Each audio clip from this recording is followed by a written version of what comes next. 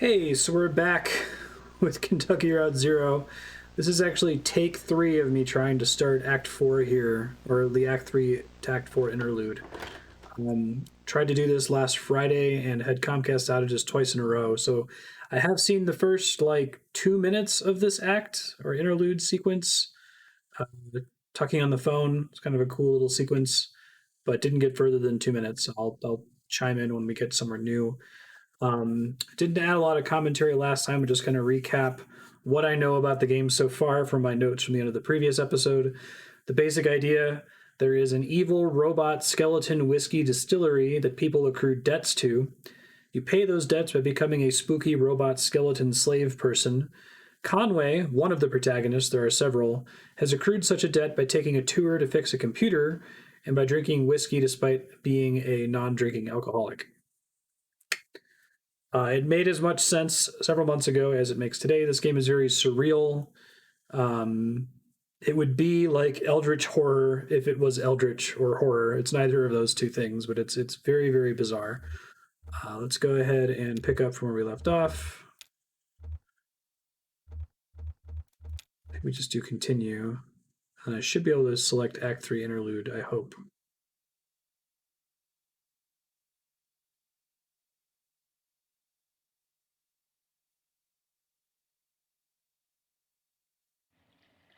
Okay, good. Whew. I was a little bit worried that I got too far last time in the phone call and it wasn't going to let me pick up from the very beginning.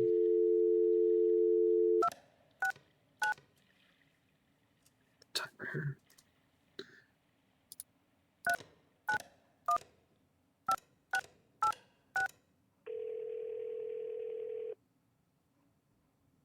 Conway's Bizarre Adventure.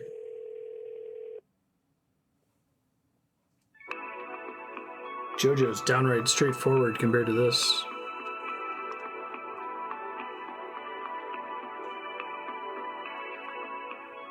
Hello. You have dialed into Here and There Along the Echo, a guide to the Echo River for drifters and pilgrims. This guide is a public service provided by the Bureau of Secret Tourism.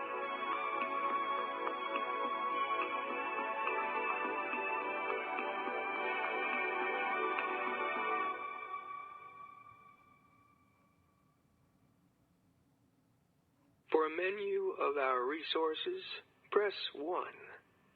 If you have an extension to dial, press 9. For more information about our organization, press 3. If you don't remember dialing this number at all, press 5. To hear these options again, press 0. Really like this voice performance. It's unsettling. The Bureau of Secret Tourism is supported by a generous population of river creatures whom I fix up and grill as necessary. I am environmentally minded, and I believe all creatures are equally deserving of support in their transition to the next world. So I usually try to sing a little elegy like, small water creature, crab or frog, now you know that sleep is all around us, like a muggy, tranquil fog.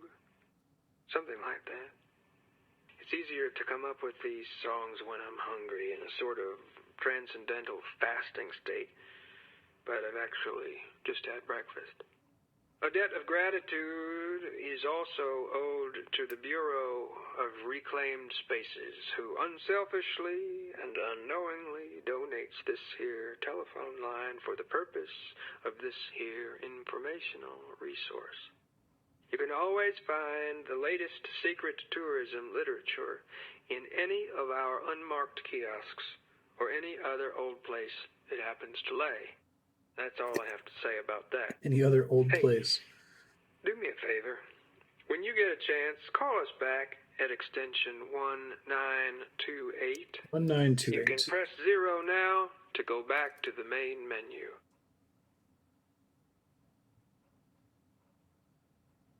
You can press 0 now to go back to the main menu. I wonder if it's going to say that repeatedly. You can press 0 now to go back to the main menu. Welcome home. For historical sites along the Echo River, Is this the true meaning of Kentucky? 1.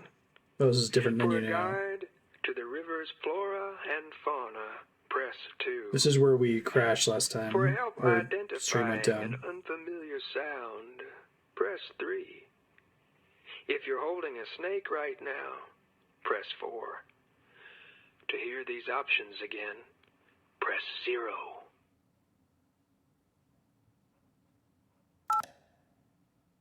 For historical sites along the Echo River, well, if you're dialed into this here informational resource, then you're a certain kind of beachcombing, bat-calling sightseer. So let's take a driftwood inventory. For a diver's guide to underwater islands, press 1. For forgotten places, press 2. For restless places, press 3. For what little we know of the Iron Pariah, press 4. What? For food and drink recommendations, press 5. To return to the main menu, press 6. To hear these options again, press 0. This game does it threads the needle, it walks the razor's edge of being, For you a know, diver's guide to Penguin, underwater islands, Spork press of Doom 1. random, For and forgotten being places, surreal and bizarre, right? Like, it's a really difficult The Iron Pariah is just what she's called edge to along walk. the Echo River. Of course, she once had another name, but it's been scratched away. Maybe It all sounds like it's on out of purpose. shame? Or maybe she took a bend too sharply and left her true name on a rock. So, what else? We know she was in the war, but neither side would claim her. We don't know if anyone's aboard. She drifts along the water and commands a wide berth. Tourists, if you hope to document the Iron Pariah, I fear you will be disappointed. She has a beguiling way of vanishing from photographs. Steer to shore and let her be carried along in silence. Pilgrims, I wouldn't dare to interfere. For a diver's guide to underwater islands, press 1. Welcome home. For historical sites along the Echo River, press 1. For a guide to the river's... Cool. Ready to go? Yeah, let's go. Let's just take a minute. Wonder how much they recorded for that. Wow, that was all of the Act 3 interlude. So you could sit there and just listen to Kentucky nonsense. It's creepy though, right? Like, what is the Iron Pariah? Is it like some kind of like sea monster? All right.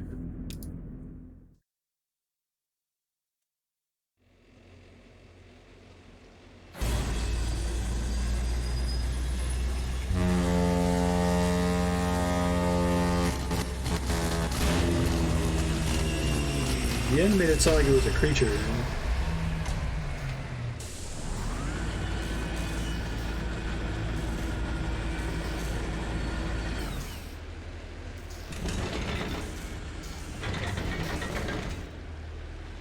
Manual 5.4 Context Backlash. General wear on the gestural gear mounting apparatus may result in undesirable play between teeth and the context and history state machine. I guess it could be slippage. If left unresolved, gear slop can gradually throw limbs out of alignment, blend emotions, decontextualize gestures.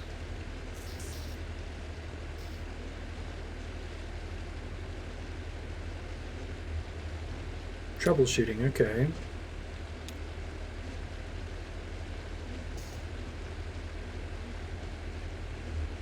Technicians of sufficient talent and experience may skip this section.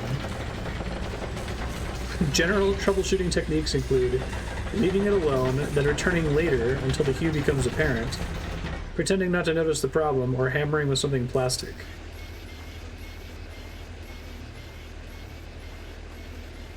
Guessing it's a riverboat from the Civil War that can't be photographed. Okay, we've seen these robot people before. Previous episodes. There's the one motorcycle guy. That'll do. Book. Throws the manual into the river.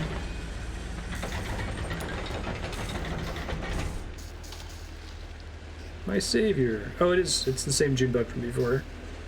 Friend here's in a bad way. Any insight?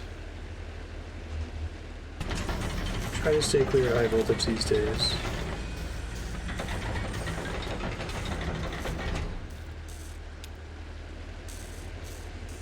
Oh, really? You could call that actual phone number? So, and then they put the recording in the game? That's cool. Hi, Space Maker. What brings you down to the Echo tonight? I always end up here eventually.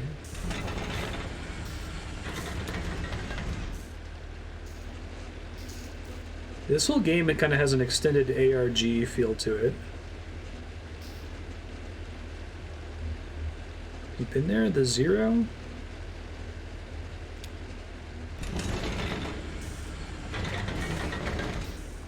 Soul River Rat steers clear of weird highways. None of the interludes were in-game before the combined edition, so they're all just like extra content on the website or that phone number you could call.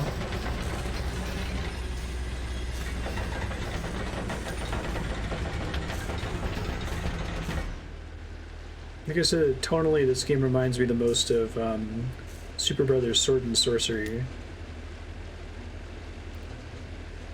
But it's a much more like complete concept.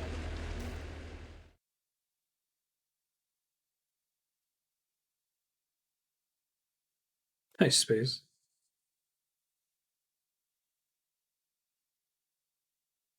The Mucky Mammoth. Oh, is it? That would make a lot of sense if it was. That game is super weird.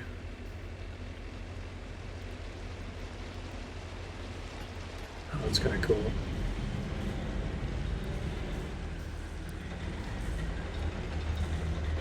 Should play the Wonder Boy games. I played Adventure Island, which I understand is the same franchise. How's that cold river spray treating you? It's hard on the eyes. Irritates mine a little. Piloting a tugboat through it 6 nights a week. Don't be too shy to close them in public. Your eyes, I mean. People will just assume you're thoughtful.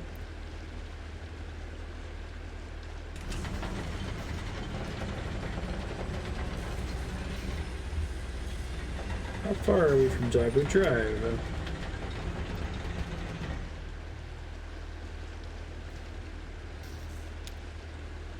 This one's a little bit more narratively heavy than Sword and Sorcery.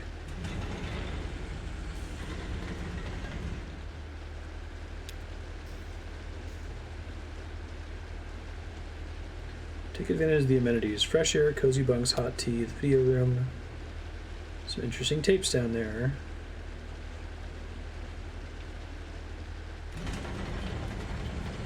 What's wrong with the VCR?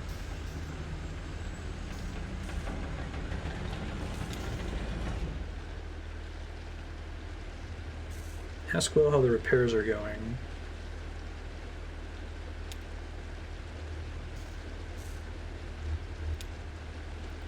Yeah, this game's pretty crazy. I don't know if the context of Acts 1 through 3 makes it make any more sense.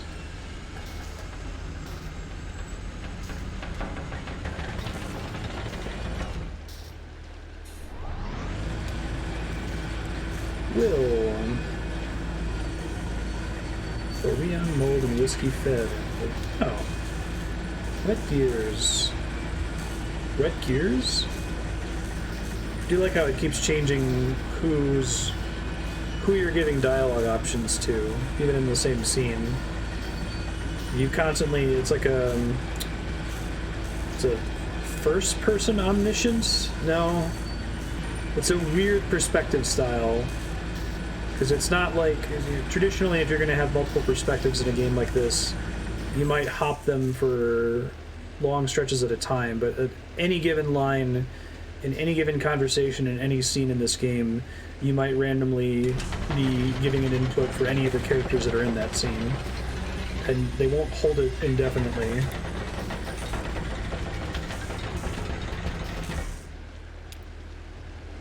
But you don't always have control, so I guess it's not omniscient.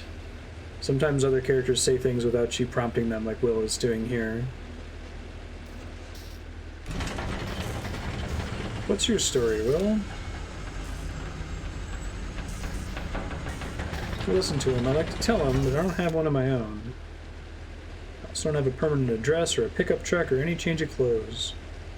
I wash my laundry in the river. This is definitely the essence of what Kentucky is. I'm a classically trained organist. Look at these long fingers and pedal-gripping toes. Okay. Governor cut state funding to our department. I was devoted to mopping floors. Worked at the soundboard at the student theater. I left my shoes there at the university. It was a protest. Walk without shoes for something important or tragic. So this is like the game equivalent of an art house film. It would totally win Sundance.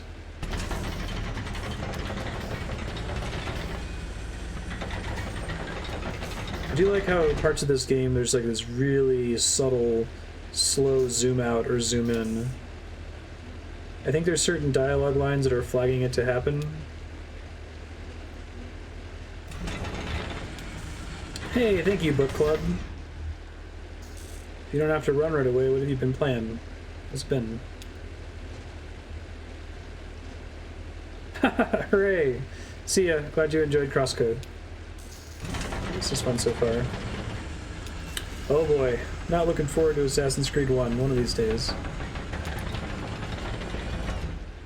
Thanks for the raid. Have a good afternoon, evening, morning, whatever your time zone is. Johnny said I could use this tape recorder, but it needs a battery. I think Johnny's the robot biker musician guy. Ezra's the kid with the giant bird from earlier. Yeah, see ya. It's trash. No, that's right. Oh, now I'm controlling Ezra. Yeah.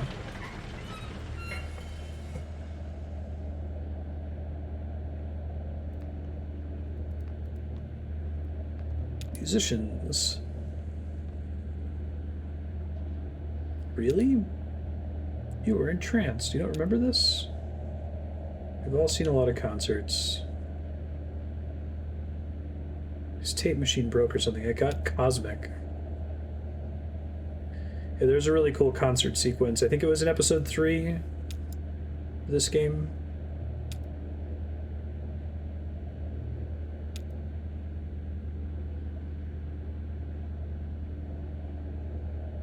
Hit this button here to record. Hold it here so you don't cover the microphone with your hand. You'll find plenty of good sounds just around the tugboat. There's plenty of tape in there. Don't be stingy with it. Record anything that catches your ear. It changes the way you listen for the better. Are you playing a concert tonight? I could record that. Maybe I came all the way from Lithuania just to do this Echo River gig. Tomorrow I'll be in Nashville and then Atlanta and then over to the coast. Where things are normal, presumably? Like, it's only spooky in Kentucky?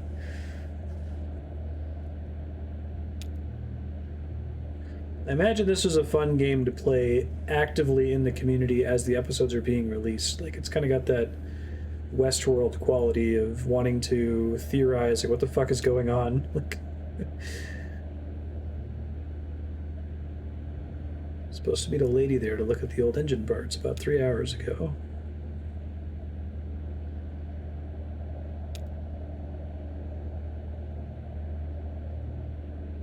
Don't stop there too long. My concert's soon. I don't want to keep them waiting.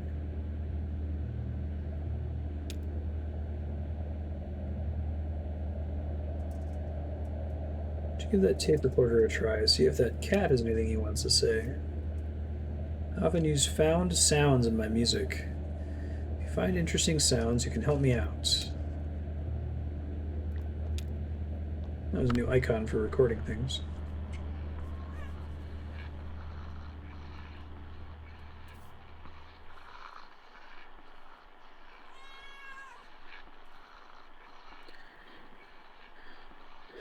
There's Conway, I think, with his robot arm leg.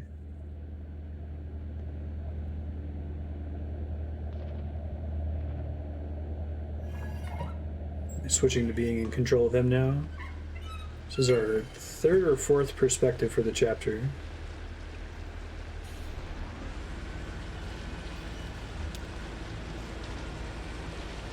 Yeah, it's the strangest thing. I can't remember why I came up here.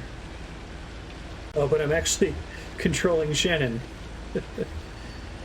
Fresh air? Maybe. It's homey in that cabin, though, and warm. Something I still don't know and don't want to know until the playthrough is over is just how much your choices matter.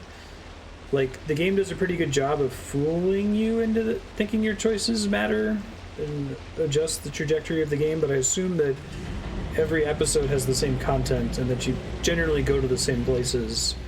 It's just what the response dialogue includes, for the most part. But now I'm enjoying the narrative superposition of assuming that all possibilities exist, that there are, in fact, completely different games depending on the choices you make in Act 1.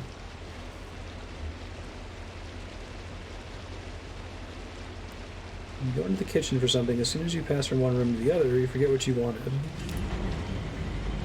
Don't walk back out just to remember. You left a part of your brain behind. I wonder if I could follow that brain crumb trail all the way back to the room I was born in. Conway was our starting character, truck driver. I had a weird dream. Should probably mention the beer. There's a cooler full down there. They say it just floated by, if you believe that. Got caught in some netting and they hauled it aboard. A bounty. There's a sign by the cooler. Take what you need and leave the rest. The fuck? This game is so unsettling.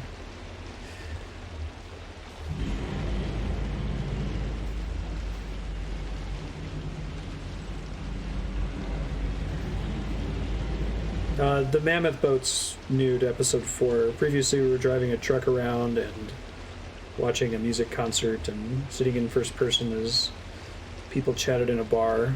It's got a lot of very different perspectives.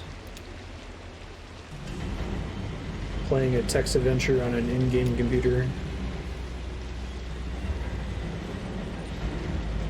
Should I be worried?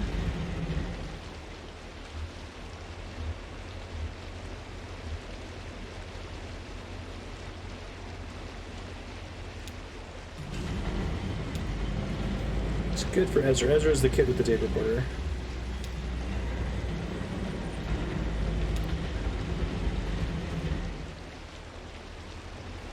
Thought you didn't drink. That's what I wanted to bring up about the beer earlier.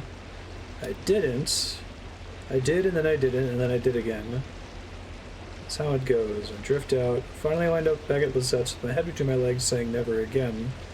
Because he drank that whiskey in the previous episode that made him indebted to the spooky ghost robot distillery place. 15 months last time. I hung on because I knew there wouldn't be for much longer. Oh, I knew there wouldn't for much longer be anywhere to go back to. Okay. She went to live with her sister now, and she probably won't remember me for long anyway. The time she picked me up out of a ditch by the road, blackout drunk at dawn. Came around later that night. I told her I didn't deserve it, and she said I didn't have to deserve it. She sounds like a saint. We should all have someone like that. You wouldn't say that if you knew her when she was younger.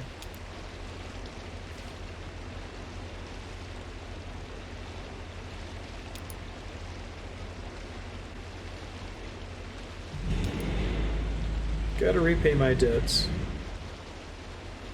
Should be grateful for the opportunity. If you want to die with dignity, you gotta settle up. That's why it's a shame when people go sudden. I kind of get the sense that people repaying their debt are in permanent slavery. Or so is this river part of the Zero? I mean, can't be, right? The Zero is like a highway. But this is still the same kind of creepy tunneling crap from earlier. Talk too much. Everyone on the river does. Yeah, why not? We listen twice as much as that. Kate told me I ought to have been a photographer.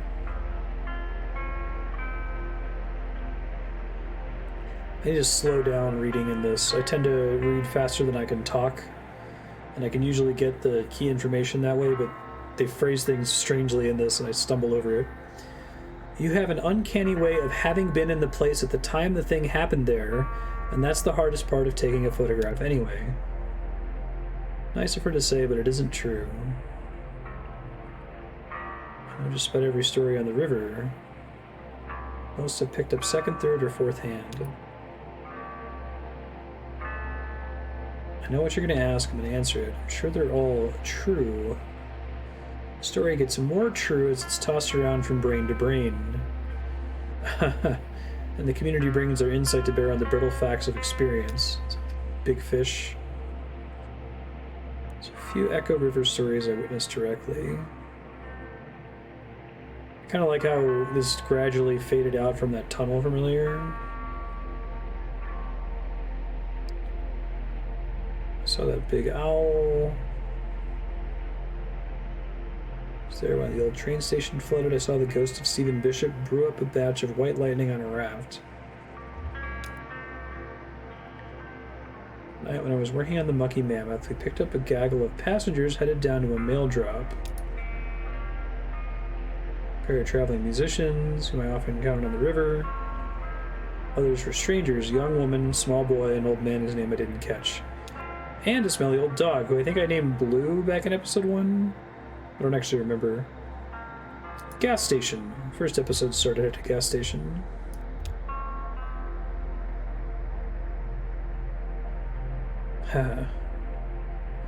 Ezra stayed on the tugboat and looked around the map room. Ezra followed Junebug and Johnny into the gas station.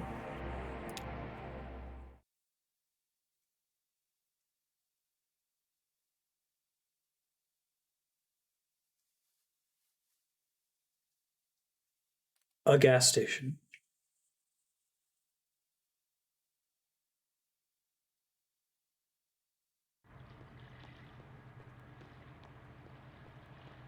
Game's very pretty.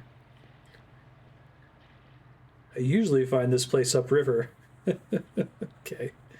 The gas station moves around? It's not anchored or anything. Oh, okay. There's little things that, like, there's definitely, like, actually objectively bizarre supernatural things going on all the time, but every now and then there's, like, a practical explanation for something. Like, oh yeah, the gas station just happens to be on a boat, and you're like, the game has trained me to expect everything to be super weird and spooky. It's like, okay, I guess it's kind of weird that it's on a boat, but that's reasonable, I guess.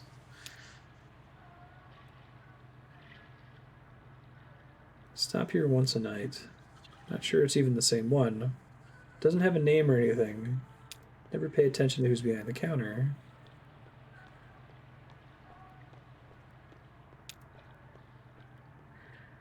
Where'd that kid go? It's got to be past his bedtime or something, right?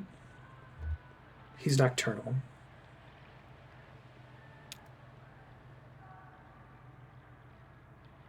You don't have any of your own kids, do you? No, I guess not. Never thought to ask about family. Who has the time? Gotta prioritize. That storm, did you two get caught in it?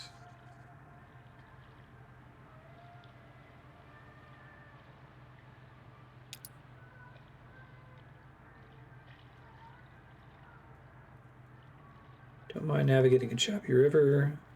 It's better for fungal growth. High water consumes the cave moths. Their wet wings clump together into these little balls of nutrient-dense mushroom food. Never seen a mushroom grow like on a soggy cave moth carcass. If I could get a day off, Val and I would be out there all day tomorrow to harvest.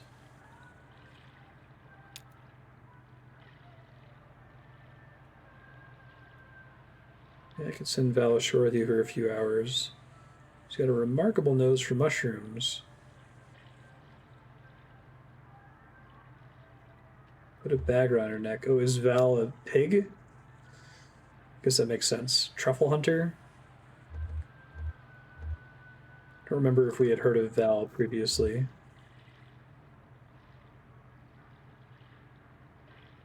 Oh, is it a dog? You don't know where we'll be tomorrow. You two are always on the move.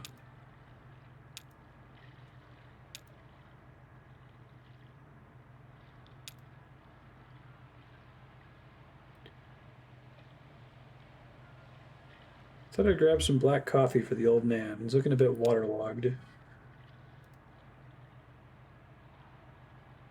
Seems like the type who hold his liquor.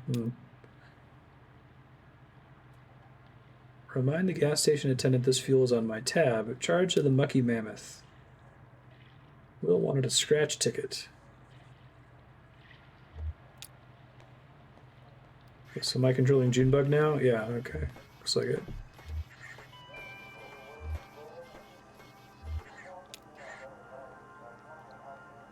Looking for crystals? Why do you assume I'm looking for crystals? We've got them on sale. All kinds of folks come here looking for crystals. Of course they do. There's a few over there with milky white shocks through the middle. Like you caught a piece of a cloud. After I beat this, I kind of want to get some insight into the development process of this game. It's one of those things where you're playing it and you're like, who wrote this? What was in their head? How did they plan this out? What did the whiteboard look like? Here every night. I have one of those faces, forgettable. I wouldn't say that. It's okay. Learn to accept it. In fact, learn to cherish it. There's dignity in being forgotten. Letting the crowd flow around you unspoiled. God, there's so many good one-shot lines in this game. It actually makes me wonder if, the game is structured to get you to those little lines like that one. I used to live in a city, a real city, Cleveland. I had some family money then. I didn't have to work. I lived in hotels. In daylight, I walked wherever the people were. My only duty was to the crowd. I was its observer, its historian, its detective, its poet. Money ran out and I dispersed with the rest of them. I lived behind the counter, anonymous, invisible, but I live with dignity. Like how this music in the background just kind of faded in super gradually. I love that you can kind of see that other boat and now this guy in the foreground. And yourself? Something like that. I enjoyed the company of strangers. They enjoy company too, as fleeting as it is, sufficient unto itself. Keep all the crystals on that shelf there. Buy one, get one free. Of equal or lesser symmetry. What?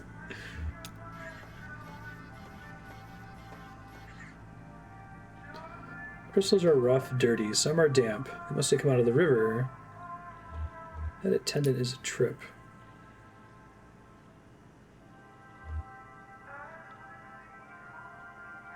Anonymous, invisible, but I live with dignity.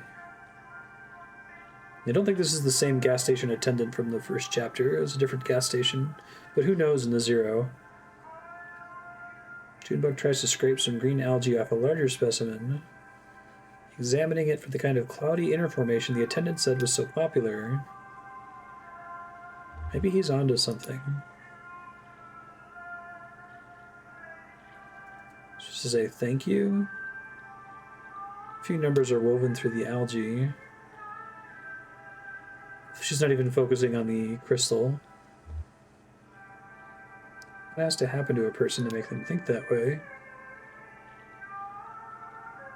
It's not algae at all. It's a decayed plastic bag caught on the rock.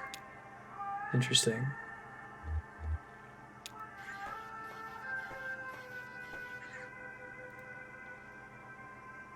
Floodwater washed you halfway up out to sea.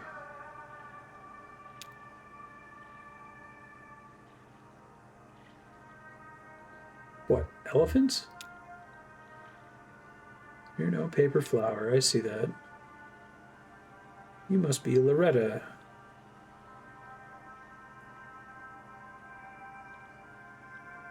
Enchanted to meet you. Sorry I'm late. Is that coming on too flowery or something? Enchanted? Yeah. Enchanted sounds pretty old-fashioned. Is that the kind of gal Loretta is? That's a nice way to let him know that he's mistaken. Now I'm double embarrassed. Do I look like her? Couldn't tell you. I met Loretta on the computer. We met each other there, I mean. We spoke through the computer and agreed to meet? I don't know the terminology. I haven't dated in a while. I met Greta, that's my wife. Excuse me, my ex, or maybe I am her ex? I don't know how to say it. Back then there wasn't such a thing as computers at all. I used to work in textiles, so here I am. What's your plan when Loretta shows up? Head down to the rum colony. Forgot to ask if she likes to drink. You never know these days. If she doesn't like rum, I'd maybe try to take her by the bat sanctuary. That's romantic in a sense. Like misty valleys and ruined churches romantic, not like flowers and chocolates. We've got a memorial there. A little depressing. Maybe we'd sail around that. What's the memorial at the bat sanctuary?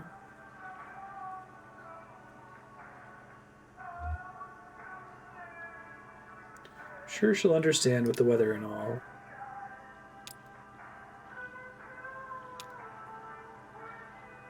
Supposing Loretta doesn't want to see me after all. My card is full.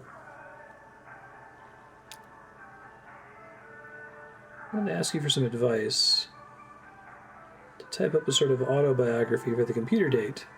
Spent a lot of time on it, but I got one reply, and that was Loretta herself. Could you give me some feedback? It's only a paragraph or so. I have it all memorized. Aw, this poor old guy. I'm a good-natured man, retired. Spent most of my time sailing the Echo River, riding currents of subterranean gas and that strange invisible wind that bones out of the small tunnels along the bank. Seeking a companion to map the river with me.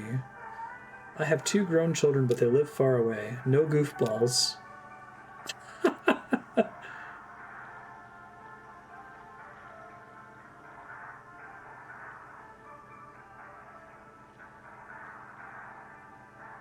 Let's see. Yeah, let's go. The thing about the wind is a little much. Probably right. I wanted to show my poetic side. I'll save that for the date. I may as well get on him about the other things. What was that about goofballs? Serious inquiries only. You might miss out on some really great goofballs. You may be right about that. Why mention your children? I don't know how people feel about dating with kids. It's been a while. Are you embarrassed or are you proud? Let's go with proud. My son's a school teacher. My daughter owns a printing press. Good people. Haha, maybe I just mentioned it there, hoping I'll get asked to brag a little. Yeah, although this game, I mean, maybe it does after you sit and you think about it and you theory craft with people on the internet over hours and hours. I think that the big picture doesn't make a lot of sense to me. It seems like it's inscrutable art house stuff. The individual interactions are incredible, and there's some really good writing in all of them. Like the concert really stuck with me. The text adventure on the computer was really cool. The tour of the haunted whiskey distillery. I don't really see how the pieces fit together, but the pieces on their own are good enough to be worth it, I think. What do you think of that other dog we got on board, Val? So it did keep the name that I gave to the dog in Act 1.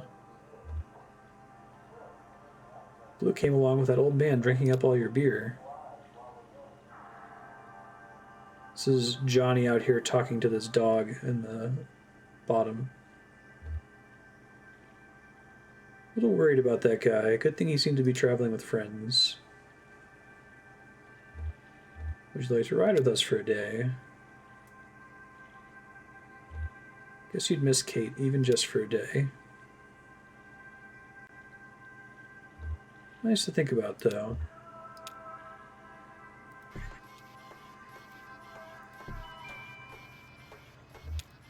Johnny. What's that? It's a crystal. I bought it for you. Wow, thank you, ma'am. Could you hold on to it for a minute? I'm gonna look around inside. Look. Am I Johnny now? Yep. It's fair. Now Junebug's gonna get to talk to Val. Hey man, how's your night? Quiet. Where are you headed? Just following Junebug. She was in here a minute ago. I never travel, but I do love travelers. Do you ever get lonely? Yes, I do. Even just that short answer in the context of everything else. It's nice. Big plans for the night? She's talking to the dog. Me and Johnny should probably look for a place to stop and recharge.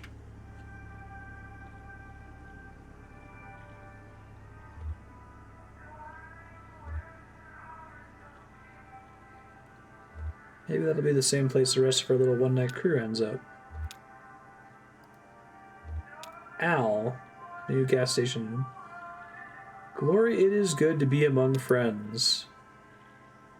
What are you so excited about? Wow, I should take a page out of your book, man. Give you any advice I could, little guy. Most important thing I can say is... Glory, it is good to be among friends. Solemnly. I'm trying to wonder if this game would be improved or made worse by the inclusion of voice acting. I really liked the voice actor they got for the Act 3 interlude phone call. It's a ritual of remembrance for me. Tonight particularly so. It's my birthday. I am 5 years old. Do you know why I say that? Is it because he's born on leap year? Oh, wait, no. 5 years and some days ago I set out on the Echo River alone, or so I thought at the time. I was looking for an ice floe, occasionally rumored to travel on our humble artery on their way from who knows where to who knows where. Who knows why? It's a mystery. An hour into the journey, my lantern gave out. Now I always carry 3 or 4 spares. Never catch me in the dark again. Lesson learned, buddy. That night, when that lantern went out, I was stuck in the dark. I kept my arm extended, running my fingers along the cave wall, trying to keep my bearing as best I could. Prayed I'd find another traveler who knew his way back to the lake or above ground, or even just a crack in the rock to get a glimpse of moonlight. I had a large bag of apples with me. I was getting weak. I took my hand down from the rock to tear the bag open. When I reached back out, I couldn't find the cave wall anymore or any other. I was unmoored. It's terrifying. I started counting time and apples eaten. Drifted in despair for 4 apples. I schemed and planned and dreamed of 2 apples. I came to accept my fate, lost at sea. This phase, I think, would have continued indefinitely had it not come down to that very last damn apple. Picture me, feeling around in the empty bag, certain that somehow there was another one of those fist-sized chunks of life-giving fruit. Already softened by time and probably an unappetizing brown, but nope, that was it. Just as I was about to bite into my last meal, I felt a tickle on my upper lip. It hatched. The last apple was infested by a fruit fly maggot. Gross. That should have been the end of it. I should have eaten that apple, and the fly while I was at it. Put an end to our little food chain suicide pact, but I waited out of mercy. After all, the fly was basically a newborn child. It's a weird story for a rando to tell you at a gas station. A gross insect child, but still a child, right? Born in the darkness and famine, hungry and alone. Can you imagine that? This video game is like a David Lynch movie. It's like you take Mulholland Drive and Eraserhead and the weirder parts of Twin Peaks, put them all in a blender.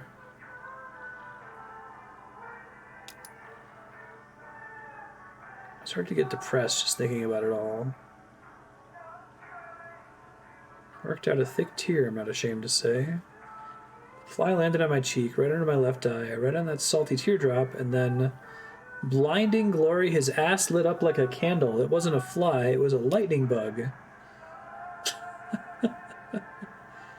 That's how I came here today with you folks. That's how come I'm here today with you folks. I found my way out of that strange river cave by the dim-lit rear of some orphan insect hatched out of my last rotten apple. Glory, it is good to be among friends. I know that's right.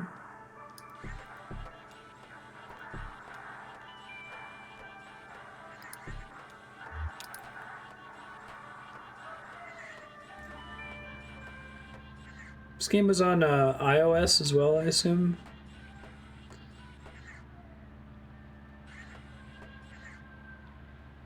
That guy's a trip, that gas station attendant. Did you talk to him? He reminds me of that frog we had.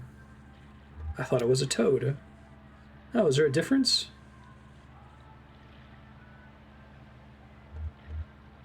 Toads live in the mud, frogs live in trees.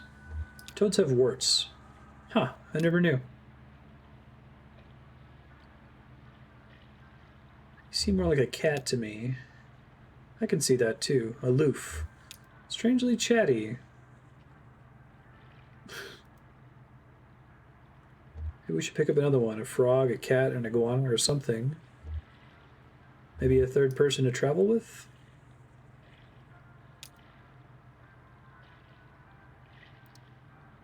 Cool robot couple. We could try stuff out, change our clothes, swap parts around, just play. I'm not lonely, just curious. With another person to play with, what else could we be? You may be right, Cricket. I'd have to wear you down a little like I did with the gerbils. Johnny and Jubug are up to some interesting kink for a robot couple.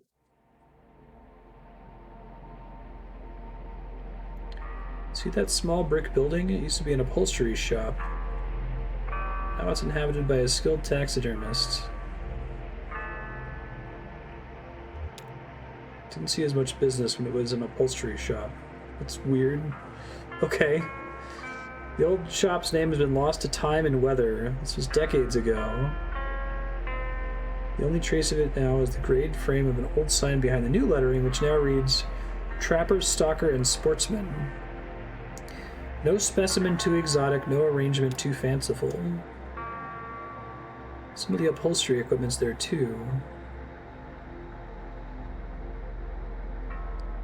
You do get to make some narrative declarations like this. That's where I said this game is like first-person omniscient. It's first-person omnipotent. Sung by a reclusive ex-convict named Judah. Very little is known about him. His crime is generally assumed to be violent or otherwise gruesome in some detail.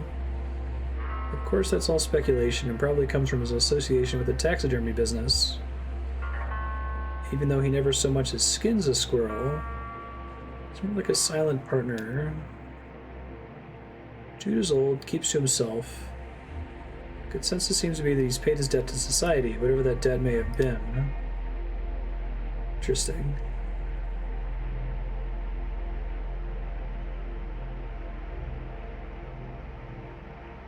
I do really like these super simple zero screens with just the white lines and black background. Shannon retreated to the TV room to browse the Mammoth's video collection. Since we disembarked last time, we'll try this one this time.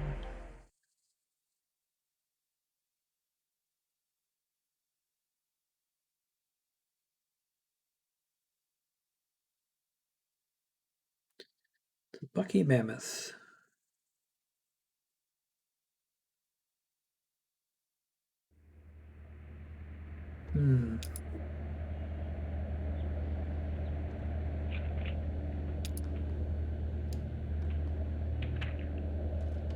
It's more zoomed in than we usually get in this game.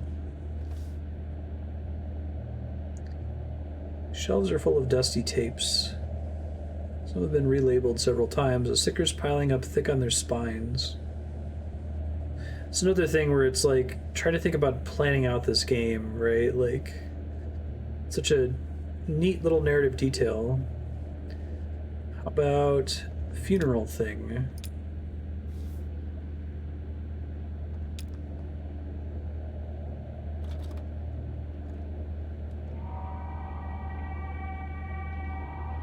Little crabs down here.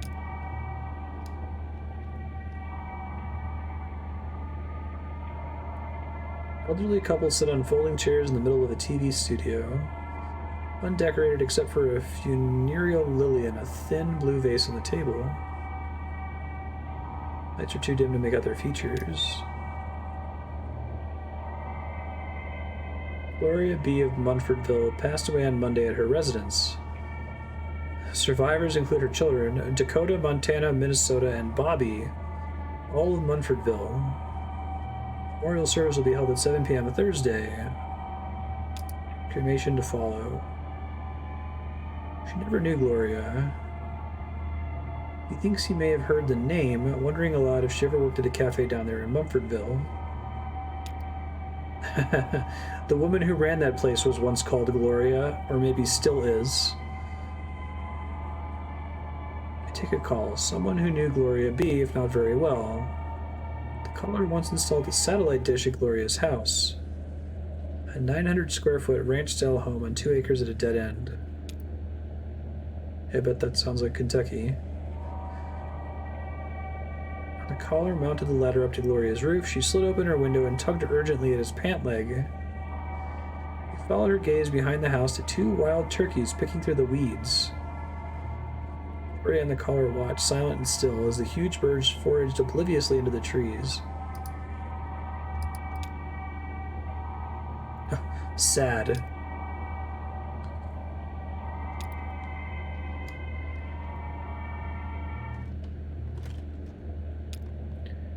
Now, is it the other 2 tapes, or is it going to give me 3 new choices?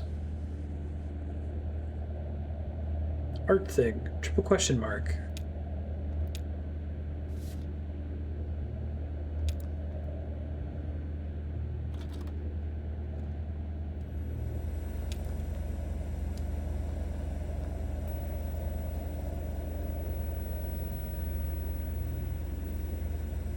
Awful hum seems to start before Shannon hits play. And there's the familiar room. Blank gray walls marked with tape, school desks, and a few more details. The murky carpet like standing water. It's a weird simile.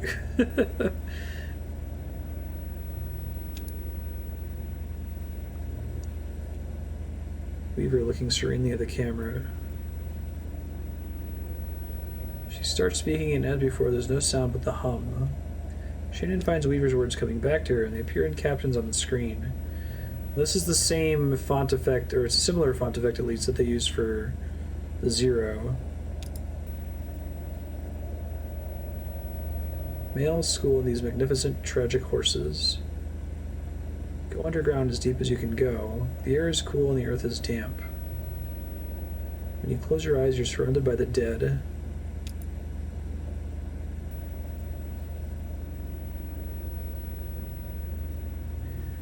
This place is what you're looking for. Some of it will wash away soon. You'll be happy here, even without the male school. The text repeats for a few minutes, and Shannon stops the tape. Yeah, that's weird. Like how that time it doesn't say sad or anything.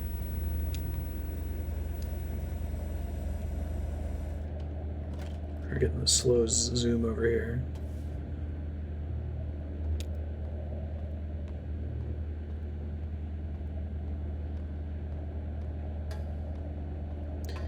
Like she has a perspective bubble around her that removes the things blocking your vision of her.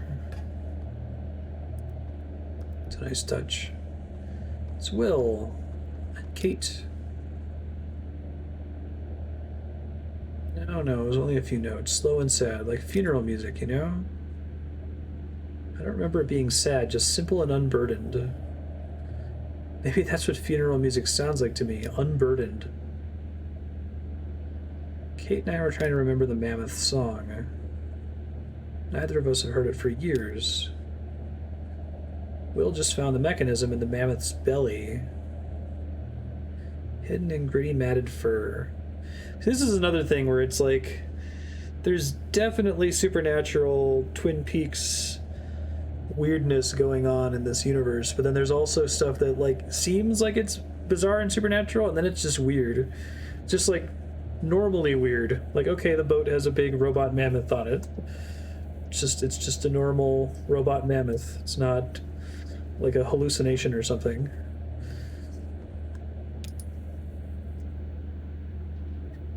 Some of the pens are rusted and worn away. Easy to replace if we can even remember ever remember what the notes were. I hear you browsing the archive. Find anything good? Found something pretty unsettling, actually.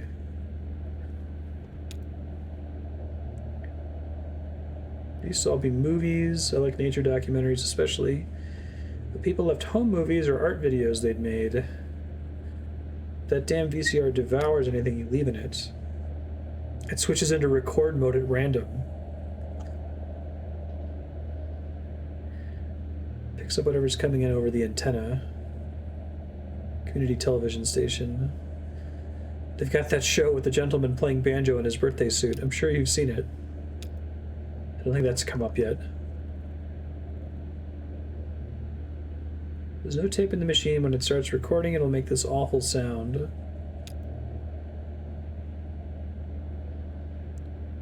Please do not rewind after watching. At least that way nothing gets taped over anymore. Sure, I can fix it. My hero. We were talking earlier. She has an intuition for these things. It's not intuition, just experience.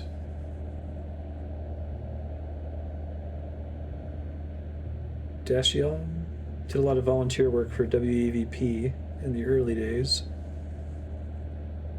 Shannon's the mechanic character that Conway visited very early in Act 1. Had that weirdness with the TV.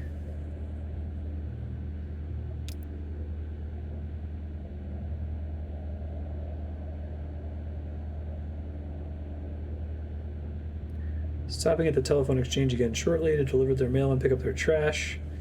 Go ashore when we do and ask for Dashiell.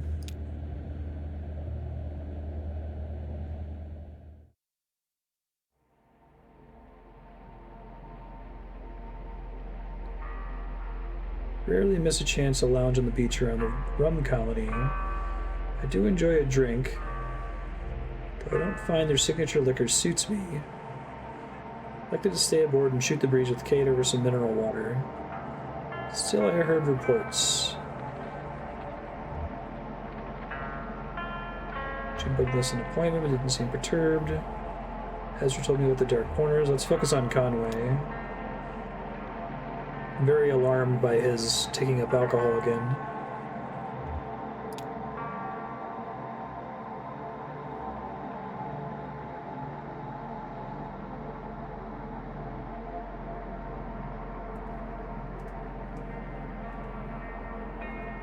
Telling you about the rum colony, I should tell you about Patch. Bartender, general manager, creative director. Guess that means he books the music. He's run the place for the last 7 years. Rum colony is owned by a dead man named Vernon. Technically, it would be owned by the power company, which bought a sizable interest from Vernon as part of a state-sponsored investment program. But a clause in that arrangement requires them to keep their hands off the day-to-day, so long as Vernon walks the earth. The upshot of all this is no one came forward to identify the body. Patch is a good guy, though. Kind, trustworthy, mixes a strong Mai Tai.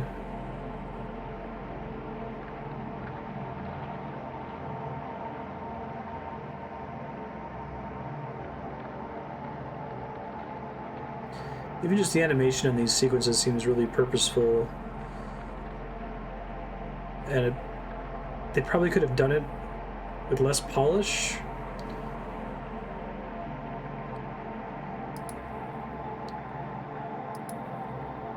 I don't know if I'm in control here.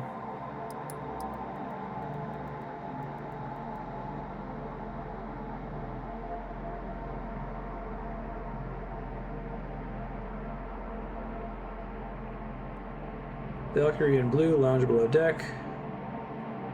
Clara, Kate, and I stopped to do some business by telephone.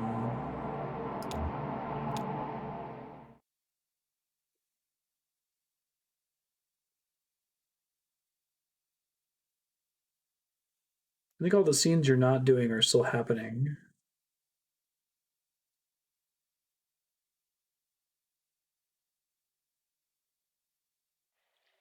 Library's not allowed to get rid of War as an ebook for a while after release.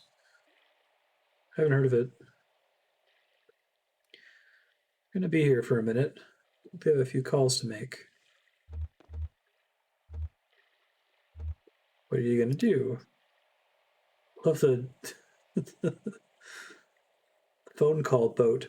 Pretty sure that's the same model of phone and the same color of table as we saw in the Act 3 interlude.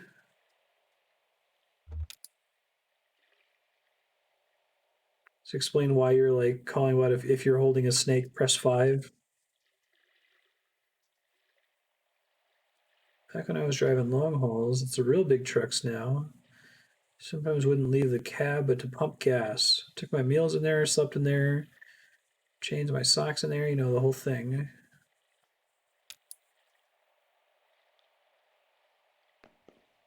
One time I was hauling a bunch of big spools, telephone wire, I think. Up from California to Washington State.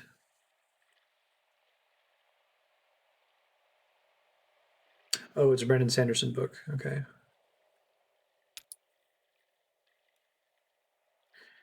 Between California and Washington, there's a place called Oregon. You can't pump your own gas there, or in New Jersey. The guy who does it called a gas jockey. Better not even open your door, they get all suspicious. Drove through California into Washington. I refueled in the middle in Oregon. Didn't set foot out of my truck for a whole day. When I came out of the cab, the ground rushed up like it missed me. That's what I'm talking about.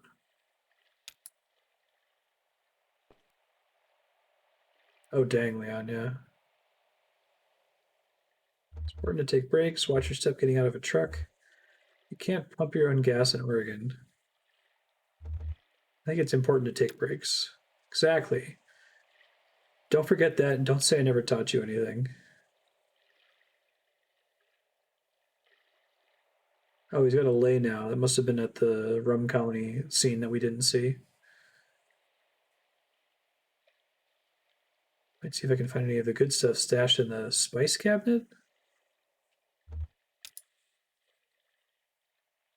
Don't listen to me, kid.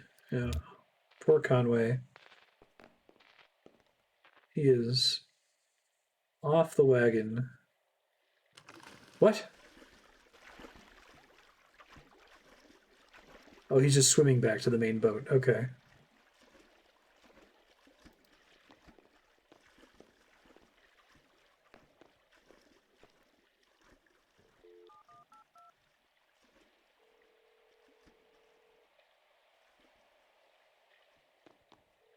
You have 23 new messages. I remember Is that a bear? going to a house in a rustic county, Maine. I was It's really quiet in my ear, too. and we were driving up in a white Nissan station wagon with faux wood paneling. And it was the first time that I'd seen the house that I was going to live in for the next 7 years.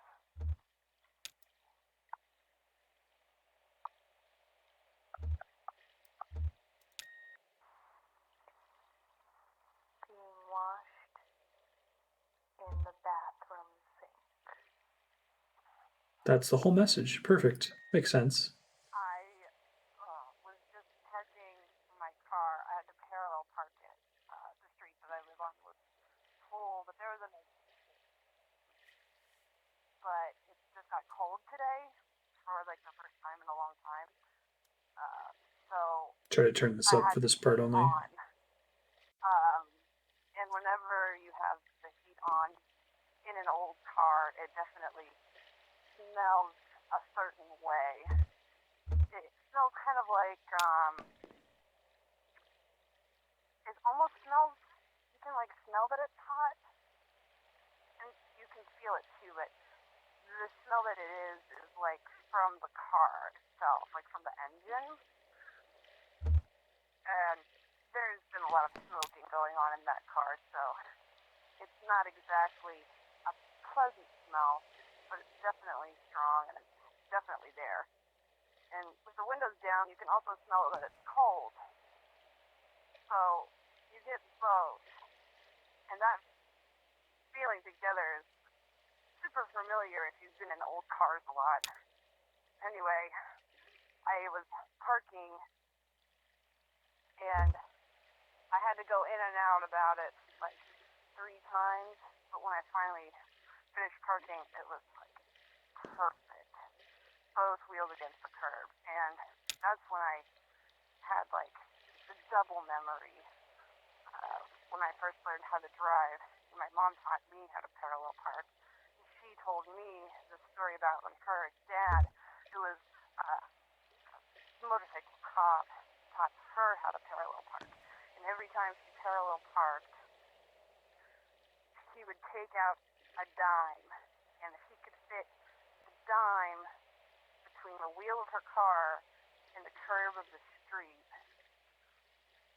then she had to do it again.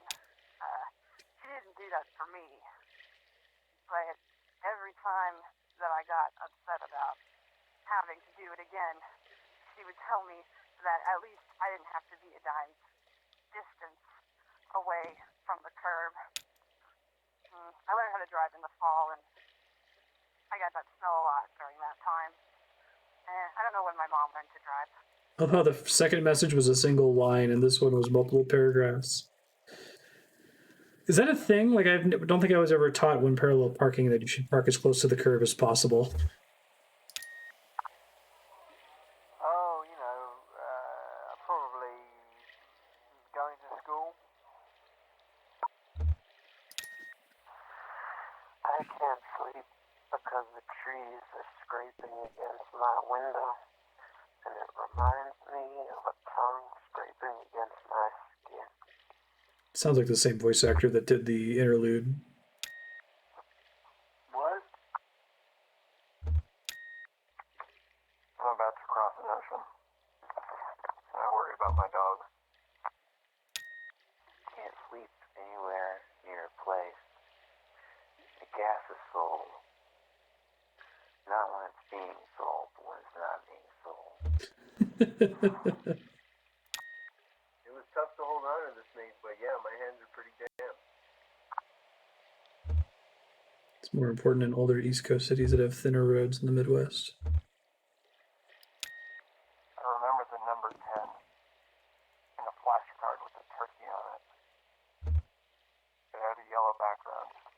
That makes sense. The frogs are too loud.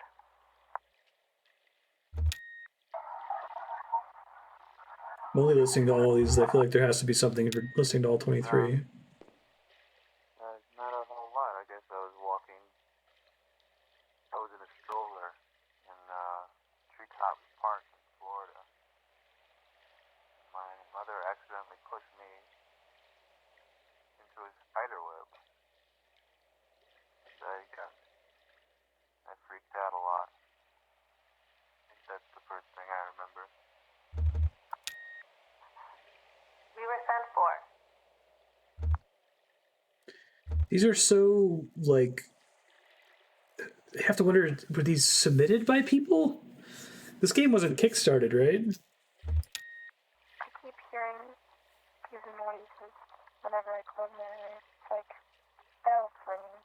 But the bells aren't metal bells or ceramic bells. They're kind of bells like normally here. They're like this weird. I can't even describe the material. It's just resonant.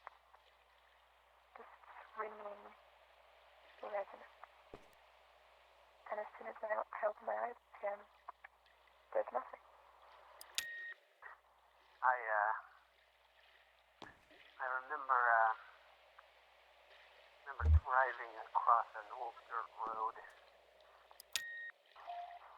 My birthday party at McDonald's in Hawaii. I got a toy that I didn't like. I broke it. So I think the question is, like, describe an important memory? Describe your first memory? Oh, it can't be first memory because I was parking my car, right?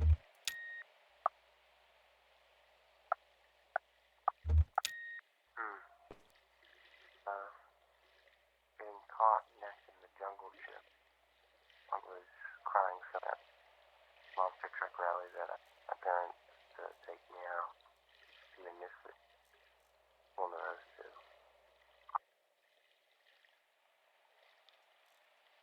Maybe it was what you remember on a specific day? Seriously?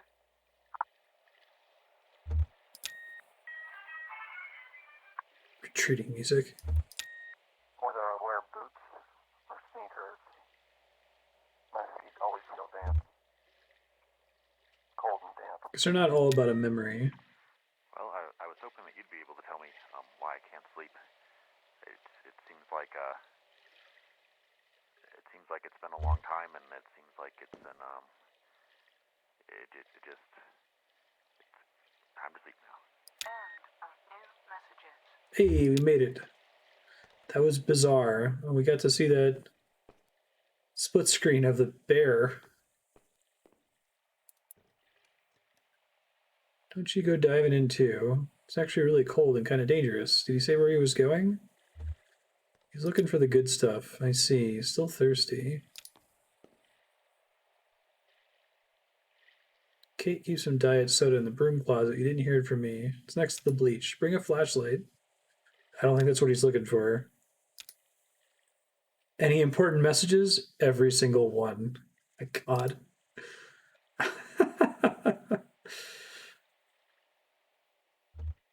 I'm just following my friends. Is this young woman your friend? I met Ezra earlier tonight. He's been very helpful. Our kid was sleeping at the bus station. He's more at home down here than any of us. Trust me, I have an eye for it.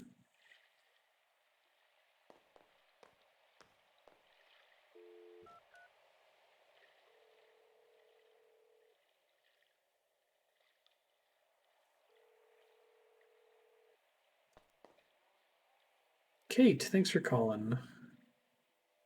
Hope I didn't wake you up. Can't get comfortable enough to sleep anymore, except in the car, in the passenger seat. I cannot sleep in cars or on planes. Couldn't get settled in bed. I was just watching TV. Some cooking show about high concept junk food. Everyone from my high school chemistry class was there, making cupcakes out of bicycle parts. I might have dozed off a bit. Okay. Oh, she's preggers. Good for you. You sound confident. It's all an act. I'm actually. Phone line makes a horrible sound. Appreciate you checking in. I have your pager number. So does Eric, just in case I'm too distracted.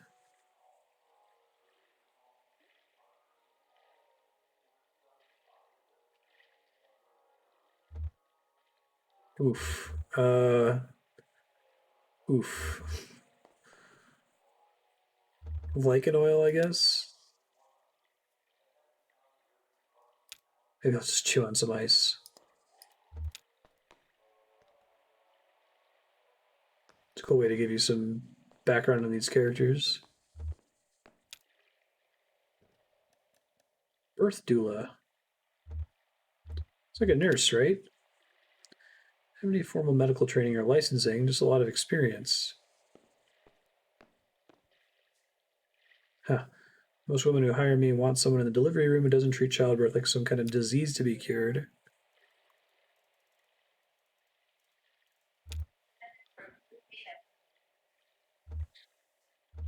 Is everything okay? It's great. Sounds like she's ready. Some women just know. It's amazing. Others are caught totally by surprise. Friend went back aboard. He's been drinking. Should have pointed him toward the head.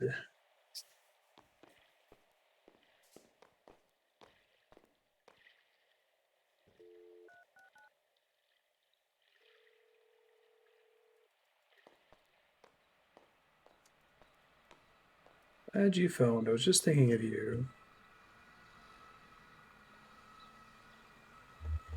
Sorry I didn't call this week. I've been traveling constantly.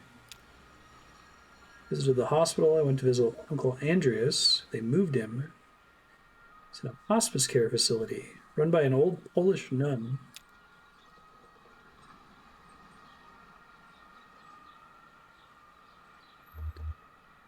That's his right. I guess it is, technically.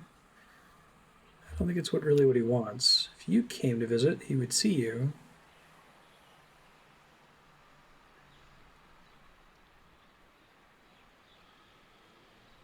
Let's take him at his word. I'd never make it back in time anyway. A long way from home.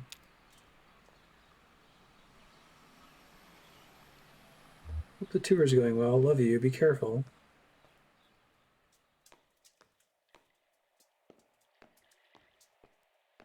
My sister back home is very depressing to me this morning. My uncle is terminally ill and refusing visitors. Nadia is making a stir about it. And now I'm controlling Kate again. Sorry to hear. Are you close? Yes, but only recently. He lived abroad most of my life. I only met him a few years ago. Her respect for him is distorted by sentiment. You must always take the dying at their word. Their motivations are beyond our understanding. Whoa. The old man? Swimming back to the mammoth? No emergency, I hope?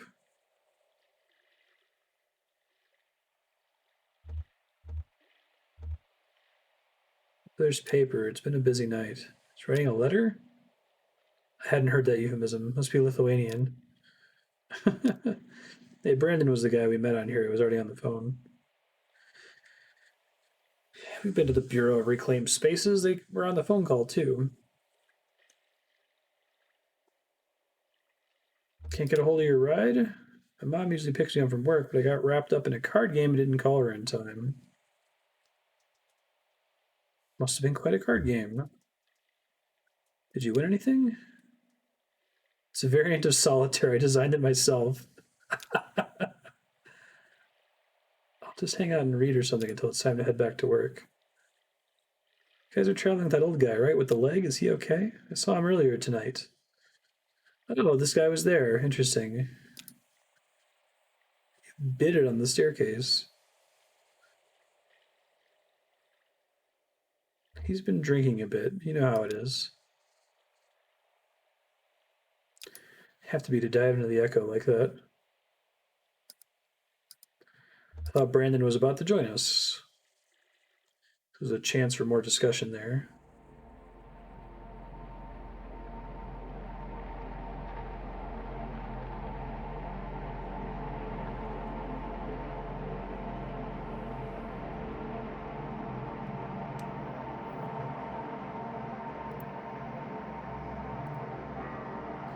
That right there is Ratliff Monuments. If you ever need a headstone carved for a loved one. Violet Ratliff, never married, nevertheless bore 6 children: Earl, Kelly, Barb, Ron, young Earl, and Beauty. For each birth, she locked the doors of Ratliff Monuments for only 1 day, even with young Earl. She was in labor for 36 hours. She had the unyielding disposition of a cliffside. None of Violet's children had any desire to go into monument making.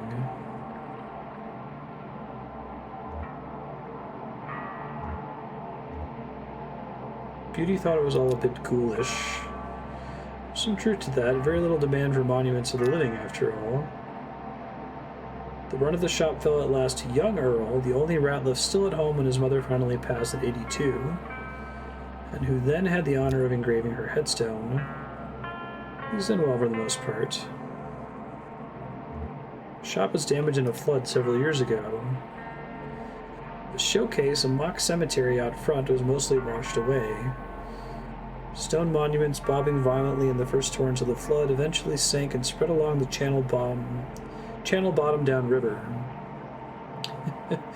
An elongated graveyard for no human loss, visited by eyeless fish and adorned with indifferent wreaths of algae. Jesus. It's a cool image. And a pretty way of putting it. This game is like peak video game prose.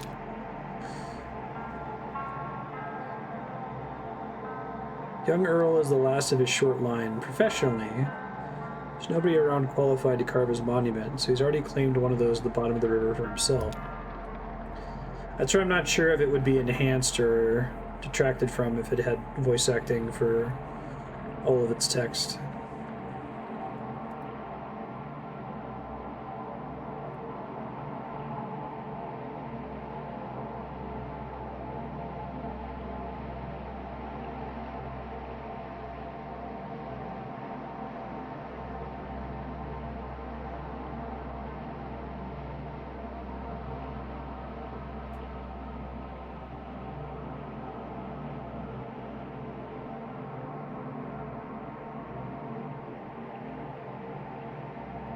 Shannon, Ezra, the old man, and I stopped at the Radvansky Center to make some quick cash.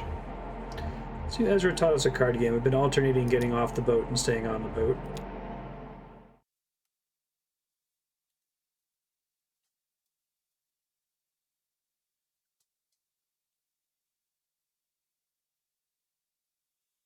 Mucky Mammoth.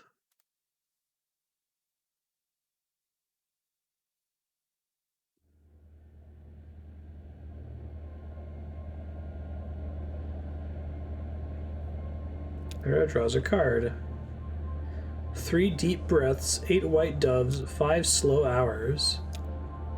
7 blue petals, 3 deep breaths, 8 white doves, 5 slow hours. What are we listening to? Oh, just a tape a friend sent me. They live in the desert. Vessinks? Sounds good in the Mammoth's PA. Your turn, buddy.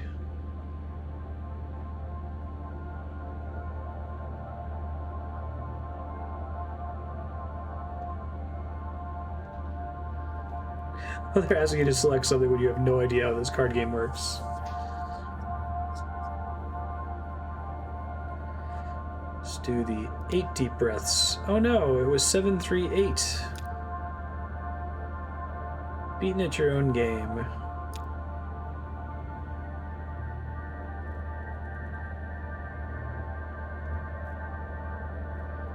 Seven, 3, 8. 7, 3, 8, 5. 3, 8, 5. Oh, okay, so the game is you have to remember what the previous person said.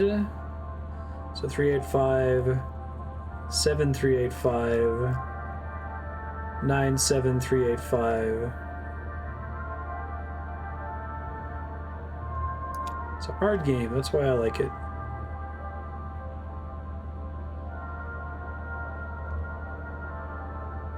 Goes until everyone forgets a card. It could go on a long time then. Too soggy brained. I know I am. I even take homemade supplements for it. Shade green lichen boiled with the peel of a lemon. Scalp massage oil. It dries the brain out a bit, which is helpful for a good memory. If your brain is soft and damp, new ideas can make a clear impression, like a boot in wet sand. But like wet sand, it can easily get muddied and washed away. Kate's a little crazy, just a teensy bit. Just a smidge. What's this game called? The Forgetting Game.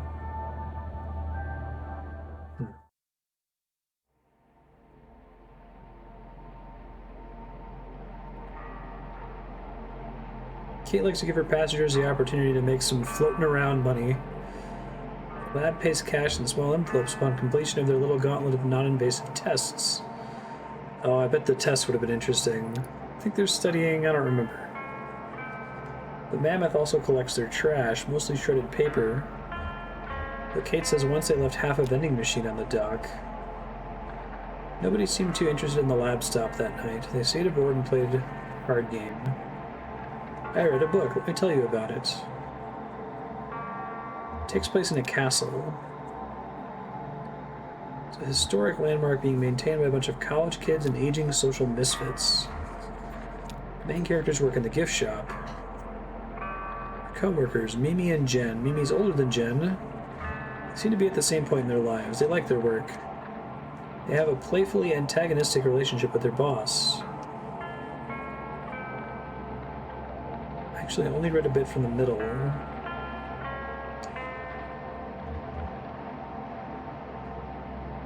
Mimi confides in her friend about a traumatic event from her past.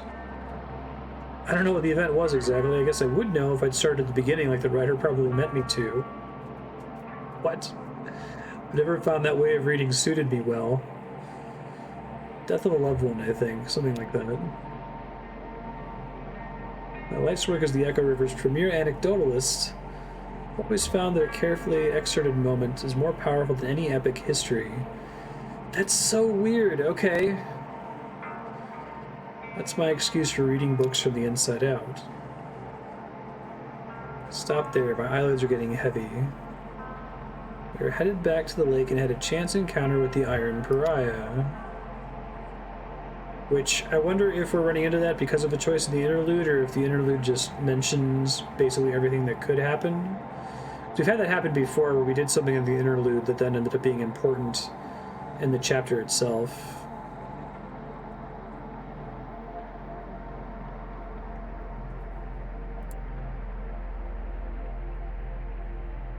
Based on what Leon was saying, the interludes weren't part of the original game, so I assume they're just there to set the stage for some of this stuff.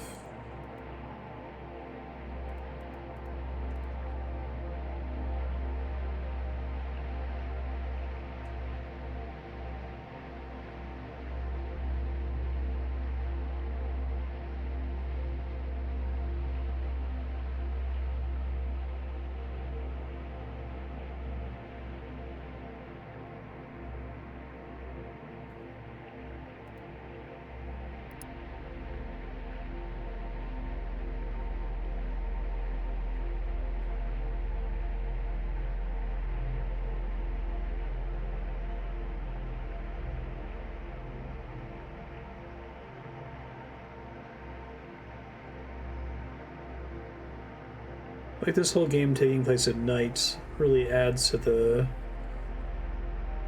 Again, it's not spooky. I guess it's spooky. It's not creepy or scary.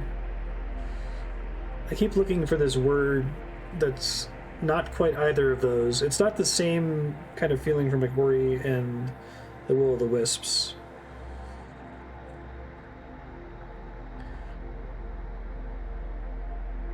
Melancholy and unnerving. Ethereal, maybe?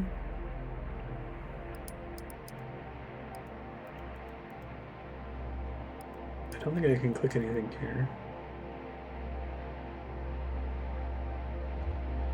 Ezra helped Kate forage for mushrooms. This is with Val the dog.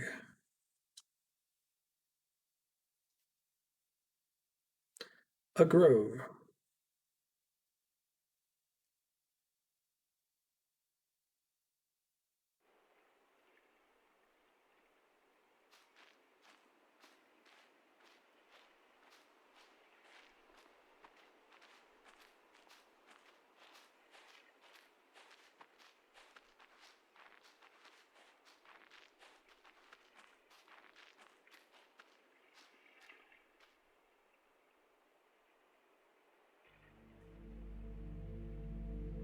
Oh, this is interesting.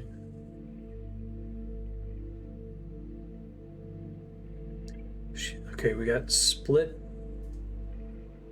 Kate rolls a fallen branch and plucks something white from the underside. She holds it up for Ezra to examine. Or she lit a second cigarette with the embers of the first one. She trembled, sweating a little under a heavy coat. It was warmer near the doors where she was following directions. No smoking within 25 feet of a hospital entrance. Let's pick the one that's obviously not what they're doing here. She stood by a hot dog cart parked at the edge of the sidewalk.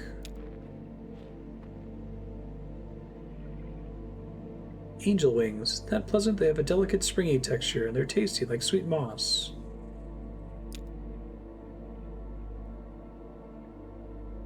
Would you like a bite? Sweet moss doesn't sound very tasty to me.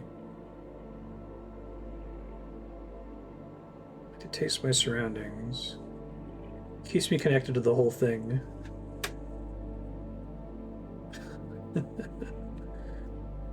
A mushroom hunting mentor told me it's useless to pretend to know mushrooms. They escape your erudition. The more you know them, the less sure you feel about identifying them. That's why I always bring my favorite guidebook. I have this core memory, and I've never been able to find this, but I had a children's Super Mario book. It was a very short, picture story. There's a part where he gets a super mushroom in the sewer, and there's this long, it's very much written as a children's book. It's not like the reading level of a 5 or a 6-year-old. So most of the pages only have a couple lines of dialogue, but there's a really long page that's just devoted to how Mario knew what kind of mushroom this was. And if you're a kid and you find a mushroom in a sewer, don't eat it. See the sort of greenish pallor of the cap? Amanita, which I think is really bad for you, right? Death caps? Can you eat it? Phalloids means, never mind. Only once. It's deadly poisonous. Death cap, that's right. It's killed a lot of people, this little mushroom, including a few Roman emperors. It's revolutionary. Even the Buddha died from eating a mushroom when he was very old.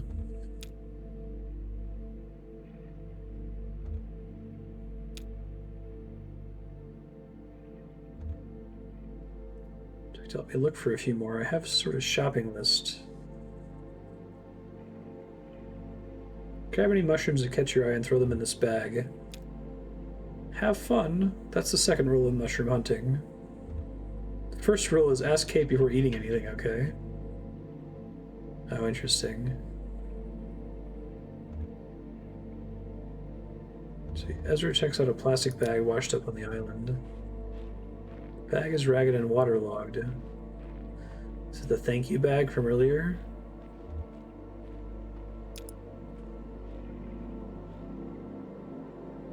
He didn't like to play in the house. It was always too cold. It seemed to store up the cold at night, then slowly discharge into his bones during the day, while the sun bounced feebly off the windows. So, peak prose. He liked to play in the woods behind the house. taken a knife from the kitchen, selected for its long, serrated edge. Meant for slicing bread, its teeth had reminded him of a saw blade. He was determined to collect some firewood to heat the house. There are no mushrooms in the bag. Kate kneels in the grass.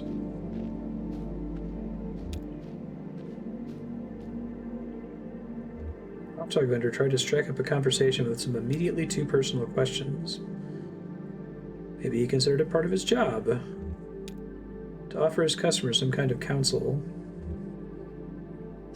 Maybe it was to salve his guilty conscience for selling junk food outside a hospital. There are no mushrooms in the grass. Poke around the base of a cypress tree. Brownish clump of mushrooms feathers out from the base of the cypress tree. A few feet above, several pale blue puffs cling to the trunk. The woods were full of deer. His dad said the deer liked best to live on the edges of forests. Recent development in the area created a lot of fresh edges, so they massed here and sometimes ran into the road. Dig in a bare patch of dirt. It's muddy from flooding, the general dampness of the caves. She finds a spotted brown cap and a dense bundle of dark ridges. Cool. Has she ever tried alternative medicines? She'd never heard of those things. Oh, is this how she got into that crap? Back to Ezra. Blue puffs. He prods one of the pale orbs with a stick and it cracks open a little, releasing a fine dust into the air. Like the world outside the woods had somehow slipped away while he was gone. And now there was nothing but the woods. He kept going. 1 second.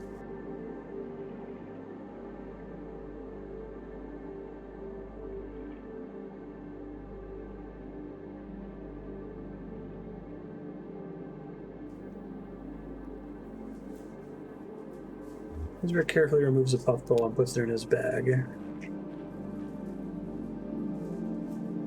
Distant clicking of bats. Kate inspects the dense bundle of dark ridges. She learned to get into weird alternative medicine from a hot dog vendor. Plucks the mushroom from the dirt and puts it in her bag. Oh wow, get some automatic dialogue over here.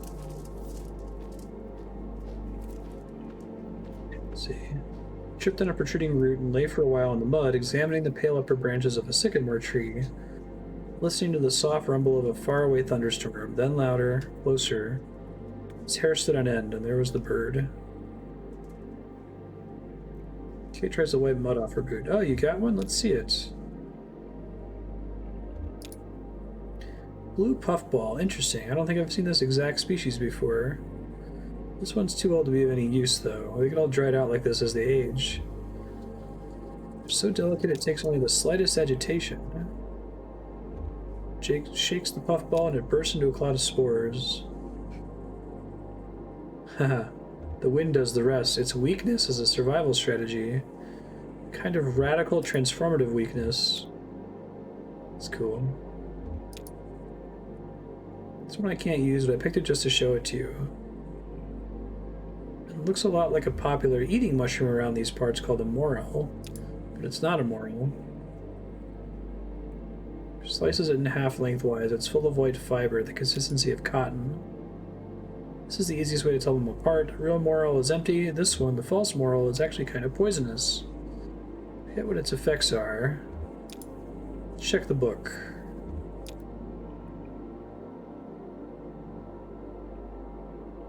Symptoms include wanting to fight, demanding answers, dryness of eyes, nose, and lips, restless sleep, dreams of flood, rolling stones, accidents, people transforming into owls, vampires, rockets, and traveling to stars. That doesn't sound so bad.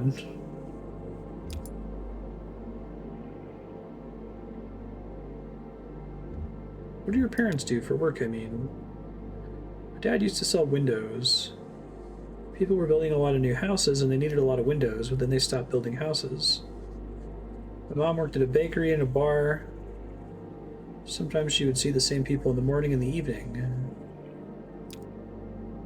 Do you have a family? Left home when I was very young, not much older than you actually. This is one of those interesting things where I don't know if the game is telling you facts through choices here.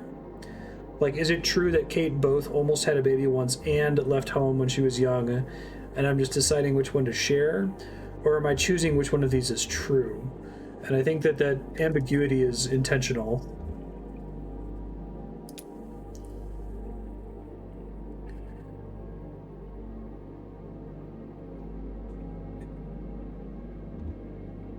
Years later, my mother got sick and I tried to visit her, but it was too late. She was all spaced out on fevers and morphine. On my own since then. Just what everyone who sets forward to build the Mucky Mammoth feels like family to me now. Nobody's family than everybody's family. What's this island for? It looks like someone made it on purpose. It's kind of a nice simple shape. Pleasantly minimal island geometry. Yeah, so the hot dog guy taught her about quack remedies. Could be natural, though. I don't know much about this place, really. It's supposed to be some kind of memorial to something? Will would know more.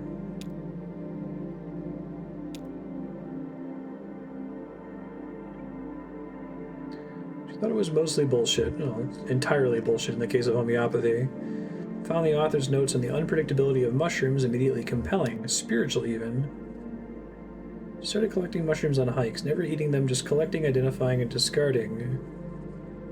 She connected with the Lexington Mycological Society and began to study in earnest the medicinal uses of fungi.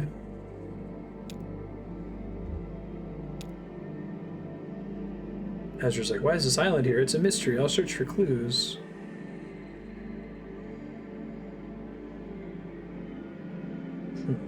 She put out her cigarette, said goodbye to the hot dog vendor, and spent the rest of the afternoon listening to doctors, trying to understand the world as they did, as a list of discrete injuries to be mended.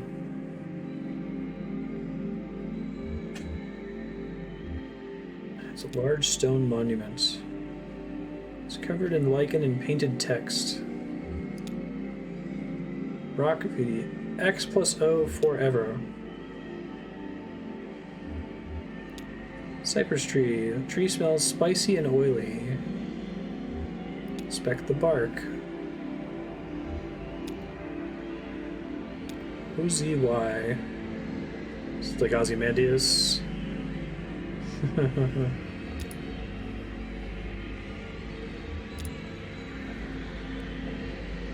Daisy, upon my works, see mighty in despair. Hug and kiss forever? They could be initials. Xavier and Olivia forever.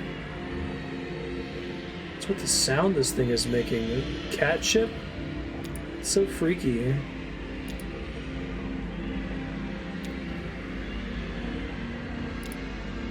Part of somebody's name. I think it's Observe Zero EX. Like that they did the text on Zero. I'm pretty sure it's Ozymandias reference.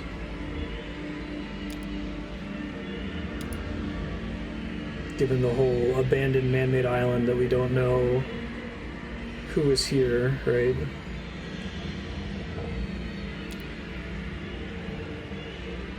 Kate and Ezra look up at an old battleship drifting by. The Iron Pariah. What do you think of it? Ezra's parents shook him awake. They seemed alarmed, but not immediately concerned. Led him back to the house. Okay, that's still in the flashback. Is it full of ghosts? Oh, I don't know, probably. I mean, no, definitely not. You don't believe in ghosts, do you? Never met a young kid who really believed in ghosts. Lots of older people do, though. Wonder why that is.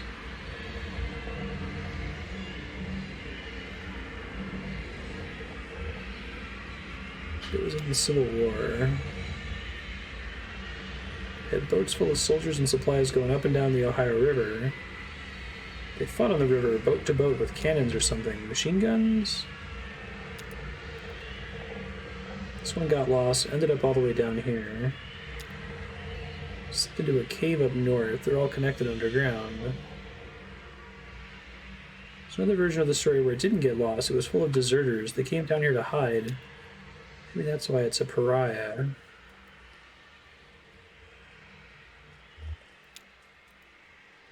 She's a passenger on the Mammoth. She said she'd been out fishing on a rowboat and got swept up on the current near the cluttered place.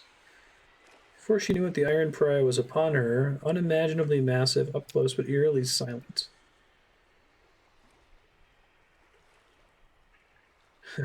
The only sounds were the lapping of the lake water against its iron hull and a faint sort of... She said it was a chorus of mews.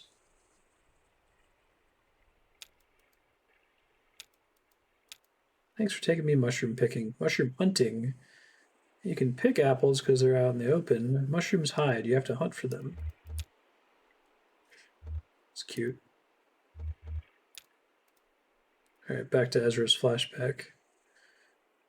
Dad said they were going to stay at the bus station for a while, the one with a little arcade with a car game he liked.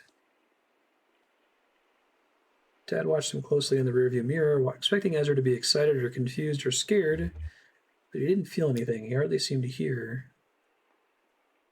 I felt like he was observing the family car from a distance, from far above, from the clouds. After they accidentally killed a deer, maybe? It's time to go.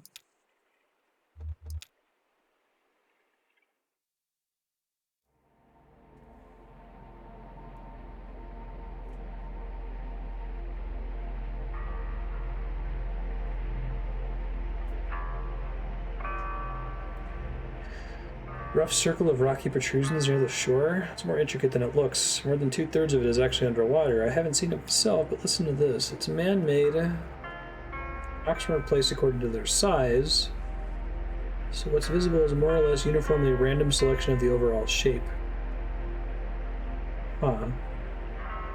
Might be a spiral or a meditative labyrinth. The head of it is a petrified oak stump. Moved here from above ground decades ago. The Lock-Lucks are married here. Many frail-tongued observers said they should just go with lock or luck, or split the difference with look, or even lick, or really anything else, but it was never going to happen.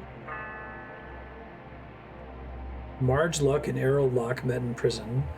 Greta Luck and Norm Locke were high school sweethearts. Billy Luck and W.H. Locke met in line at the DMV. Driver's license photographs were mixed up by the clerk, a mistake they discovered immediately but never corrected. Their engagement was welcome news for the family businesses, who've been looking for an opportunity to merge interests. I like the idea of someone running a printing press.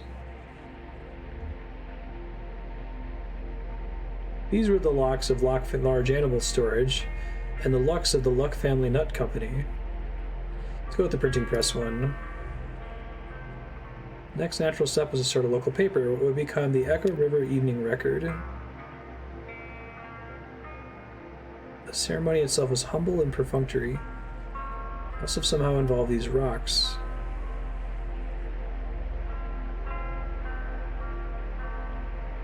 Perhaps they walked them in a spiral, like a symbol of their ever-tightening bond.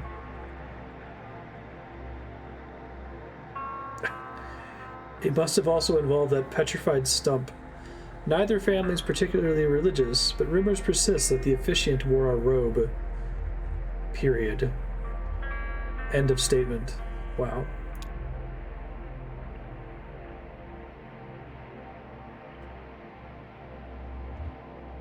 Okay, we're still alternating going out and staying in. Mushroom stew in the kitchen.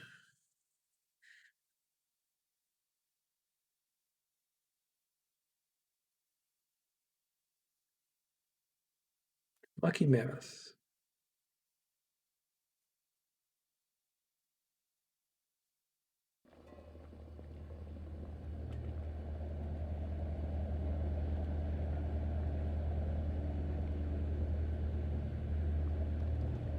The slimy gills. Moist.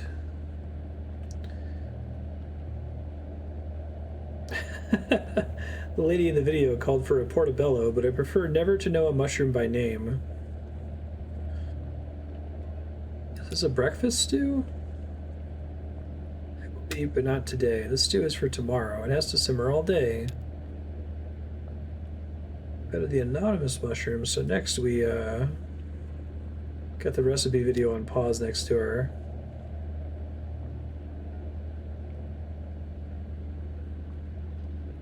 Used to follow a recipe I learned from Ida herself, the best cook you're going to meet on the river, and had a few secret ingredients.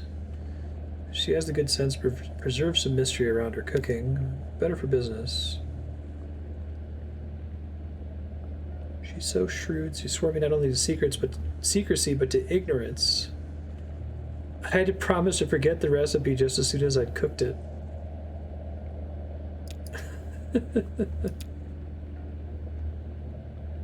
Oh yeah, he still has a tape recorder, doesn't he?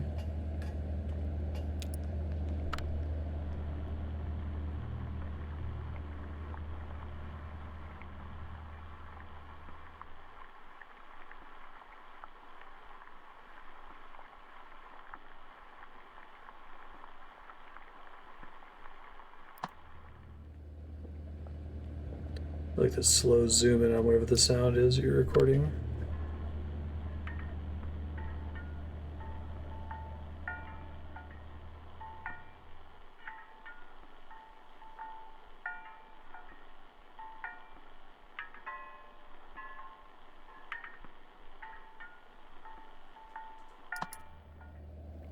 That's definitely going to be worth sampling. Recipe.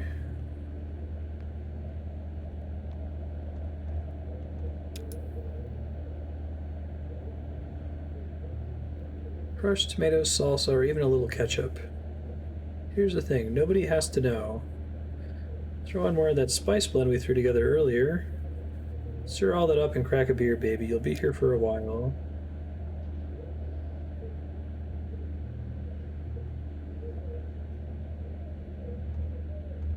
What was the last step he did? He put a couple mushrooms in, and I think he forgot what he was doing for a while.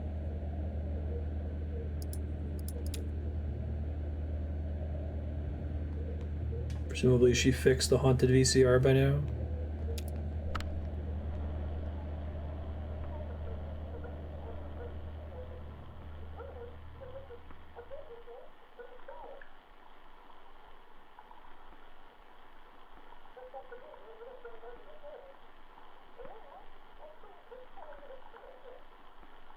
It's like a Charlie Brown adult. Like, womp, womp, womp. Now we're playing as Shannon again. I trained rigorously in the art of forgetting, studying for months under a master amnesiac. I learned to forget so quickly and accurately that I was able to convince Ida to share with me the most obscure secrets of her kitchen. As a demonstration of my trustworthiness, I forgot the names of my own parents right there in front of her.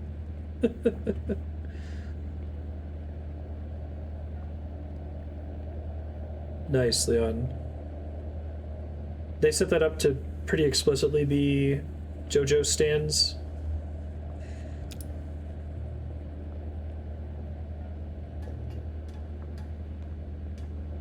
Did you already make the spice blend?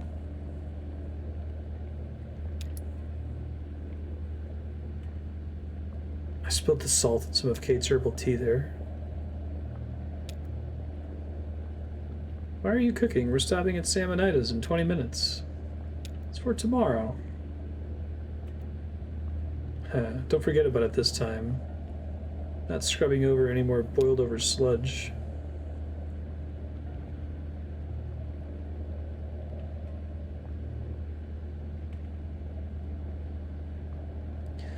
Package for the telephone exchange. Can't get the mammoth back there. Could you deliver it for us? Has anyone made a... I feel like the answer to this question is always going to be yes, but has someone already made a, like, JoJo tabletop rule set? So I feel like that would be kind of fun, since you can make stand powers so fucking bizarre.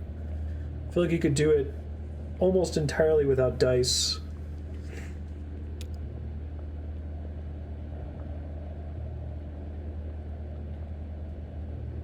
Guy I mentioned from the TV station, Dashiell Morse, works there now. I bet you could like repurpose a superhero or like mutant rule set for it, but I feel like stands can be so specific and bizarre. It's not just like, oh, they can control fire.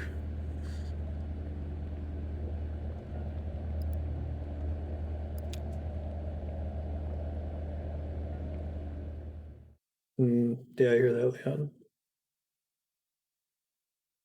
Scene 8 for Act 4. Echo River Central Exchange.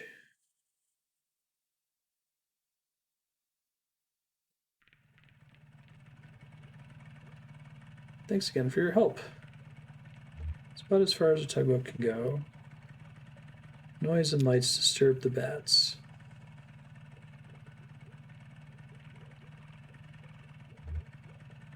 It's interesting they mentioned the bat sanctuary randomly before.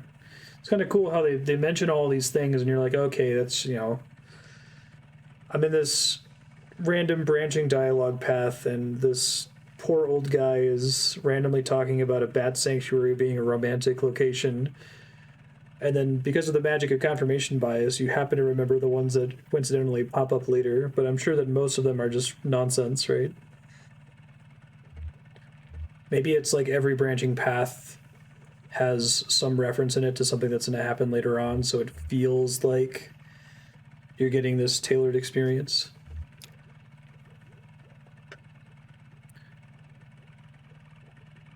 Echo River Central Exchange, Consolidated Auxiliary Switch number 30, changed the name when the power company took over. It's on the other side of the Bat Sanctuary. Package is going to Poppy. She's an operator. The operator. Meet you on the other side at Salmonitas for our scheduled early breakfast stop. Follow the river. Can't miss it. There's a weird memorial sculpture on your way in. Just before the Bat Sanctuary. I recommend people at least stop and take a look at it. It's sort of... I don't know how to say it. You should check it out.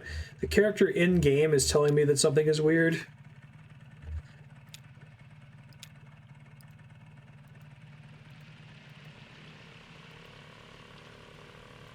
I don't think I've ever had this good of a close-up on Blue. I don't think I realized that Blue is wearing a hat.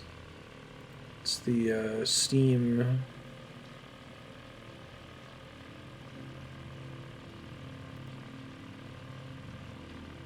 image, I think.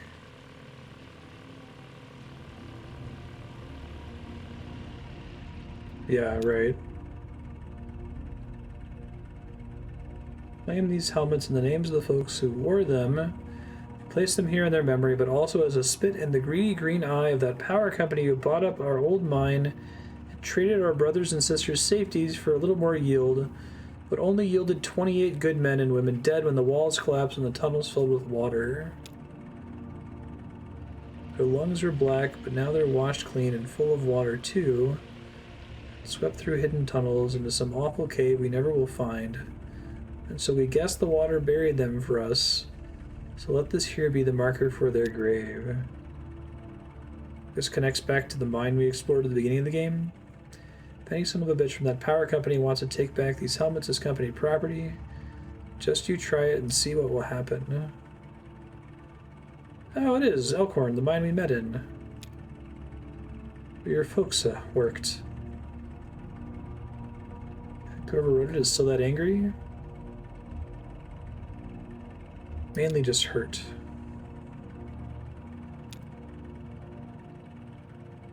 In addition to this game having incredible prose, it also has some really cool individual set pieces.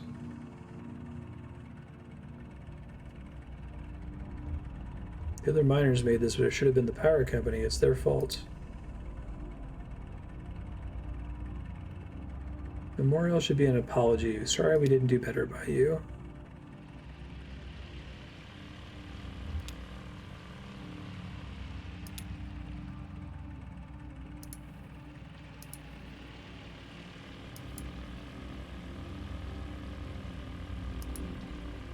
But like the memorial being in the foreground like that, that's cool. Hey, it's more whiskey company slaves.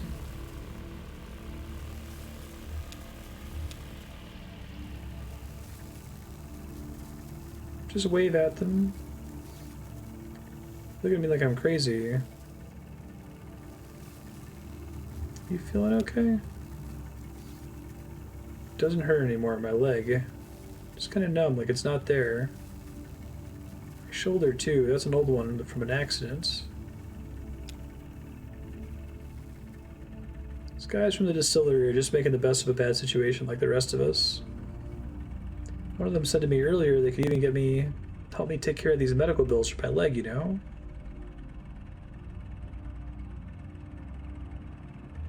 If you find her, maybe Weaver can get you out of this thing with the distillery. Well, the distillery is coming back up because that was like previous acts. Like this is the main plot of Kentucky Route Zero. I need to leave this to myself in a future Marstead note at the end of the previous episode, and then it hasn't come up at all in this chapter so far. I have a feeling it'll all work out. Even this delivery? We're almost there, right? Almost there, right? I bet we could take off the parking brake and that truck would roll into 5 Dogwood Drive by itself.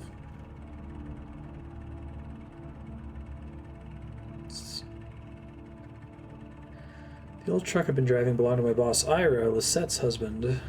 Ira didn't like me very much. Somehow Lisette got it into her mind. He would have wanted me to have that truck someday, to make up for all the yelling he did. Maybe so his ghost could hold it over me. Just one more thing to feel like I owed him for.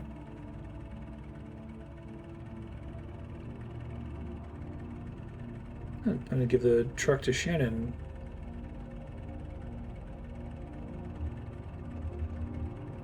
Sure, I can keep an eye on it for you until you get straightened out. Let's definitely take the creepy truck. That seems like a good idea. Visitors to the Echo River, Kentuckiana, long-legged bat, artificial hibernaculum, and sanctuary are asked to take extra precautions in order to prevent the introduction of foreign fungal contaminants and the spread of white nose syndrome. That's a real thing.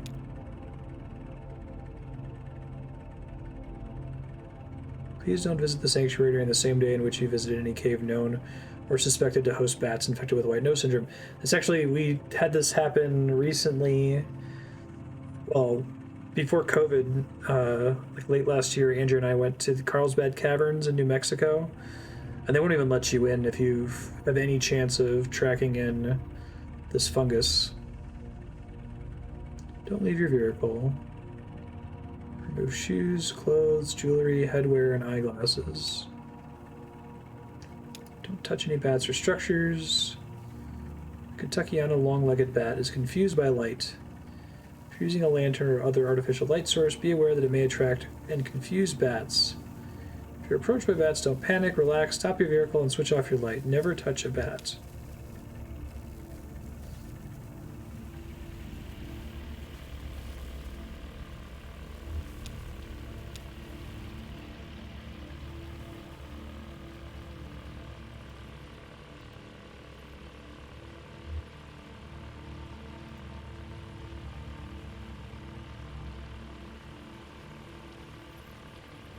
It's cool.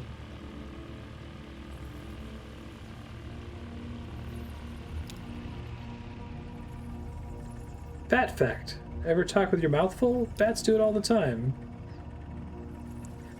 Bats talk in extremely high-frequency clicks, too high for humans to hear. They use their powerful ears to scan for the echoes of these ultrasonic clicks. By comparing subtle differences in the time these echoes take to come back, differences of just millionths of a second, bats are able to picture their environment with just enough accuracy to catch a flying insect. Once a cat's caught an insect, it's still flying, it still needs to avoid running into anything, so it keeps clicking away.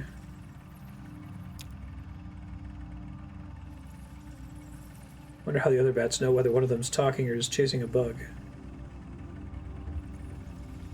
Sometimes it's hard to know with people, too.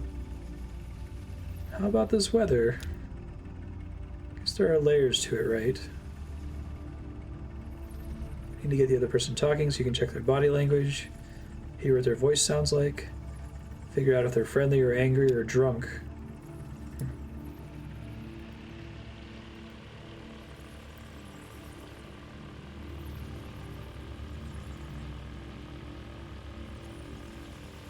This is a cool set piece too.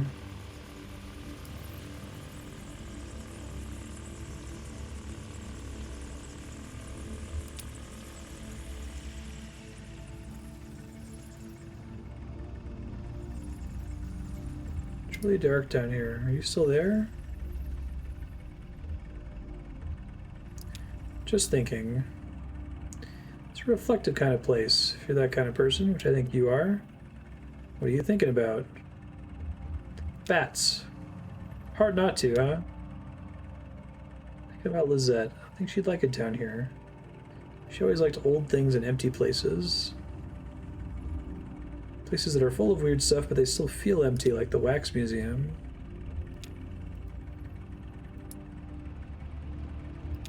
Don't think that was there when I turned the light off.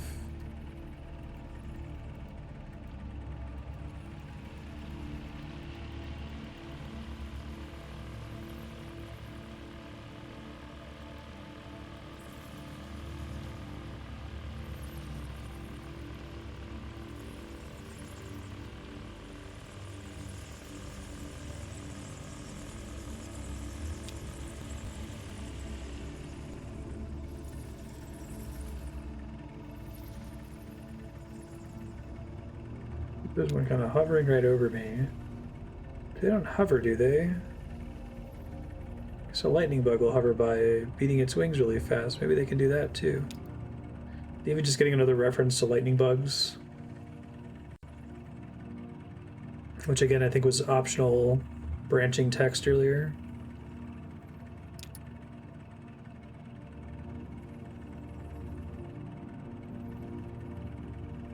See him up close. You lay in the grass, you try to be totally still. I was doing the watching lightning bugs in the grass face. I think I can imagine it. You've seen it already. When I fell in the mine. Who were you talking to earlier when we met in the mine? You were on the phone with someone. I forgot about that. My ex. Alejandra.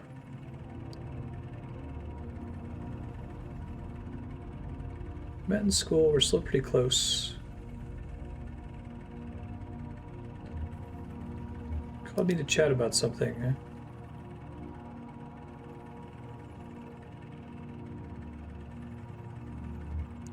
It's kind of rude, actually, in a hurry to get into the mines. I feel bad. It gets harder and harder to reconnect. I know that's right.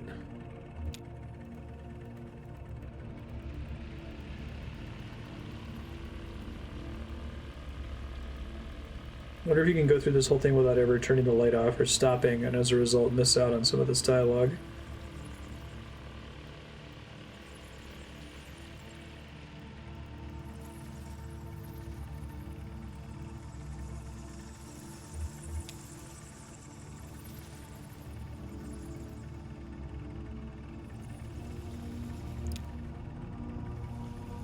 Lisette's sick. She's old. We're both old. The youngest person I know right now. And the kid in blue by a people calendar. In dog years, though, I bet she has us all beat.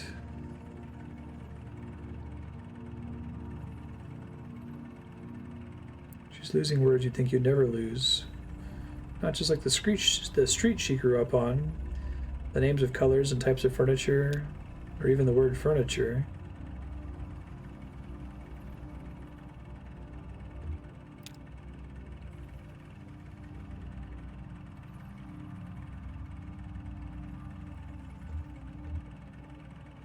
What's that I call the shed where we put the bigger pieces, the beds and couches? Why do you keep teasing me about that time I fell asleep in the furniture shed? Tried to help her keep some dignity. Okay, yeah, I see what he's doing. That's all I had to offer at the end. She has a sister in Nashville who'll take good care of her. Now that I'm not around the shop all the time, What was the old guy's name? He used to make deliveries for the shop. He smells like leather. Ira was always yelling at him. Too drunk to work on the one day he would have been in the right place at the right time. Talking about him. She means a lot to you. Are you worried about losing her? It's inevitable. At this time, people are going all the time. Friends, family, everyone. It's natural. Don't wish she'd live forever. Just that she keeps some dignity as she goes.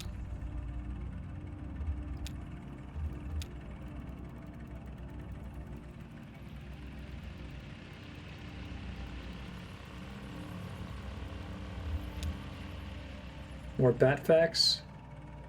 White nose syndrome is still largely a mystery. Suspect the white fungal growth which appears on bats' faces and wings irritates and confuses them, causing them to awaken early from hibernation and venture outside, depleting stored energy they need to survive through winter. Biologists are nowhere near curing the disease. It spreads quickly and is highly fatal.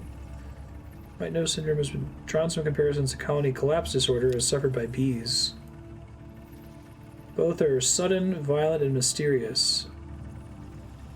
Will honeybees and the Kentuckiana long-legged bat be two more lost species? It's possible a cure won't be identified in time.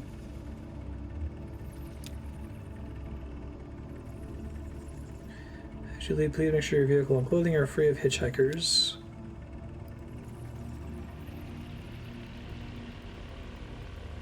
That's another boat back there with distillery slaves. It's a nice touch.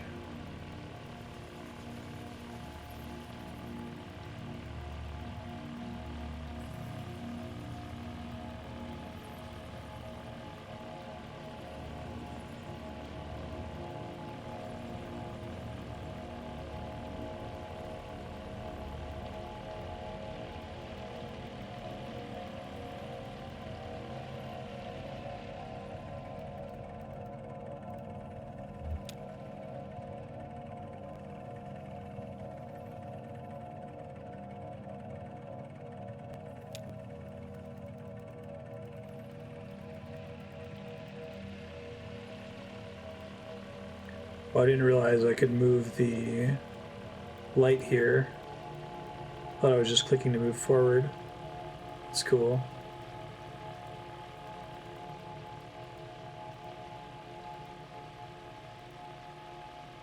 That's weird. What's somebody doing sitting at a desk in a sewer pipe?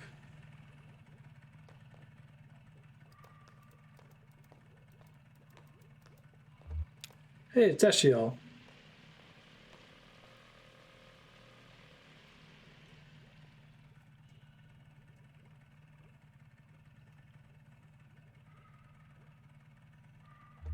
Circuit's too noisy. Tie those floating pins to the ground. It's a pretty good idea. Dashiel Morse, pleased to meet you.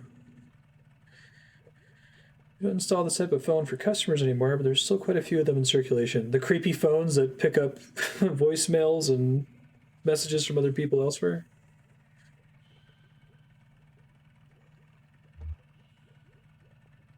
Bit of a circuit geek myself. Is this your first time down here? Oh, this is on the other side of a bat sanctuary. This place used to be a train station. They had bats then too, but they were considered a nuisance. What happened to the train station? The river shifted and the place slowly filled with water. Carried the trains away with the current. It does that, the river, and I don't begrudge it. Someone at the Bureau of Reclaimed Spaces heard this place was still empty. They moved the phone company in here. I returned here as a young lineman, a skill I picked up in wartime, running telephone wires behind enemy lines. We used trees instead of poles. I missed that. They were easier to climb. What?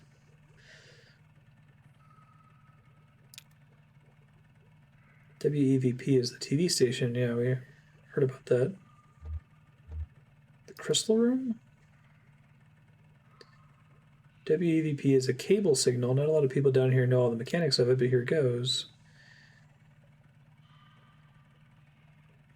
It's supposed to be community television, local. By and for all denizens of the Echo River. Most of us down here spend most of our time on boats. Can't plug a cable into a boat. Years back, they set up a broadcast relay. It's run a wire down to the crystal room, gets beamed out around the river. Rock formations have a nice resonant quality, as long as you keep them clean.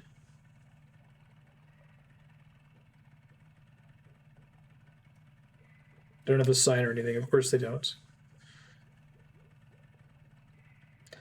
Poppy's a little further down if you're dropping off that package. Nice chatting with you.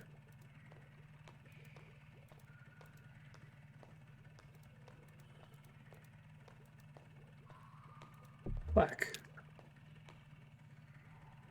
Abel and Eloise, the lovers' couriers.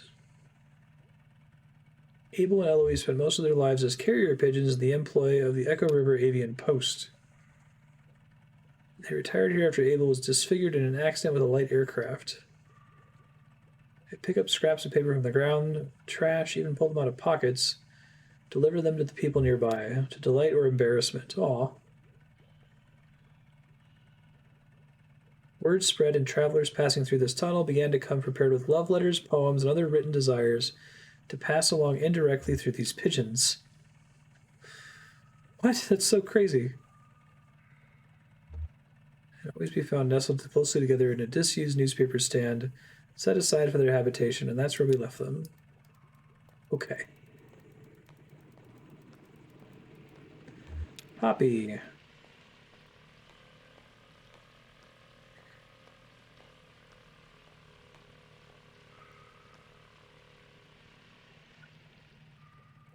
That looks very similar to the bar from the Act 2 interlude, I think it was. Who does that parcel claim to be from? It's weird, there's no label on it. For lucky, it's chocolates from a secret admirer and not a snake from an assassin.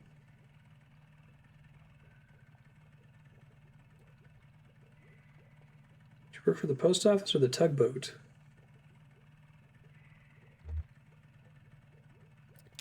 Just met Dashiell. He's not really, he was let go a while back.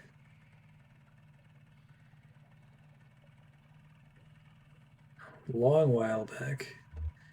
They started restructuring. He was one of the first to go, but he talked them into letting him come every day and fiddle with some interminable project. Just to keep a long gap from growing his resume, he just has nothing better to do. Those old men who needs to work. So this is another one of those things where you get in here and it's like, the telephone company is set up at a flooded train station? What the fuck? And then the next guy you talk to is like, yeah, he's just a crazy old man who lives in the sewer and thinks he has a job. It's like, okay, that's slightly more plausible. Like, giant animatronic mammoth on a boat. It's slightly more plausible than what I originally thought it was. They really like listing people's names. I was number 12. Connie and I were hired on the same day, but she showed up early. Marie finished college. Hester was fired for snapping at a rude caller, but he had it coming. I hired Beryl, Jenna, and Sachiko, which brought us up to 13. That was as many operators as we ever had here at one time.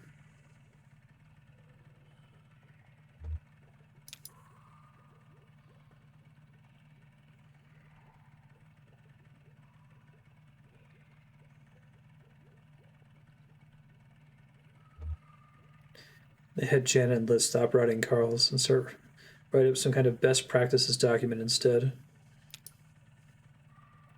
I used to write procedures at Chase. Some of the girls were reassigned to other divisions. Connie was checking residential meters. Sachiko and Wilma were moved into energy sales, cold calling businesses to see if they needed to upgrade their electricity plan. Hours were hell and hard on the throat. The voice with a smile became a croak. Gargling warm salt water in the break room, sipping from a thermos full of hot honey broth stashed under my chair.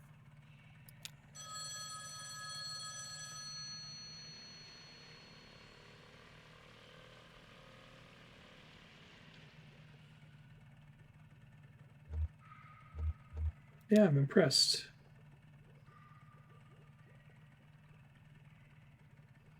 Extended switchboard technique. All about timing your breath.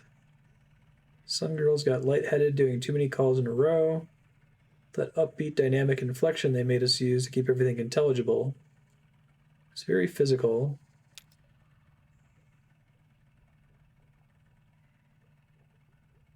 I hate that inflection.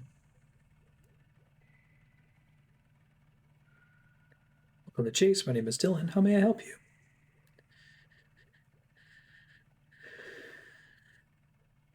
Consolidated auxiliary switch number 30. If it's automated, what do you do here? It's not fully automated.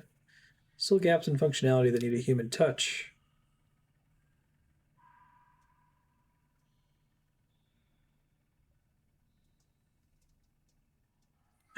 It's all about touch here. Sounds of vibration, a touch you feel in your ear. My voice is my touch. We're talking, we're touching, even on the phone. It's an electric touch, an intimate little shock that makes your tiny hairs tremble.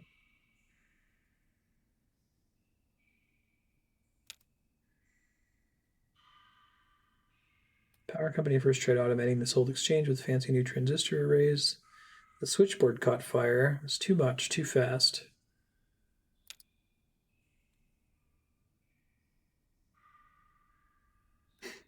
Technicians determined that the phone system down here had been designed ad hoc over decades around the specific tempo of its human operators. Short of replacing the whole thing, not to mention all the wiring, they'd have to work out the exact timing of every little human gesture. I know, right, Isla?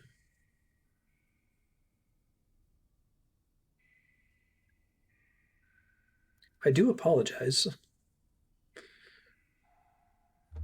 Never understood why call centers encourage people to use that phrasing, I do apologize, as opposed to I apologize. I feel like it has a slightly different meaning.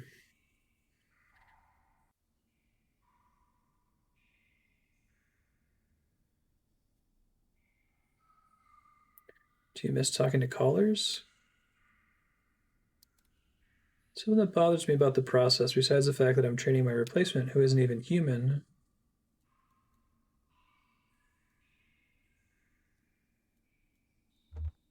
How long do you think it should take to time my every move and recreate that timing in an automated switchboard? Rough estimate, at least a month. That's what I said, but this has been going on for a year. I would have said over a year if they had requested it. I think so, yeah. It was the.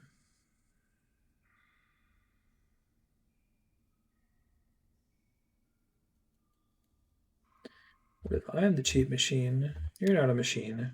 Nice of you to notice.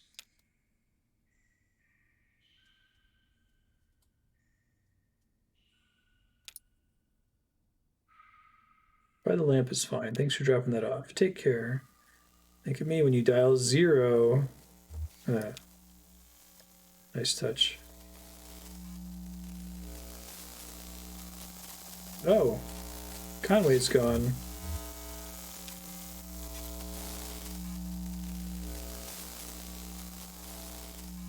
Interesting.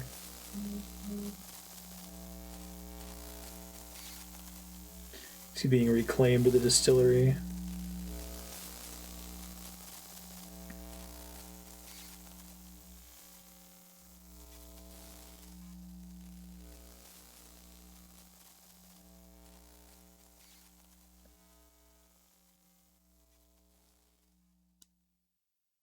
F, indeed. Did a good job of getting you engrossed in that conversation and not paying attention to what he was doing.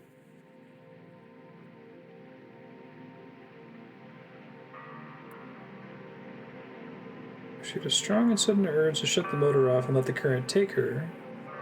She couldn't work out where that impulse came from, did her best to resist it.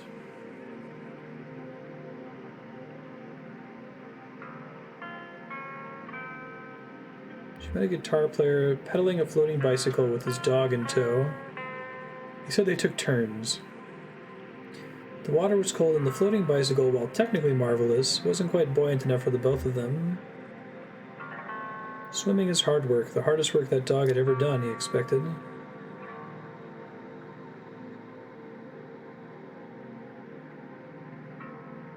He had his belongings stuffed into a weathered guitar case at the end of a thin rope. It floated well, so only had to keep an eye on it and occasionally free it from a rock or some driftwood it was caught on. Invited him to ride a ways on the dinghy. They weren't in a hurry. Met a painter of shipwrecks. Never worked from photographs, so his paintings could be divided into two categories. Ones he painted from life.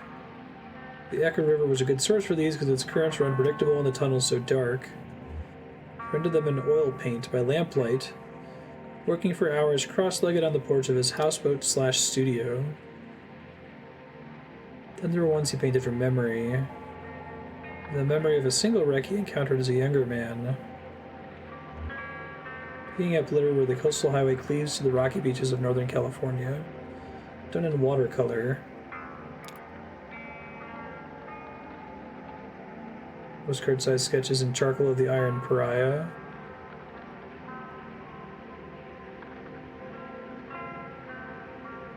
The Iron Pariah, you can't take pictures of it. You apparently can't paint it either. Family of 5 on a flat-bottomed skiff.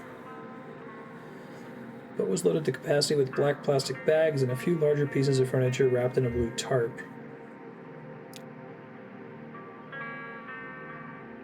Been traveling all night, first by car, the last few hours by boat. Didn't plan to stop until they reached West Virginia.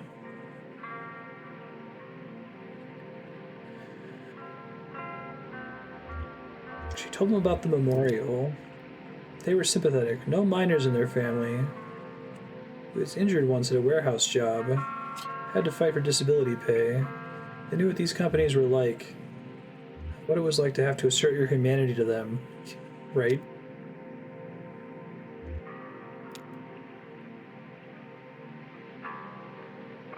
She knew what she'd been craving. A moment of silence.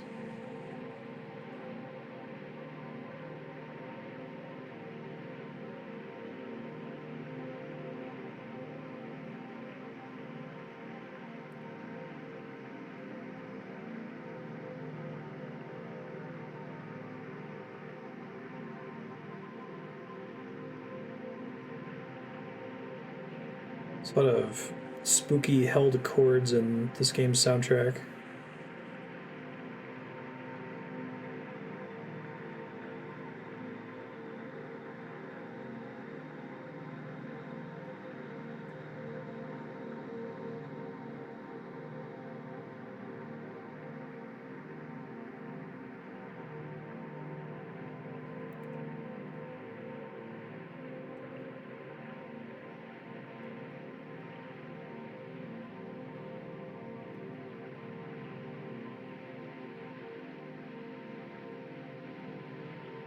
Comes another boat.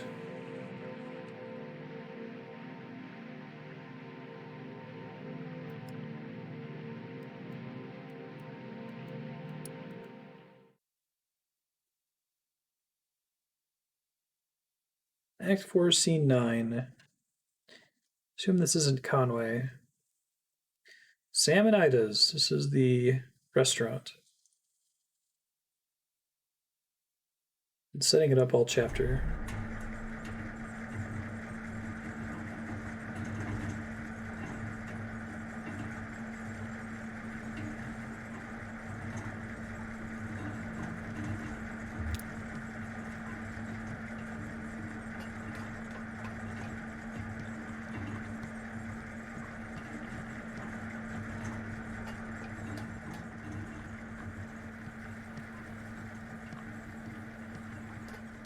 I like how willing this game is to do precise camera work, even when the player is in control of where the characters are moving. Already finished eating. About to place a to-go order for Clara. Take a look at the menu. I'm sure there's something you'll like. Ezra was just asking about you. He's around the corner playing a video game. I don't know, you two are back, or where's the old man anyway? Well, he disappeared in an abandoned train tunnel that's next to a bat sanctuary. Probably dove in the water. You got a quarter? He's almost got this. Don't waste your time. Those machines are rigged. I'll say I have 1/4.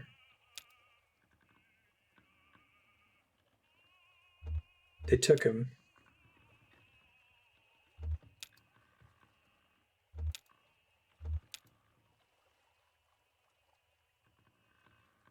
Everyone's just like, okay, that's fine. All right, Claw Maestro, let's give it another shot. Stuffed octopus, plastic bag full of clamshells. What? Cowboy hat and some headphones. All of those sound easy to grab.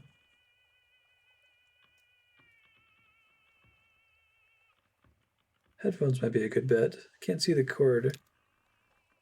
What are you going to try for?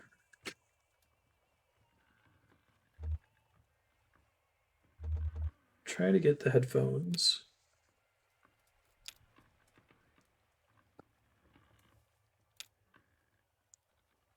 Headphones are on the right, close to the middle.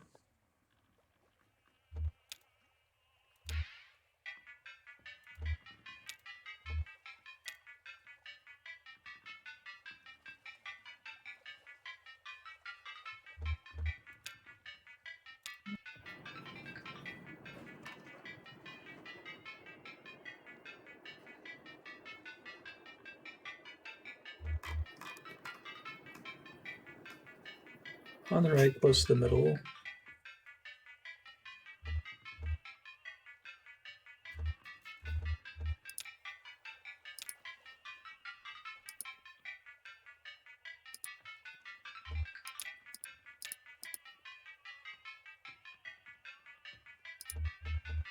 Does this look right? Looks good to me. Go for it. Drop the claw. Grabs the headphones. Hey, achievement unlocked. Happy Tuesday. Claw returns to the front of the machine with the headphones in a tight grip. It drops them through a slot labeled prize where Ezra retrieves them. Nice work. We have to find something to plug those into. Sounds like that old man you were following around. I guess he had to leave. I should go with him. No, that's not a good idea. It's not a place for kids where he's headed. He's off to go be a slave to a spooky robot skeleton ghost cursed whiskey distillery or something. It's kind of like hell, sort of. It's pretty typical Kentucky fare, to be honest. Can I keep going with you? Got a pretty ad hoc thing going around.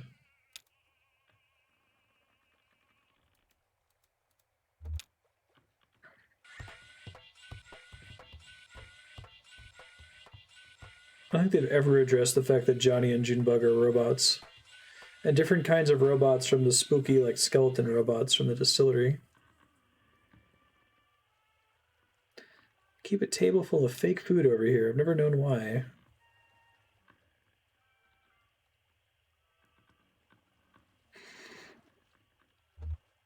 I dare you to take a bite. Okay. Whoa, hold on, I'm just kidding.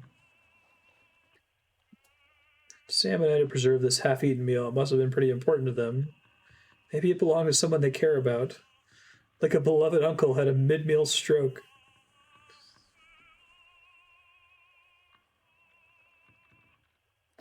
So you could say you kept the sunflower seeds or you threw it away. I'm sure your folks are fine, though. Are you worried about them? It's weird they just disappeared. It's okay to be worried. You're doing fine. Wonder if this game, if it will ever be daytime, or if it's like Bloodborne, where that's like the end of the game when it is no longer night. Thought it was his truck, and delivery and all. He gave it to her before they took him away. But I didn't even catch that was him, basically.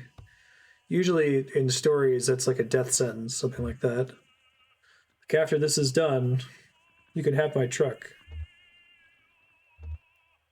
He's my friend. He needs my help to finish his job.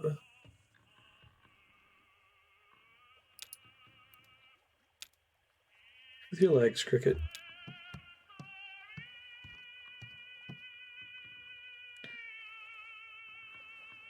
How is the sweet cave snail?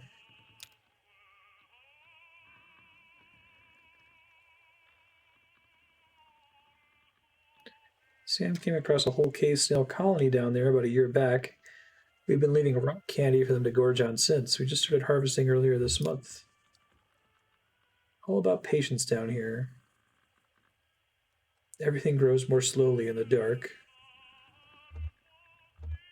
There's a fish that lives to 200 years and its flavor profile only develops at about 75.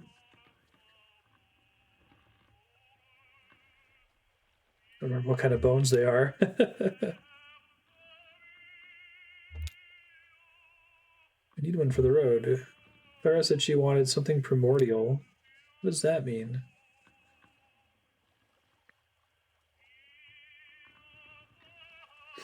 It's deep in the lake. Simple, say old-fashioned.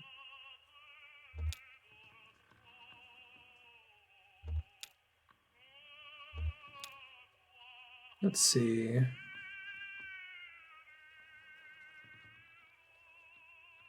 Turn the page.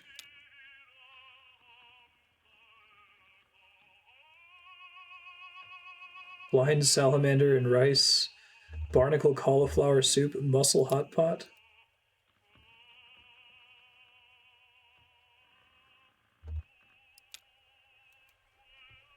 Here, you pick. Achievement unlocked. Basic steamed squid.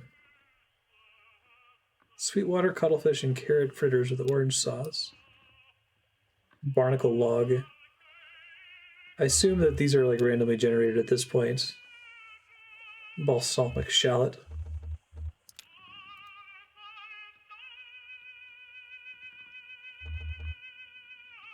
Monday night salamander. Tofu and blind salamander gumbo. Yeah, this is definitely randomly generated. I'm just curious if I can get back one of the ones that's old.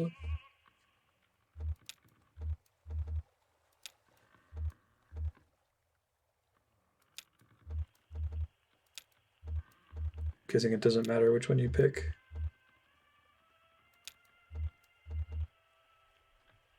Wednesday night cavefish. I was gonna pick one on the first page.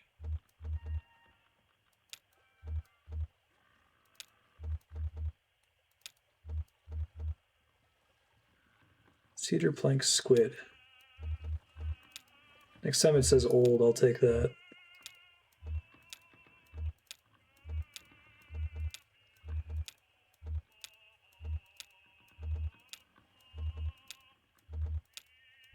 Am I not gonna get old again?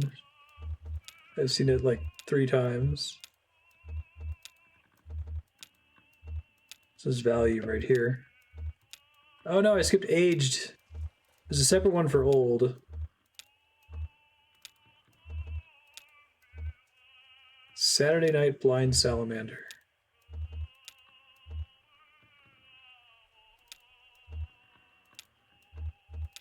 Come on, old or aged? Give it to me, game.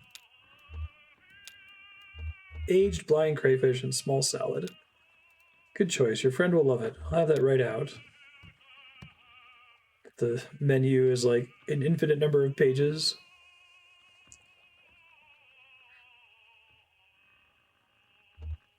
Prods a half-eaten tentacle. We used to steam those. Juicy. I prefer them smoked now. Whose food is this? This is the diver's table. This was the diver's meal. The food is 15 years old. It's true. Things were different then. Nobody came to eat here. We were fighting just to keep the lights on. Yeah, no one goes into a weird river tunnel cave restaurant. Most what we served was shipped in, frozen or dried, and just threw it in the fryer. Come a long way since then. 2 young men came in for dinner, seasoned divers. Over 10,000 hours between them. They've been out all day salvaging parts from a riverboat wreck. They ordered the whole menu without even looking, and I happen to know that menu was huge. It was a short menu in those days, okay.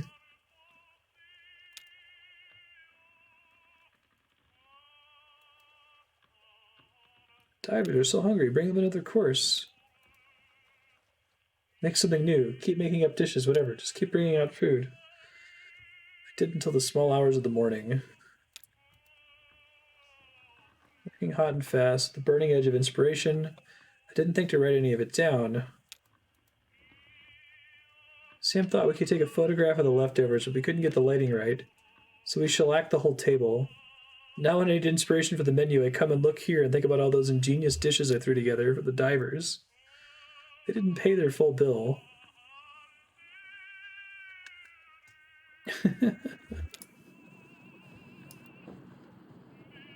Things have turned around since then. This place is really popular now. So he goes out diving for blind salamanders and like cave barnacles and shit. Got like a gourmet swamp restaurant. Oh, it's Diving Bell. Is this Sam?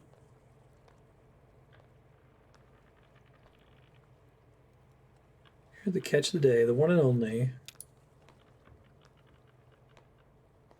Some kind of eel, I guess? They smell sort of buttery. Skin feels like sandpaper. Call you red eel.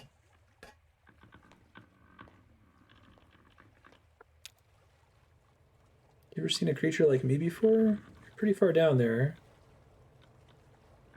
I'm not just getting like deep river fish, this very deep, surreal, non-Euclidean geometry river fish. How old are you anyway? Older than time.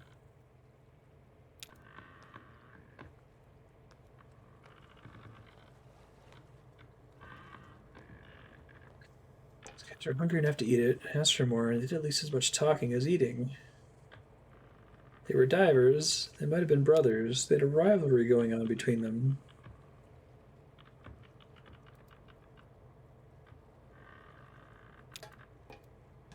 He's telling the story to the eel he just caught.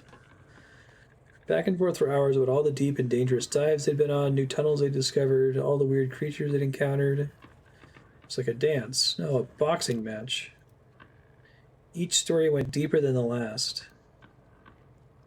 I listened to every word, memorized every description of every tunnel and diving route they discovered.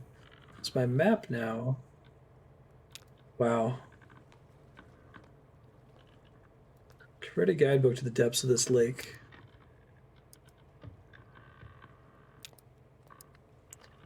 So I can't write any of it down. I just reserved that table where they had their meal so I can look at it to jog my memory, like they were eating pickled crab when they talked about that shipwreck full of salamanders. It's one feature of this arrangement I find unsettling. I lose a decent amount of sleep over it. The boys were competing, right? One-upping each other. Navigate mostly in the dark down there, just going by touch and a kind of mental picture I can construct from their detailed boasts. Every time I explore a new spot from those recollections, I have to weigh it all against the risk that I'm headed right into a dangerous falsehood.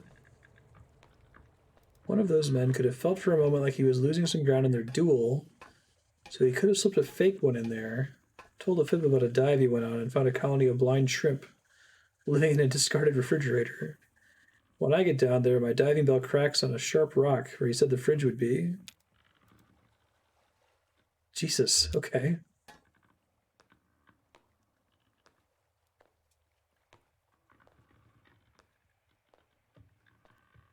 I'm still not sure if this game taking place in Kentucky is incidental or critical to the story that they're trying to tell, the themes that they're trying to impart, right?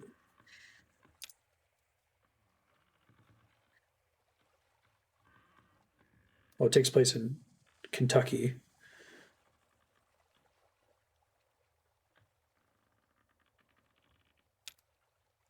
Got the catch of the day. That's the important part. That's what people travel for. There are a lot of fish in this lake. It seems so quiet.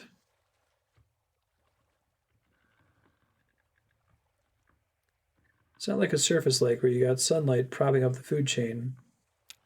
Life down here grows slowly, patiently, and quietly. About to leave, but thanks.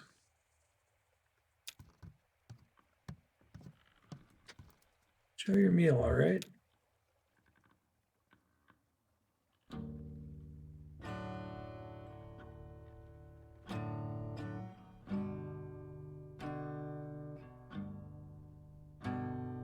I'm gonna pan down and see what's going on with Conway.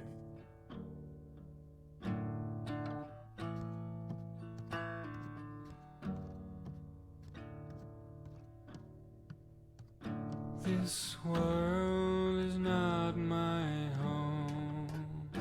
I'm just passing through. My treasures and my hopes are placed beyond the blue. Many friends and kin have gone on before, and I can't feel at home in this world anymore. Oh Lord, you know I have no song. friend like you. If heaven's not my home, oh Lord, what will I do? Angels beckon me to heaven's open door. Got the upright bass. Can't feel at home in this world anymore. I have a loving mother.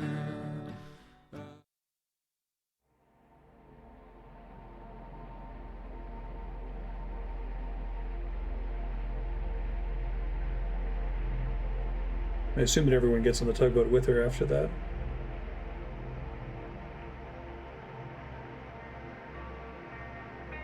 It's like a swirling mess of garbage, doesn't it? That's what it is. Isn't that a thing on the Pacific Ocean? There's like is it a gyre or something? It's not like a surface garbage patch, but there's just a lot of plastic centered in one area. I can see some wood scraps from the old canoe rental shop. Gemini canoe and firewood.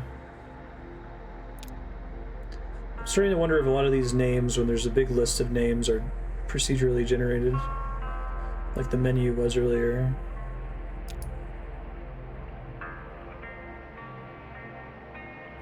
Cassie and Paula worked those old canoes to death, wrung every penny out of them. They only take one out of commission when it was truly demonstrably dangerous.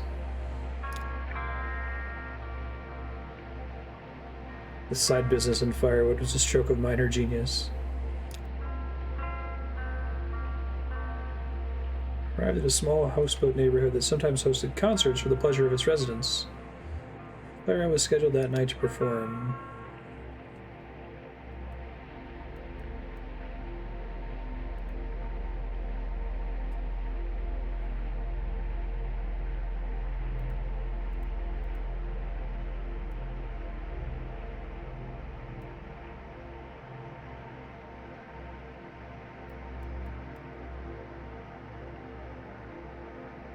Junebug and Johnny watched the show from the dockyard with the others.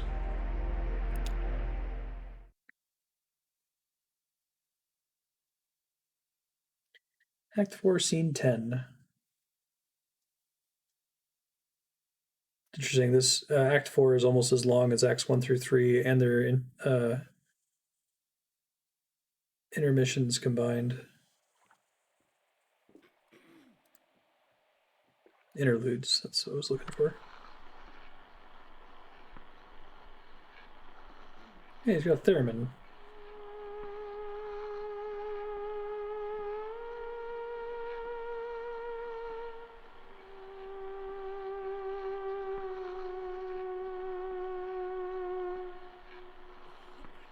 Theremins are cool. I should get one for Jay at some point.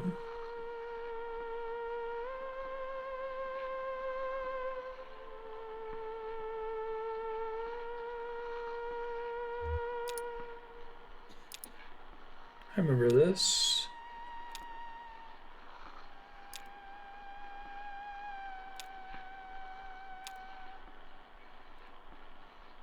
Play the flower shop. Having trouble with his tape machine. Got into it and went on for like forever. Not everyone. I remember the air was warm, perfumed. You were playing with some petals you found on the floor, and I was looking at the ceiling. The ceiling was glass. During the week, the room was a greenhouse. I don't know where they put all the plants when they had bands come inside. Maybe outside if the weather was nice. That's such a specific, okay. Like, do you think one of the writers just went to a place that held concerts inside of a temporarily converted greenhouse?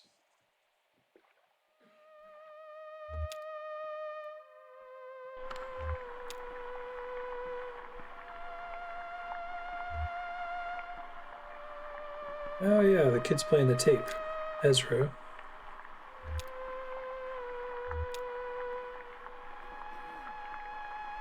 So, okay, I specifically picked the thing where I had Ezra ask about following them, and what I don't know is if this dialogue's only happening as a consequence of that, or it would have happened anyway, and it feels more significant because I happened to pick that choice earlier.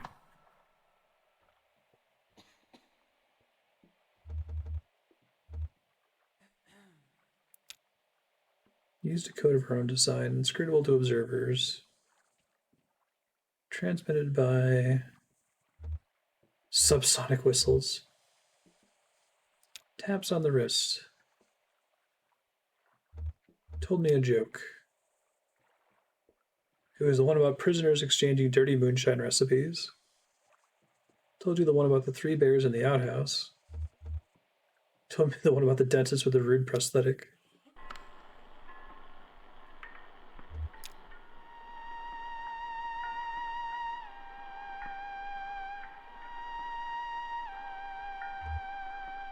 When I met you, we were nothing, just these little gray shadows, and we grew, we filled in, we did all that together. Ezra was just a kid, but he's already a person, as in, like, not a robot? What would that do to our system, our chemistry? Took a wrong turn in the hallway and ended up in the basement. The air was cool and damp like a cave. Remember the lingering perfume of the greenhouse giving way to an earthy plant smell, like we were digging down into the roots. Grimy door in the corner caught my eye. The door was stuck. There was a large gap underneath it. I shined a light under the door. I could see brightly colored paper. You reached your arm under the door. Came back with a handful of dirt and confetti. Forced the door. It wasn't as stuck as we thought. The door burst open and we fell through. Got the masters for the new track back from Lazar. They're okay, but listen to them without me? Oh, okay. A few spots where the strings distorted a little. The whole thing has way too much reverb, but overall it sounds pretty good. The only question is how to do it live. I can't control the drum machine and sing and dance at the same time. You've got your hands full on guitar. We left the lights off.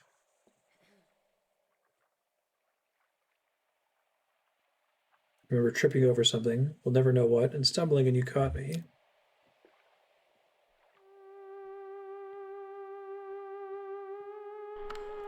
Got back to the greenhouse just as Clara was tuning up. She relaxed her shoulders, took a deep breath, raised both hands into their precise positions, and the room started shaking. Haha. Clara hit a note that made the glass rattle in sympathy a perfect 2 octaves lower. She looked like a sorceress, tearing down the building with an effortless wave and incredible focus, coaxing the empty air into some kind of moaning, rattling demon. That's the thing about the theremin, it's the only instrument you never touch. You can see a wave of concern propagating through the greenhouse. People looking up at the trembling glass ceiling, looking at each other to see if anyone else was worried. So maybe that's why it wasn't that the writers had been to a converted greenhouse before. They just pictured that set piece.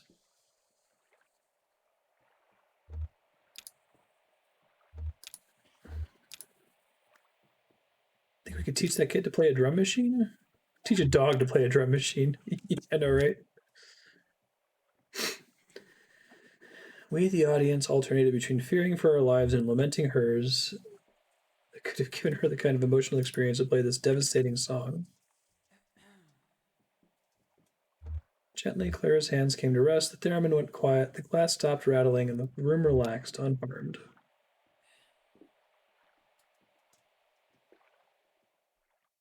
Nice.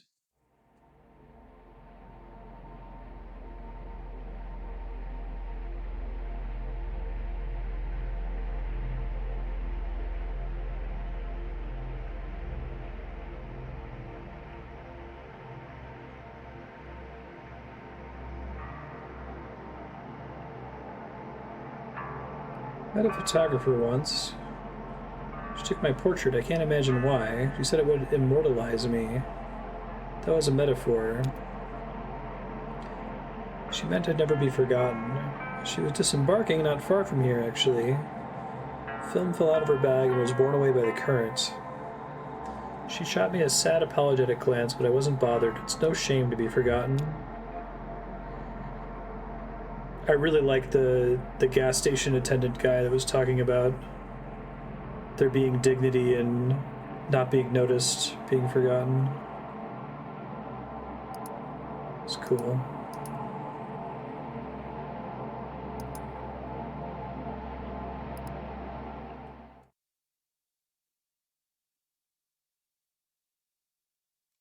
Act 4, Scene 12. Silo of Late Reflections.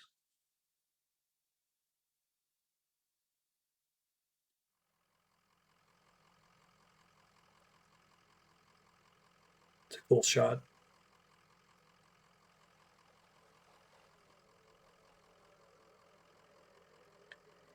What's this place like? Dogwood Drive. It's in a small town, or? I don't know. Sets Antiques, mail order delivery, no return address. Shipping address 5 Dogwood Drive. Packing list. And it's just numbers.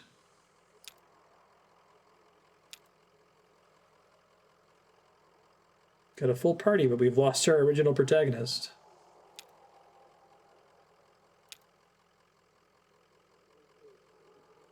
I could drive you to Nashville. Seems I have a truck now. How are we going to get it up these stairs?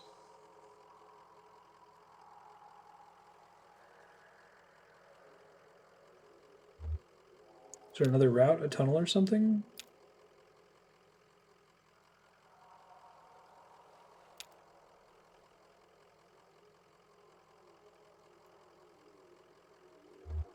Is it safe to just leave the truck here?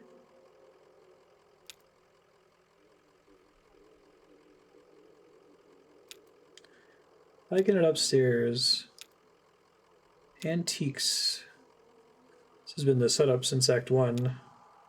I wasn't sure we'd actually get around to delivering things.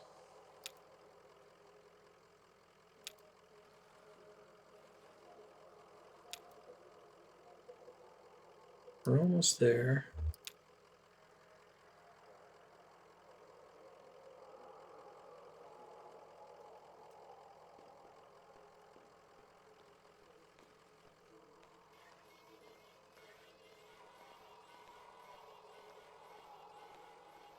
Continues to be a cool shot.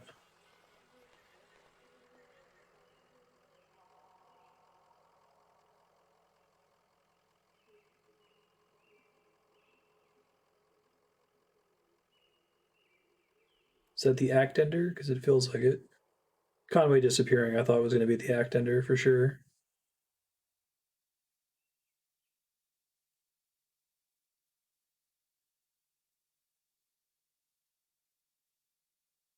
End of Act 4.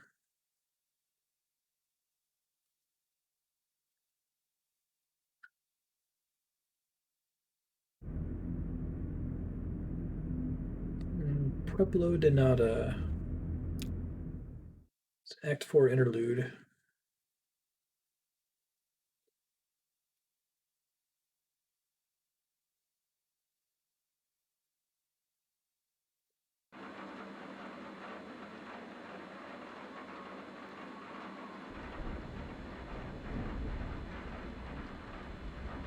So was the Act 3 interlude the only one that was like just a phone number that you called? Everything else was like a browser animation type thing?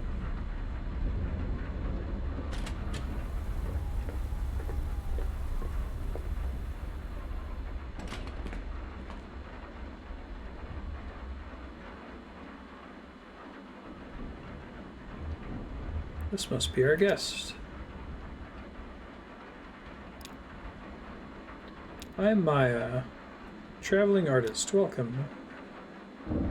I work here. Rita says you're the producer?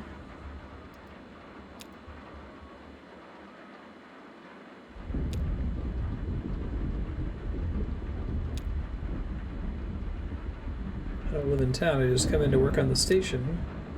Oh, this is the EWGA or whatever. It's a TV station. I should make sure she's comfortable.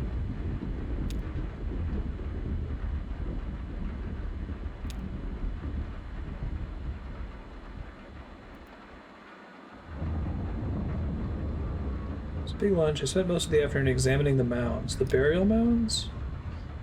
That's why I came down here, to see them up close and make some sketches. They're amazing, right? They make me uncomfortable, to be honest. Seems kind of weird to build a town in a graveyard. Every town has a graveyard, but usually the town comes first.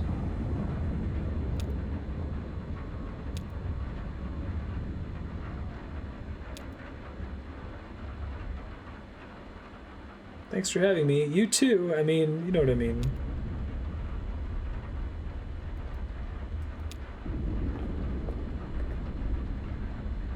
Okay, this is pretty different. Floor is staying dry. My left boot has a hole.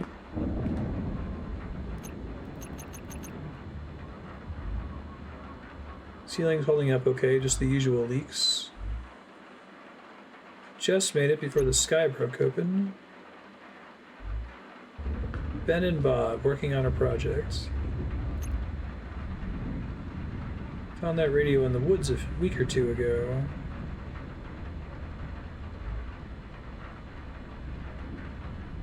Hope the neighbors are okay.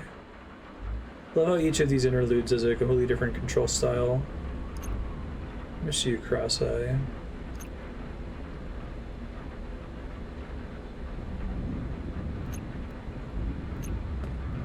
I may have just missed out on a thing. It is WAVP.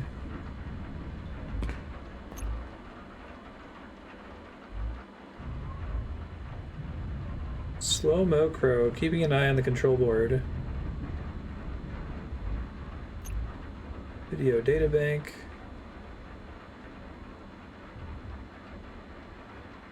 Used to be on the other side of the room, and the couch is in this corner.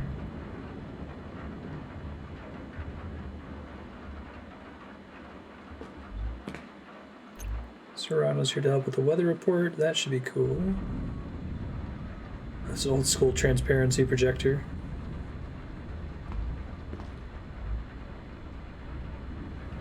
Curious what the day-to-day of like high school is now. I haven't really followed it very closely. When I was in school, it was still transparencies. Projectors weren't really a thing until like right after I graduated. I know that a lot of teachers do. There's like this game that you play. It's like a quiz game that everybody plays on their cell phones or something. It's pretty common now.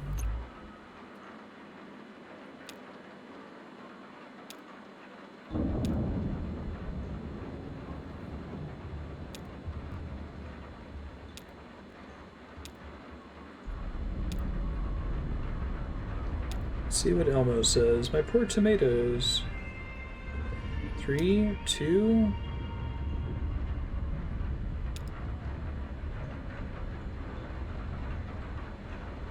It's really raining out there. Damn, I can hear it from here. We have a few leaks. Put some pots and bowls underneath them. Thanks, Ron, for lending us your extra pots and bowls.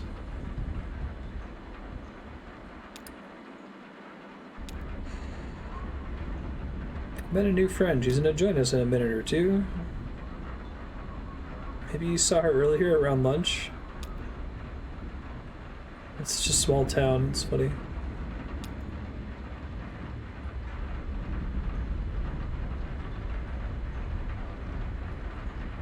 Wow, so this is 8192. Is that right, Emily?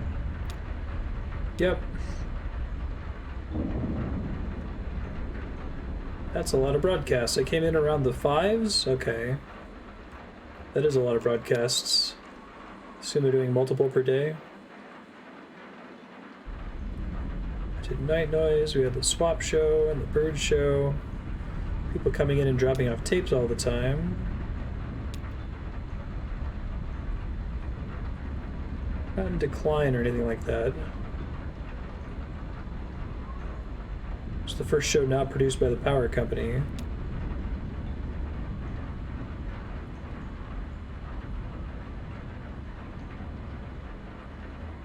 Nasty paranoid propaganda. First broadcasts were Aunt Connie, not worth remembering. It's the spine of the station, or maybe the heart or the skin?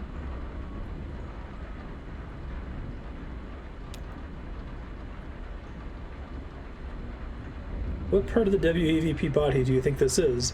Why don't you come on by and tell us about it? We're going to be here for another 30 minutes or so. If you don't want to brave the storm, give us a call. 270-216-5556. Is that the same phone number from before? I'll start with the tape. This is an old one. It's one of mine. Maybe you haven't seen it. Shit. What? She asked me to queue up her tape. In Pueblo de Nada. Where is it? I don't know. Probably still shelved. I'll find it.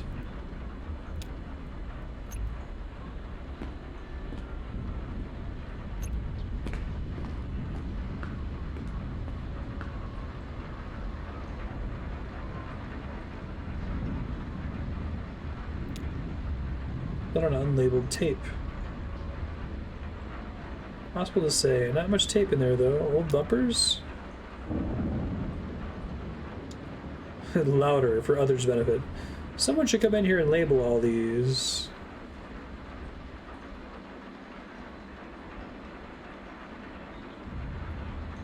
Should order these chronologically. There's a great scene in the High Fidelity movie with John Cusack where he's like going through a crisis and he's reorganizing his record collection. His friend comes in and he's like, "What are you doing?" He's like, "Reorganizing my records." He's like, "This isn't alphabetical." He's like, "Nope." And he's like, "It's not chronological." He's like, "Nope." John Cusack's like, "Autobiographical." And his friend's like, "Whoa.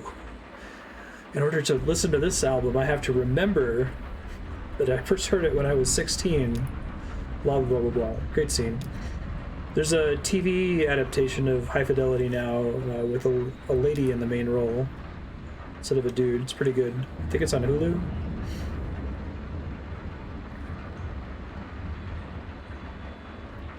Let's see. Something fell behind the shelf here. Gross, it's damp. Ralph borrowed it for his screening, so it's probably with the others. Aunt Connie reframed, Bear Waste Studies, Death of an Airfield. Un pueblo de nada. Aha! What would you all do without me? Nice. Cue up Rita's tape. Oh, the crow actually starts the tapes. Makes perfect sense.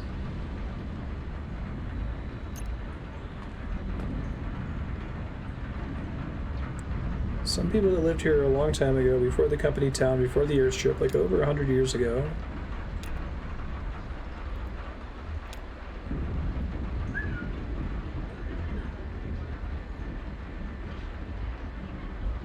The sign isn't getting wet.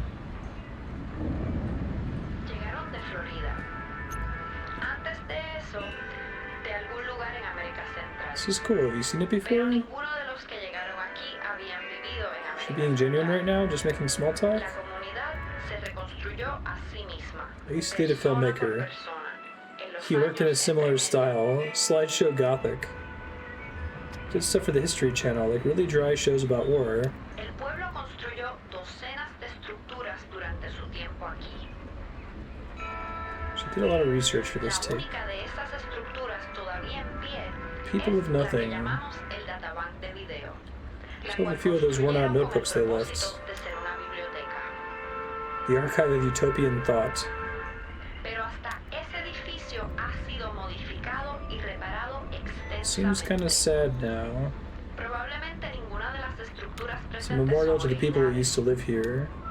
Las otras estructuras construidas por el pueblo So a lot fueron of theming destruidas about y recicladas memorials durante su in this tiempo. game, across all the acts.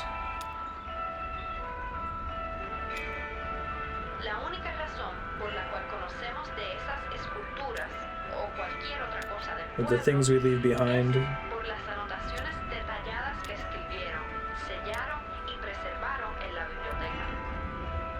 Este fue su credo. Todo es un experimento.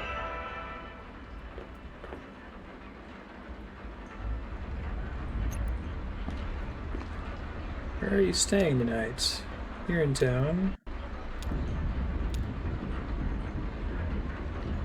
It'd be nice to get some rest before the long hike back down the highway. Ron offered his loft? He said I could sleep in his loft. He's talking about his barn. Nobody wants to sleep in your barn. It's not haunted. Hauntings aside, it's not a very comfortable barn. The last time Bob slept there, he needed a tetanus shot after.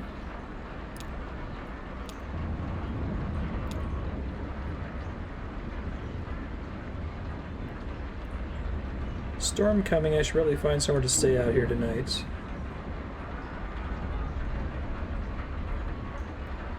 I'll just sleep here in the studio. Do you have an extra toothbrush?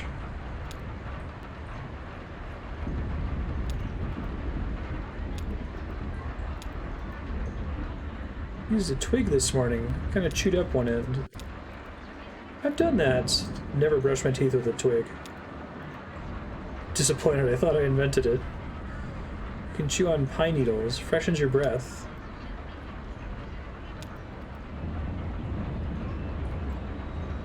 Do they know we're rolling? Hi, hope you enjoyed that video. Like I said, that was from like, it's several years old, I can't remember exactly. The people of nothing.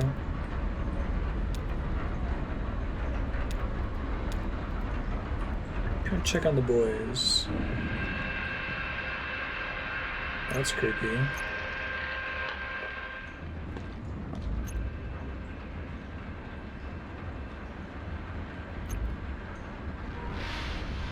I've heard the name Elmo before in this game. Ben and Bob are seated on the couch, poking at the electronic innards of a radio.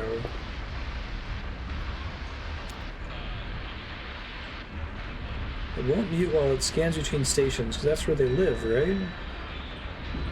You want that constant static noise.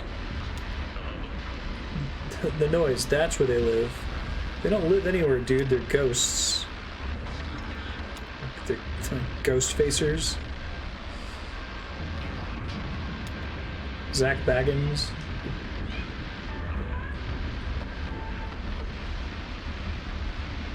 Ben has something stuck in his beard. It's a piece of food? Maybe it's a leaf? Pretty good progress on the ghost box. Maybe he did it on purpose like a beard leaf garland. But it's only one little accent leaf. I should tell him. Hey, you got something in your beard. Nah.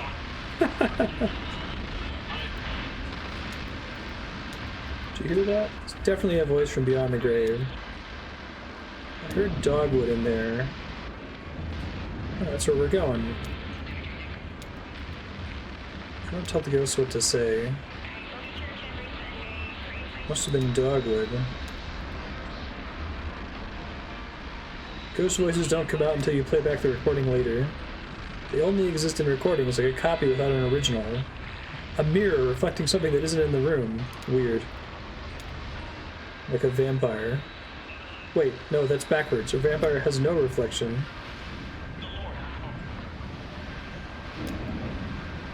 There's just a mashup of creepy things we knew about. Cannibalism, hypnotism, mist, bats. Bats aren't weird at all.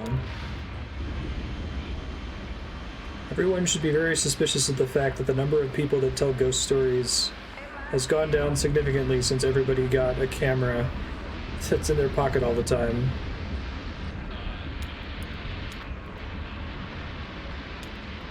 The recording itself is a ghost. That's what ghosts are. Recordings of events that didn't happen. Something keeps leaving new marks even after it's gone. False memories. I think that's consistent with if, you know, what they leave behind, what people leave behind is a theme of this game.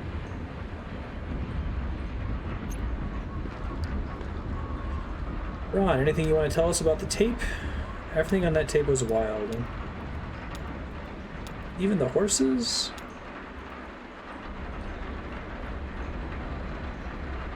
Planes used to leave these thick black marks on the runway at our airstrip.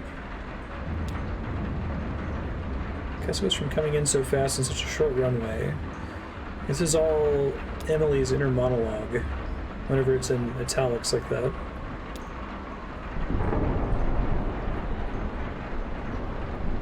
I call the horses here the neighbors. Don't think there are any wild horses anymore. How could that be? They've all been domesticated. Feral? Talking more about the airplane tracks in her inner monologue. Tracks would bleach out in the sun, but then the next time it rained, they appear again as oily after images on the runway.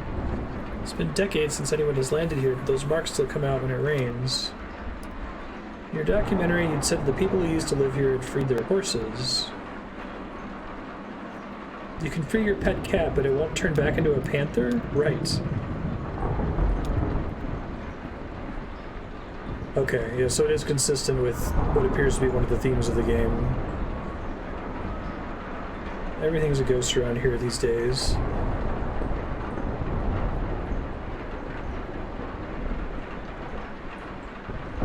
Oh, really, Isla? There aren't really wild horses anymore? Or if they are, they're feral horses?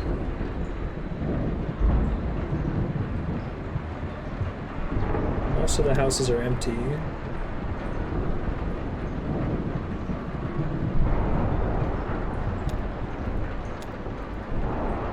Was the dog wild? Everything on that tape was wild, Ron keeps saying.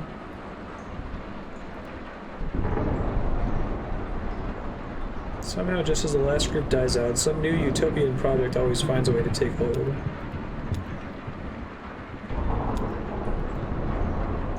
Now it's time for the weather. Thanks again, Ron. We're hanging on long past our expiration dates.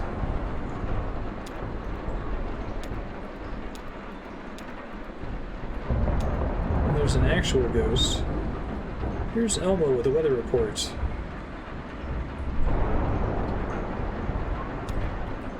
Okay, mentioning the rum colony, which I skipped that scene earlier. by staying on the boats.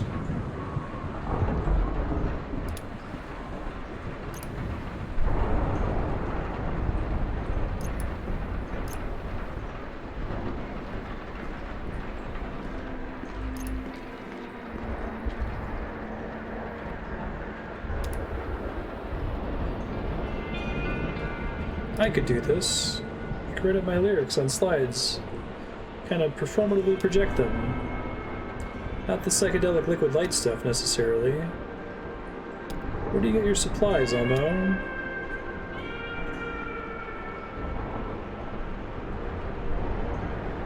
They have many generations that have been there for ages. I see. Mail ordered these candle dyes. The other stuff is just mineral oil, like you can get at the drugstore. Projector, somebody left it here, man. Incredible. Is it that girl who does the pirate video stuff? Jamming our signal? Weaver. Yeah, our resident ghost. She keeps coming back.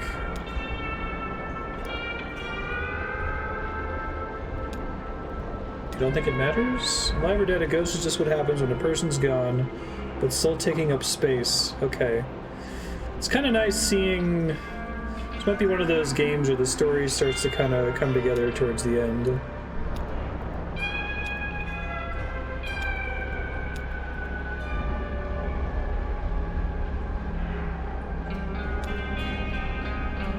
Flash flood imminent.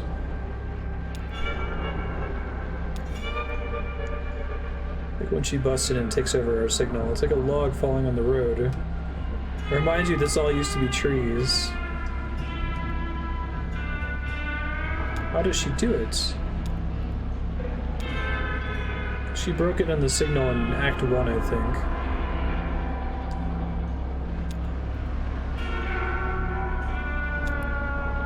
She's even jamming the local cable transmissions.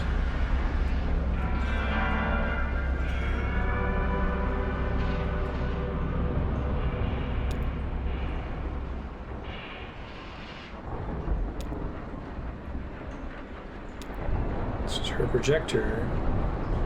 I don't know where she got it though. It works really well. Got a spare bulb at a resale shop.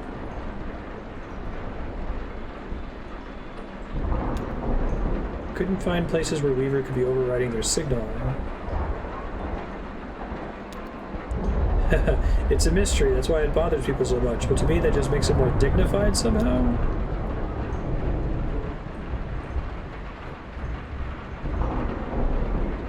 Sherry has all Weaver's old notebooks, I know that. She keeps them in her archive, the big blue filing cabinets. The daisies painted on. The hard part is to find these two pieces of glass. They have to be paired precisely. I had to get these from the clock store over in Glasgow. They come from clock faces. Thanks for the tips, dude. Anytime, dude.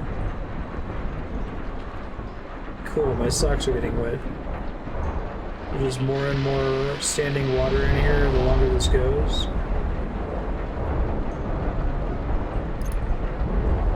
Back to you, Rita. I have a selection from the video databank. You're gonna like this one, Maya. It's about caves.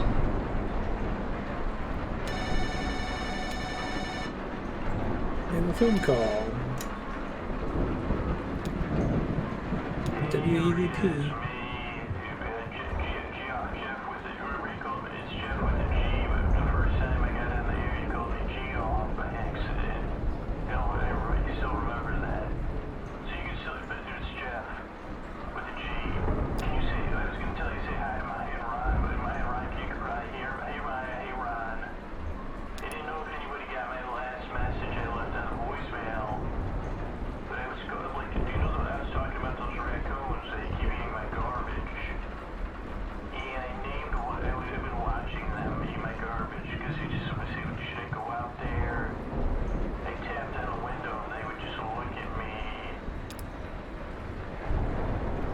Hope you all packed a lunch. Sounds like this is going to be a long one.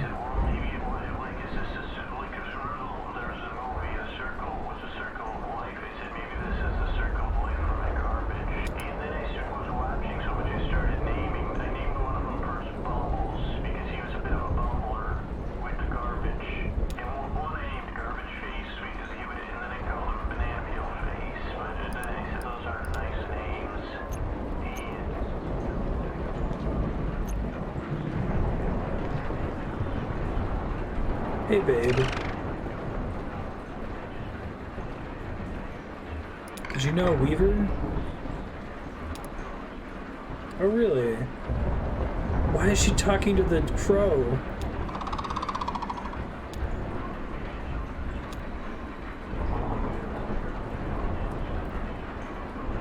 It's like she had a second head.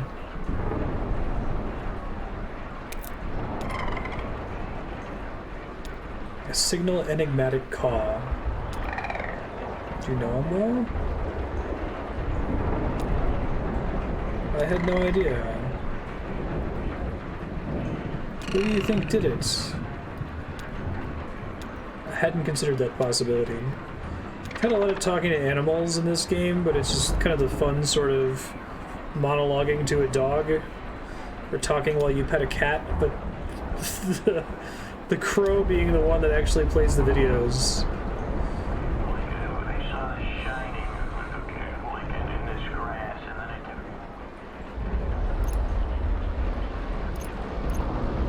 Too wrapped up in their projects.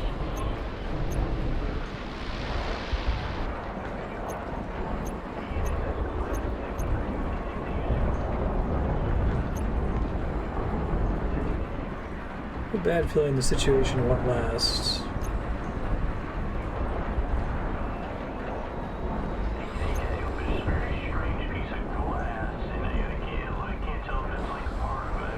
Ron's asleep.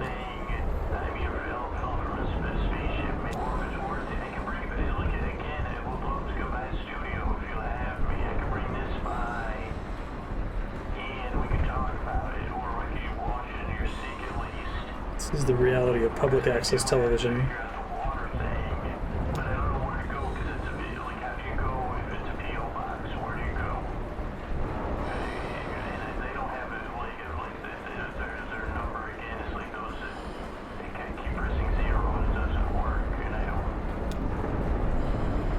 Oh shit, the line's dead. The phone lines are such a mess up here.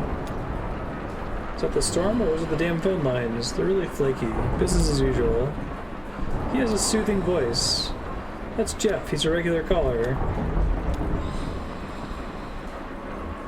Maya indicates Ron, who has fallen asleep in his chair. Let him sleep. Play the tape. This is called cave art. It's a classic around here.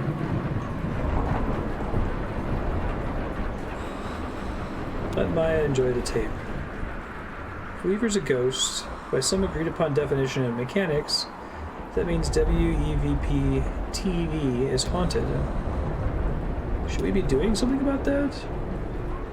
She's supposed to like have an exorcism or something?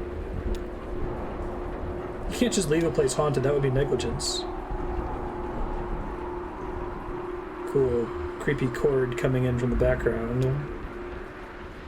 Good ghosts and bad ghosts, like spiders. Good in the garden, bad in the shower.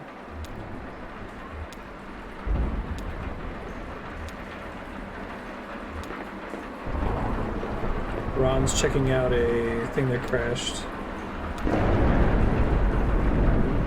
Nice. Is the power out or just the lights? Maybe a fuse blew on the relay or something. Is the water gonna crash through the ceiling at some point?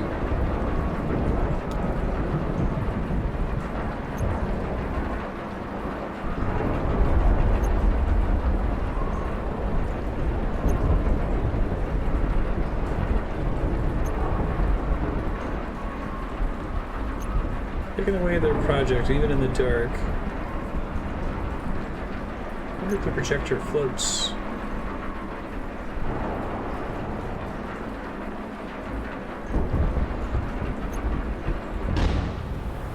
I'm not gonna think about the video bank. It's fine. Hopefully it's fine. Oh, I like that. So it's like you're bubbling around feeling, basically. Oscilloscope isn't working. One crazy how dark it gets down here. Phones are definitely dead now.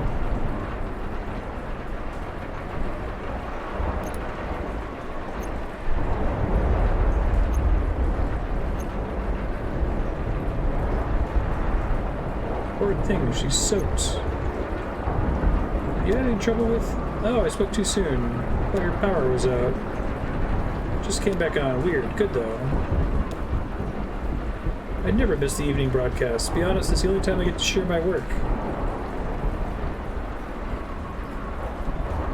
I wonder how many people even tune in at this point. Is she just reading her poetry to us here in the studio? What happened with the power? That was weird, right? Seems like a normal kind of thing to happen in a storm. Everybody says the Saturn's in retrograde comment. Some of the wiring's in puddles now. That's dangerous, right? No one else seems concerned about it. It's very dangerous.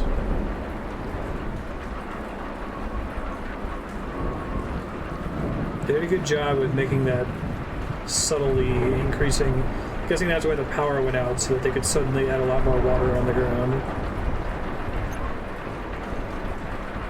Did you fix it? It came back on its own.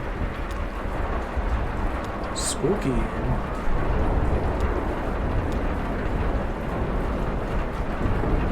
Pass Ron on the way in. He's going to take a look and see if there's anything he can do.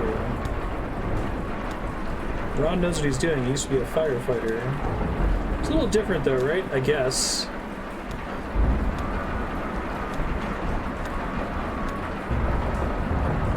Nikki reads her poetry. It's a weekly feature in our broadcast.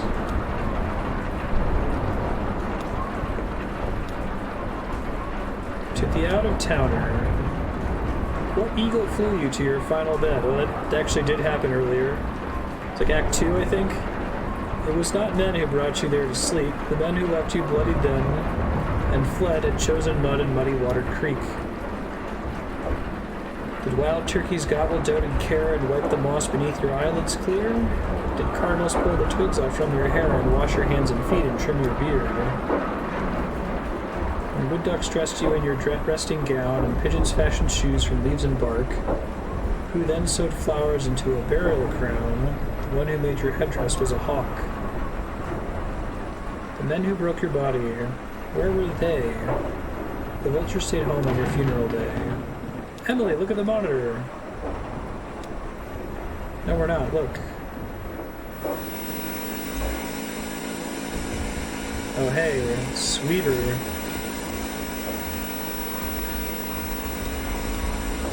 Local prankster jams our signal every once in a while, whenever the stars align.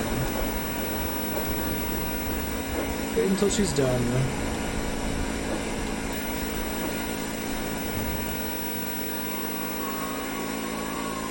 I feel like the slow zoom is like signature Kentucky Route Zero.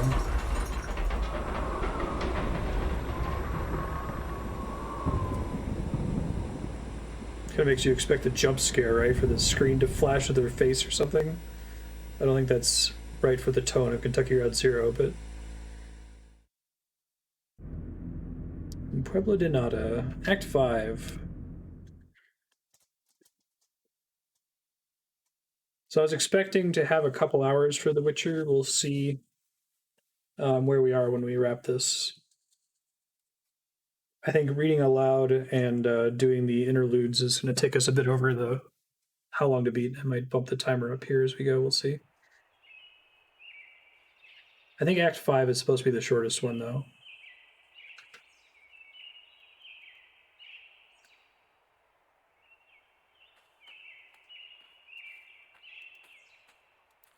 Actually, in retrospect, kind of glad that we had the technical difficulties on Friday, because it would have been harder for me to go late to finish this last week. But I already set aside the time tonight.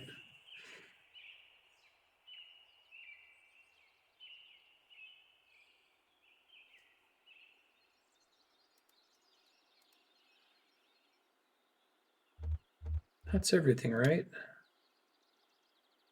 How did all that fit in that truck? It's bigger on the inside.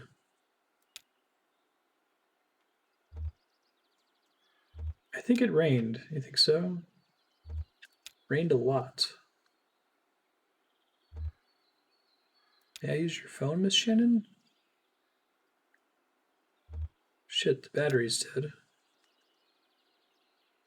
So I'm guessing there's at least one key thing from the interlude that's really important in the next act. Here it's the rain, I guess. This is the first time it hasn't been nighttime. I thought you might have some games on the phone. A little too old for that. Where is 5 Dogwood Drive? Yeah, let's split up. That seems like a great idea.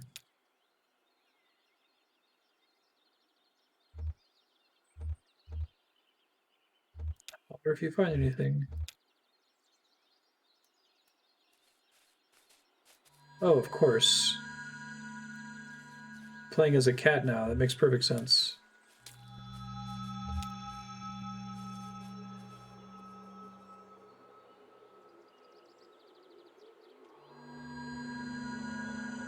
There's that weird sleepy singing again. It's kind of reverent. A choir, maybe?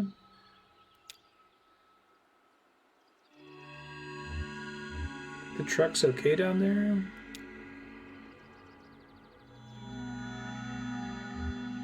It's lost, but they don't seem to mind.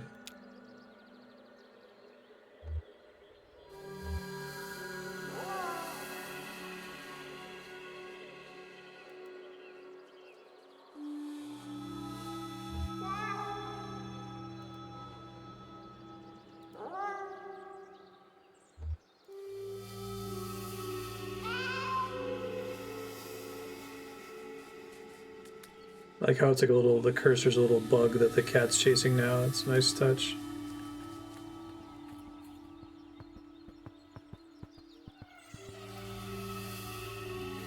Cat's super fast.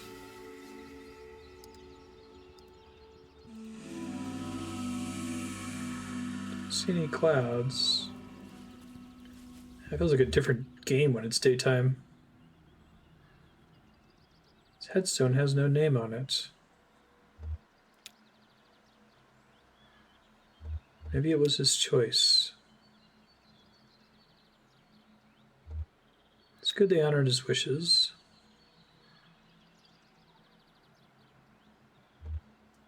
A burial's not only for the dead.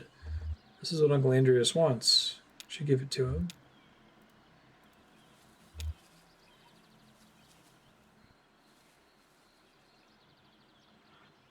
Seer reclined high in a tree, carving fine details into a small wooden pipe. Oh yeah, there's a guy in there. Didn't even see him before. Slow zoom.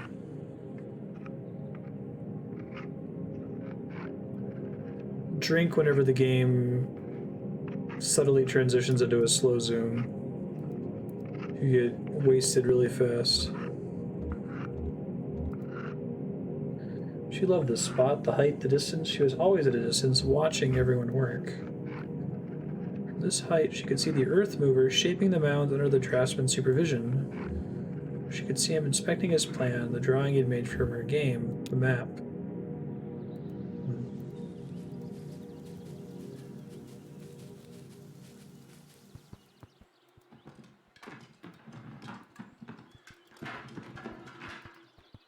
Wonder if that's the barn from earlier.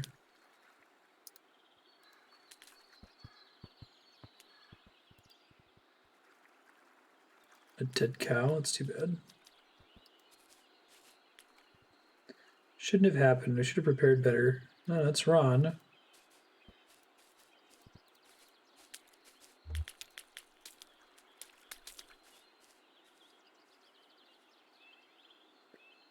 Now you'll return to Chicago?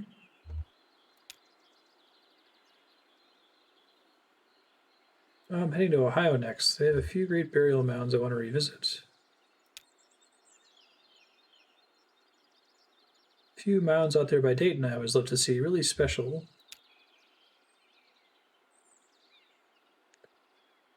Why did they build this huge dirt spiral? Most of these ancient earthworks are thought to be burial mounds. This one definitely isn't. I don't know what it was for. Summoning an elder god.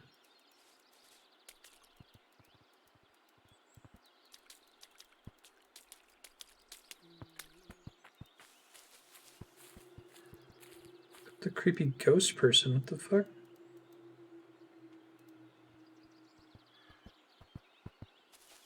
Oh, yeah. TV station collapsed. It's a nice touch.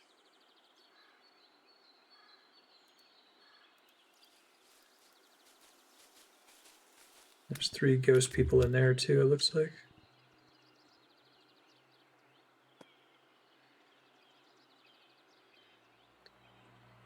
We gave Rita a tour of the cameras and wiring.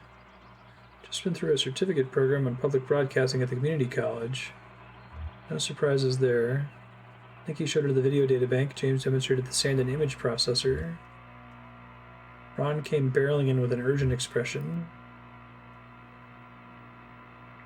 Fish Trap Lake Community and Technical College.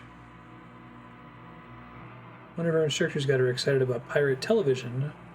She followed threads through TV and activist communities until she found herself here somehow.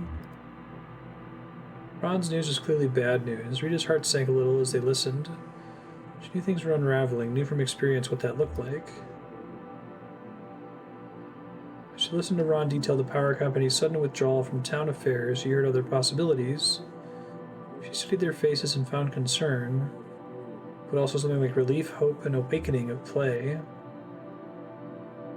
These were people, Rita decided, ready to step out of the company's shadow and build something of their own.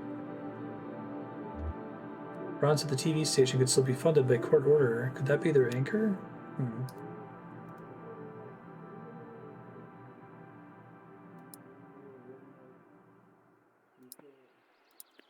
Interesting. The construction of this level is really different. I like it.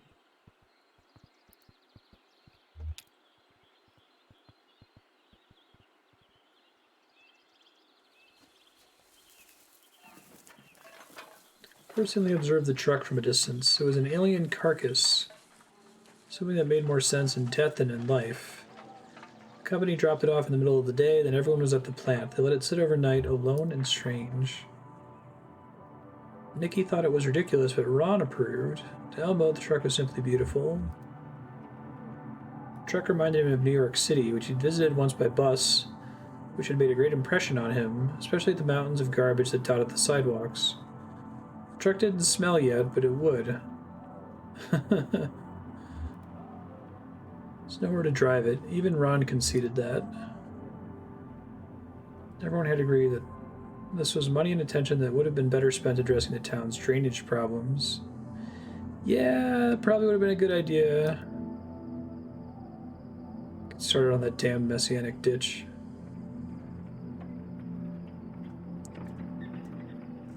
Had a few things to dispose of. Broken flower pots, empty glass bottles, clothes that didn't fit anymore. Gradually fell into the habit of collecting waste and carrying it to the truck. Once a month, some shadows would come in from the night woods and haul the garbage away on a cart.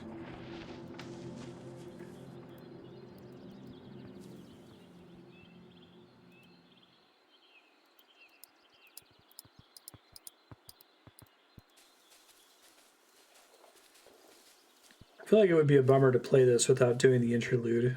It really sets up the storm well.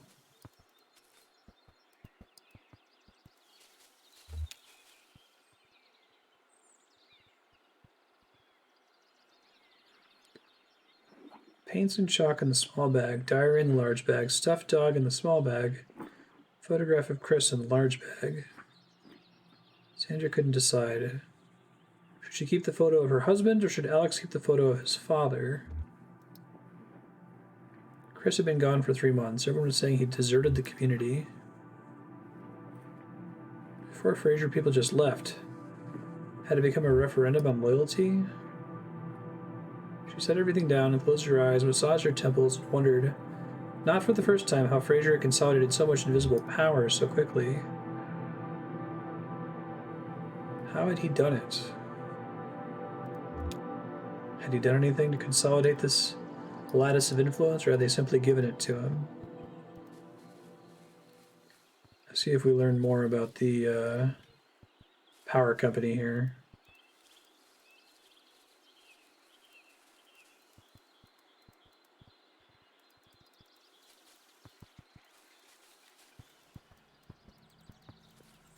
It's like themes of this game are like the things we leave behind, the wisdom of rural folk, Oh, what's this? Alert meow.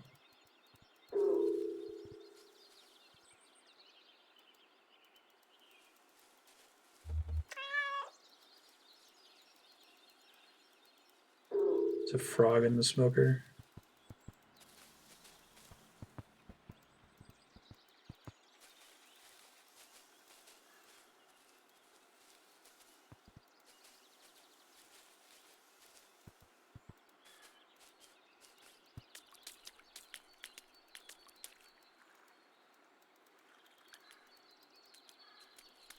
Pretty bad flood. Not so hot.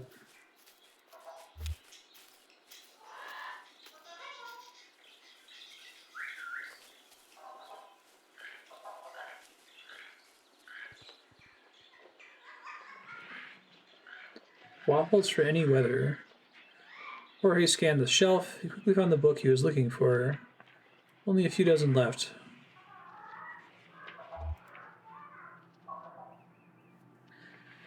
He called the removal of books the purge, but only privately in small groups of reliable complainers.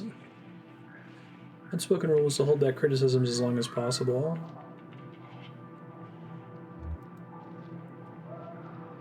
Fraser proposed and executed experiments just like any other community member, but his experiments had a scorched earth quality. They were all destructive.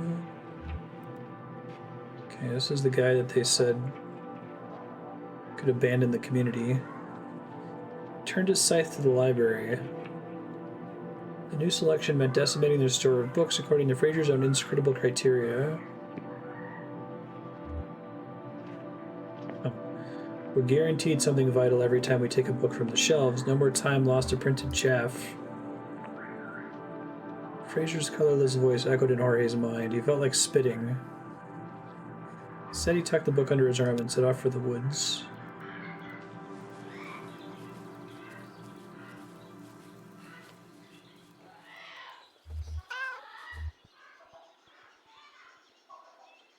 Meow. Oh, hi, kitty. Where'd you come from? Follow a bird up here? Kind of.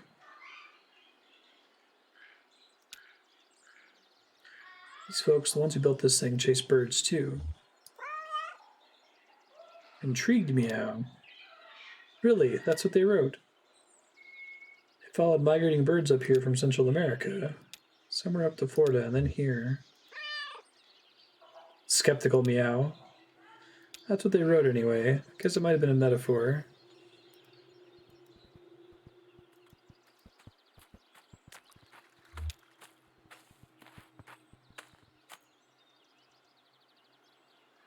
It's weird seeing this game during the daytime. Makes sense that they saved it for Act 5. What kind of fish are those?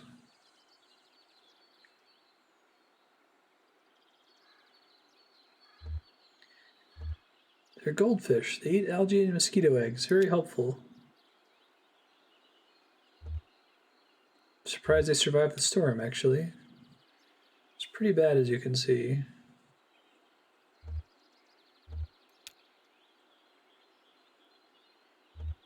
Do you think I should stay here?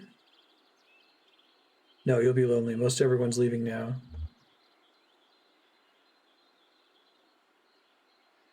It might also be about decay.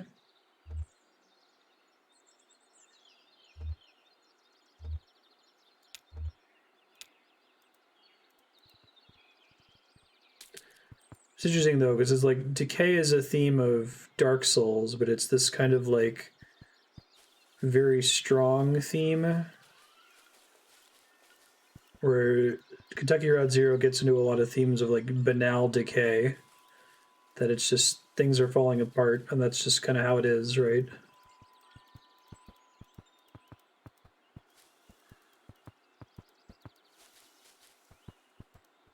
It's not so much that like there was this grand thing that existed before the player came around.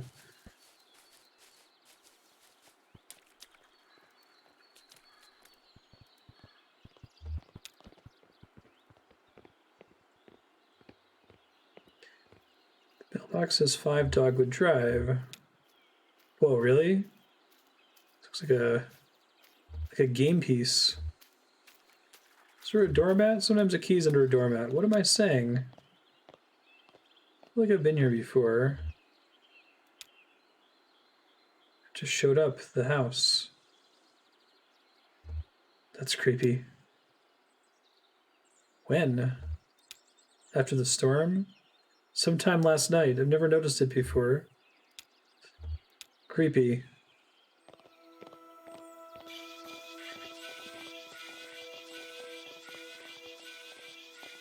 Johnny and Junebug are still robots.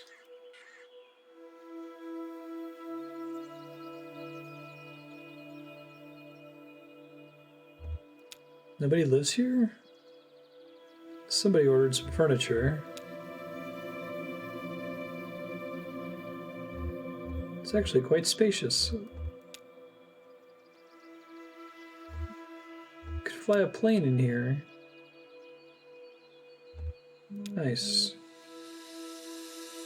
I could see myself in a place like this. What this town needs is a kitchen. There's so much room, we could set up a whole studio. And at night we could look at the stars. I could set up a new workshop here.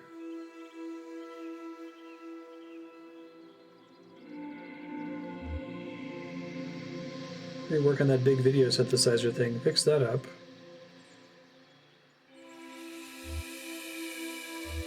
One can fit a lot of books in here.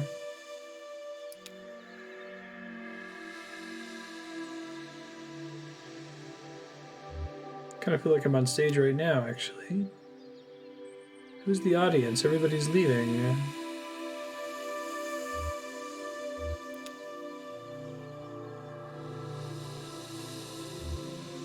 We could put on a play for all the animals. I like that from Ezra. Like to see that. Haha. We saved what we could.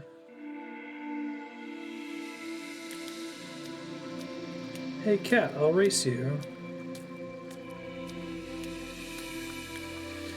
I kind of don't want to follow up Conway any further because I think his story's done, as sad as it is.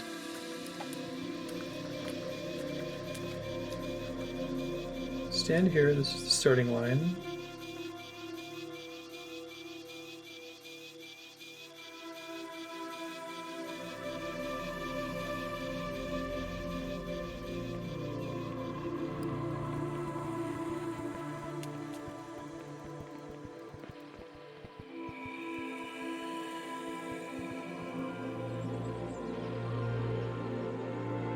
You're pretty fast, I'll get you next time.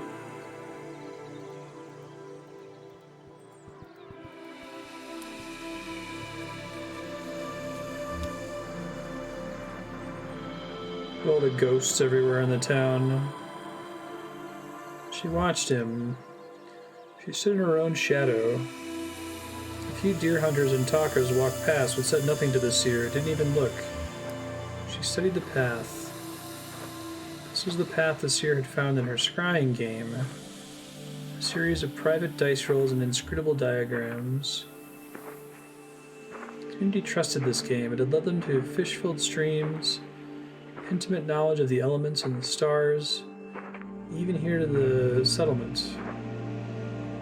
Cenote? The game had revealed to the seer this vital route, which would lead them to safety before the next flood came. Oh, maybe when we're talking about the game, private dice rolls, inscrutable diagrams.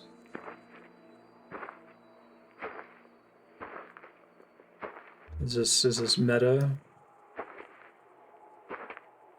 At the end of the route, she'd seen a safe, quiet place. Caverns of leathery black birds, a lake of eyeless fish, a towering flame. Now the diver walked the mound, memorizing the route. He was almost ready.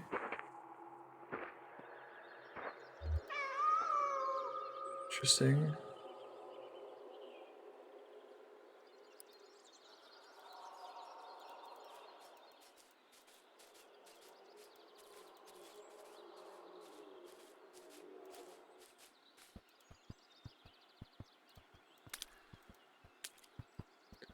Some of these are really old.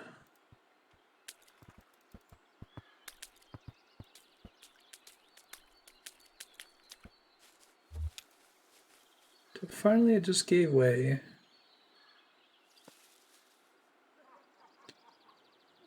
Six or seven men stood in the sun about a dozen yards from the ditch. He could hear them laughing. He tried not to hear them. Instead, he listened to the shovel punching through the dirt as he shaped the trench. It was wet dirt, mud really. It made a hungry sound as he shaped the trench walls. The trench was a foot wide. The time he was done, he expected it to be about twice that. Run most of the way from the middle of town over to where it could drain off into the creek. The laughter quieted into greedy chuckles. He could feel the men approaching.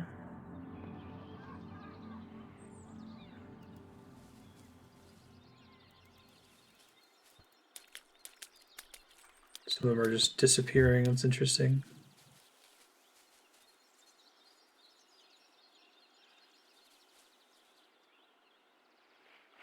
Rita tore up weeds. Elmo stood next to her with a bucket. She passed him the uprooted weeds and he stuffed them in the bucket. They worked this way for a few hours. Dark clouds drifted slowly closer but wouldn't arrive until evening. I don't know if the actual word you select means anything or if it's just you can pick an important word to progress the text. The bucket of weeds sat warming in the sun. Insects continued to eat. The garden was coming along as well as I could hope, given months of neglect. The plant shut down, the company abruptly pulled out of the area and took a large part of the town's population with it. Yeah, they keep talking about this. It's like it's comparable to like a coal mining town in like Pennsylvania, right? Included the Carver family who tended the garden. So it's like the blight associated with industry pulling out.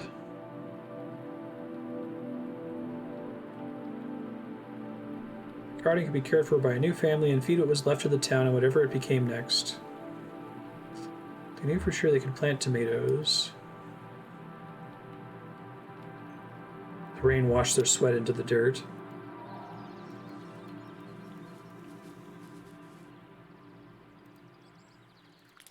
Now their ghosts are disappearing too. Interesting.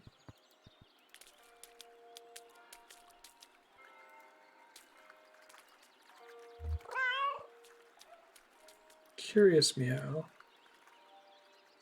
Oh man, it's totally broken. They lose their full data archive.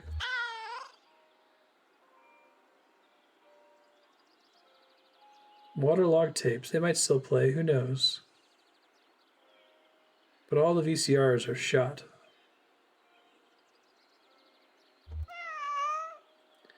I hear there's a different shape for the different meow buttons. I don't even know where to put all this. I hate to call it trash.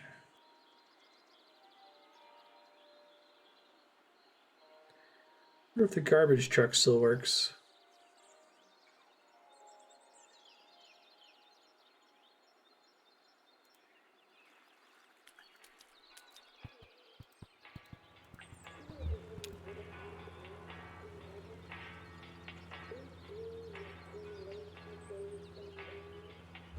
Nice little setup you got. Wish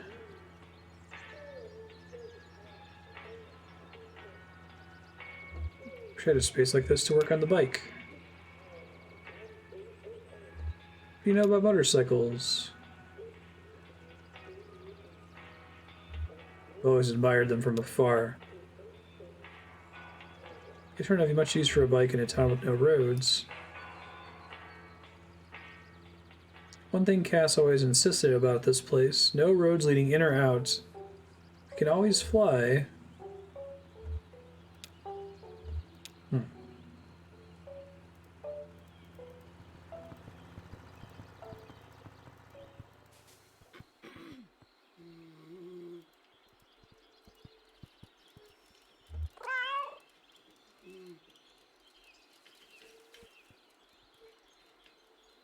Hello.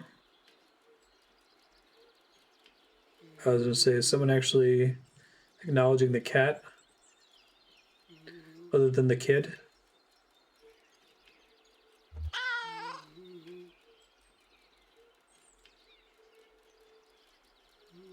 Dead to the world.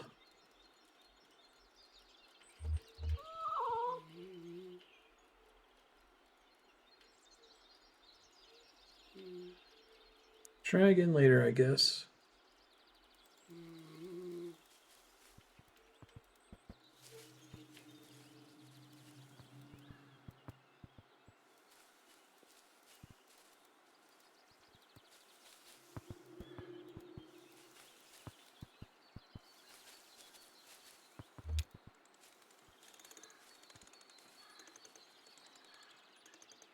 Ezra.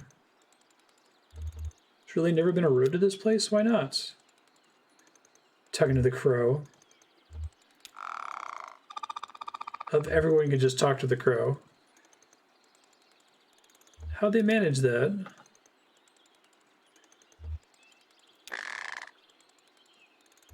Haha, why?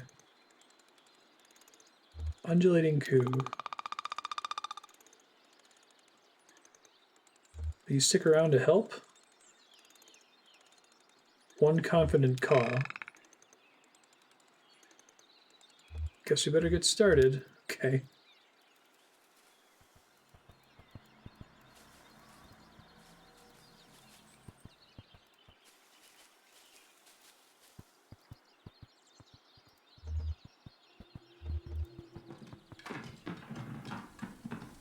There's some cool stuff here where they like change what's going on in the town when you're not looking at parts of it. Well, that's creepy.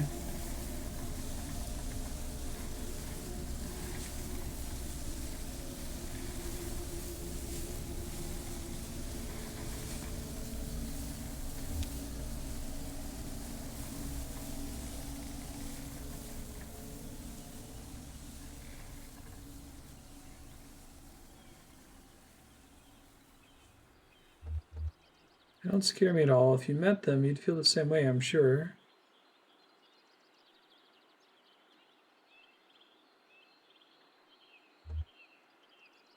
Don't believe old Jorge would ever hurt us. Kind and a bit of a bookworm, as far as I can tell. I leave the radio on for him at night. Seems like the AM call-in shows. Just out of tune.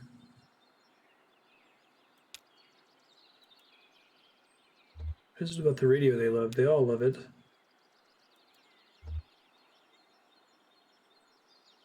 Leaving at sunset if you'd like. I'll be fine to bus back to Lithuania, you said? Playing music in Nashville later? It's a good place for it, I guess.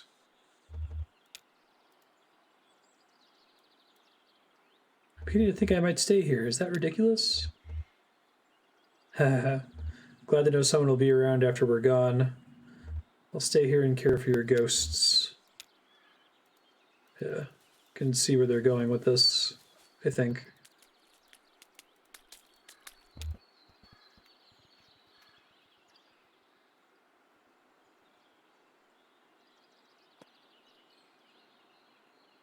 Wildland is back on the runway.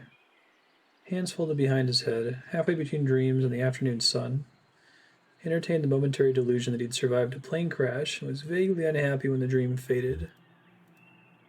Coming into land, he slammed into a truck. The driver probably thought the runway was another road.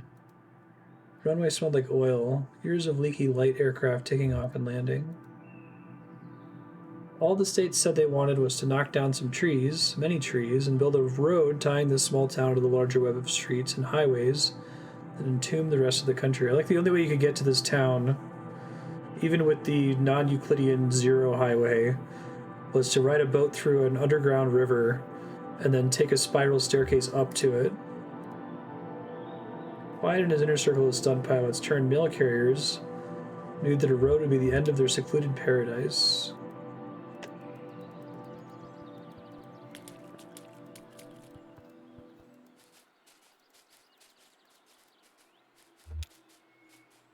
Yeah, stuff keeps changing when I'm doing these little vignettes here with the cat.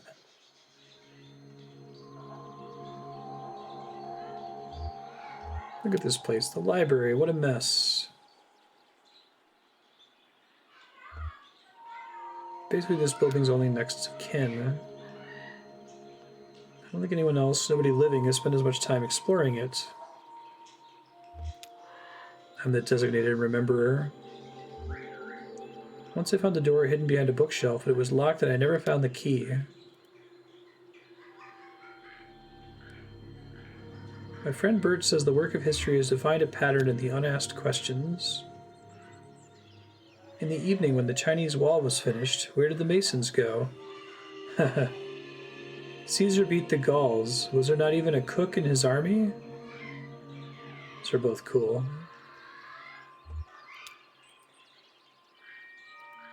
This is a special place. I feel guilty.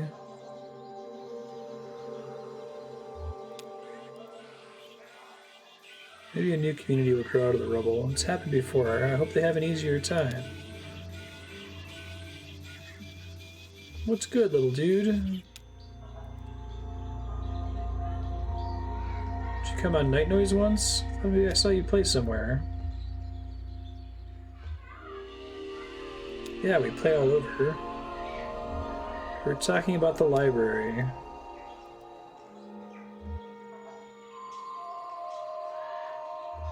Friends of yours? Yep, we travel together. Nice. Ron dug a grave.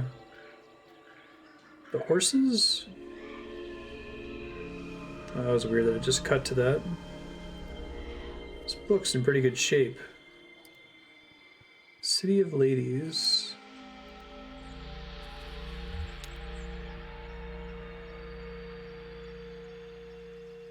Elmo.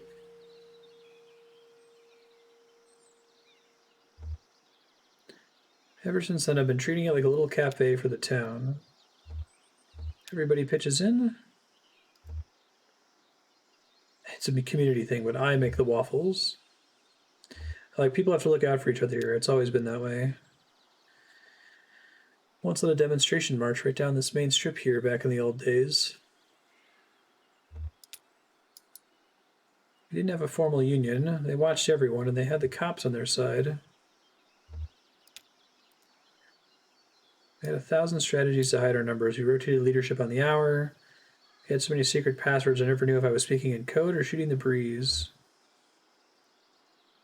In the end, we extracted a few minor concessions. The company pulled out of town before any real bloodshed could get underway. It's like a utopian commune kind of a thing now.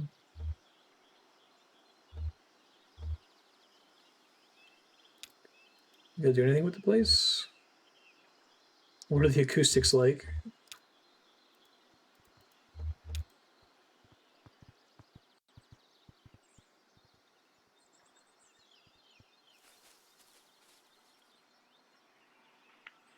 "3A, lay paper flat. 3B, bring bottom left corner up to top right corner."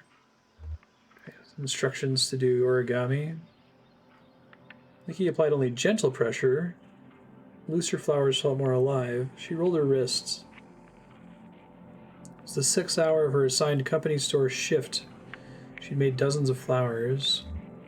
Ron bought a bouquet. Right, because they're saying they converted the old power company store into a waffle shop. Company store used to have a dedicated staff until the civic responsibility plan a few years back. Now everyone took 1 or 2 shifts a week on a mandatory volunteer basis.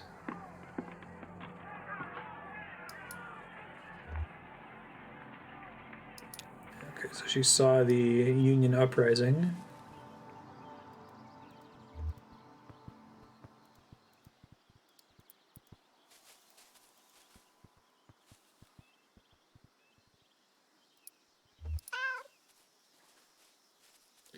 Reading meow. Oh, hi, kitty.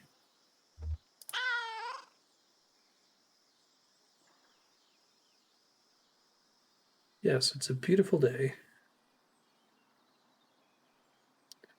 Guess the weather was pretty bad last night, though. Confident meow. You're a chatty one, aren't you?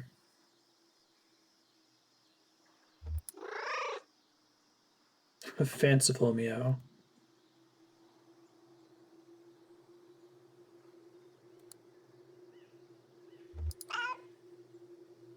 Curt meow. Alright, well, take it easy.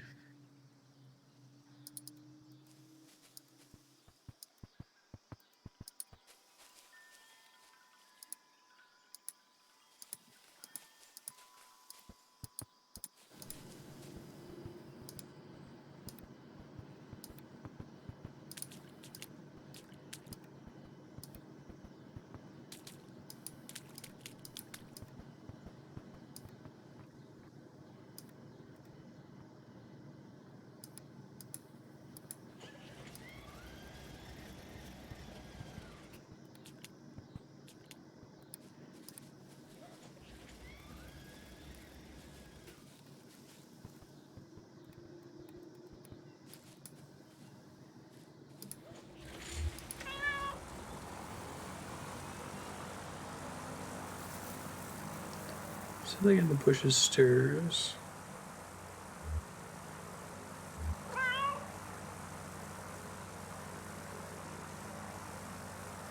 No response.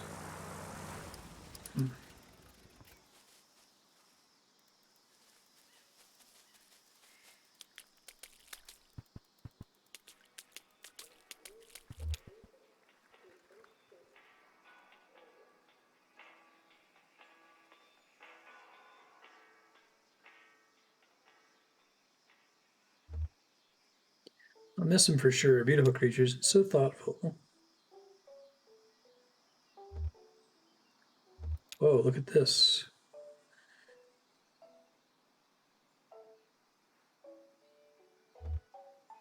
Emily pulls a piece of slate adorned with a partial circuit diagram out of the rubble. Broken projector or videotape? Let's see videotape. The label's all muddy. Cave art, cool. Who knows if it'll play though?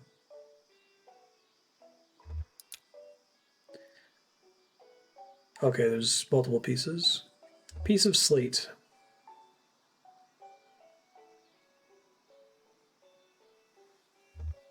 Part of James's schematic for the sand and image processor. This is valuable information. Ceremonies around dusk. Right, the neighbors, the horses.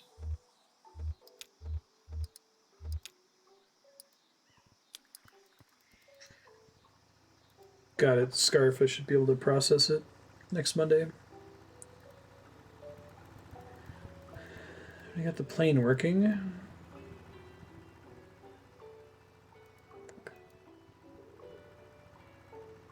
Could fly her somewhere if you wanted to, right? Of course. Please no plane crashes. So why don't you?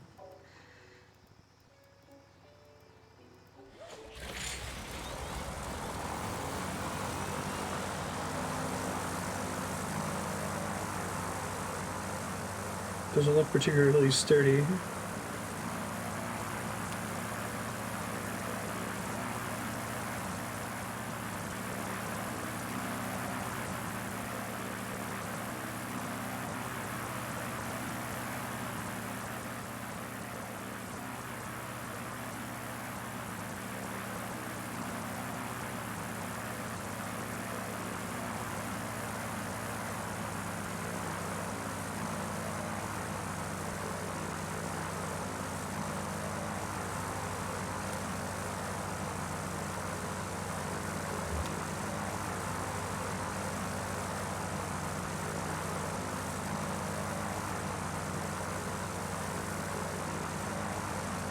Gliding Cass sat cross-legged in the shade of a light aircraft. Cass shuffling cars and Clyde absently flipping through a stack of unopened letters.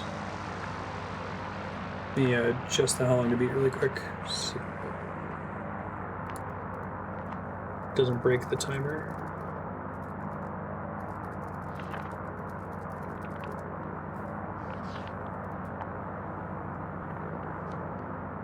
Demand for aerial stunts having faded almost completely, many of their company having died or aged out of the profession. Clyde and Cass found for the remaining pilots a steady flow of contract work delivering mail to remote rural areas. This place was abandoned.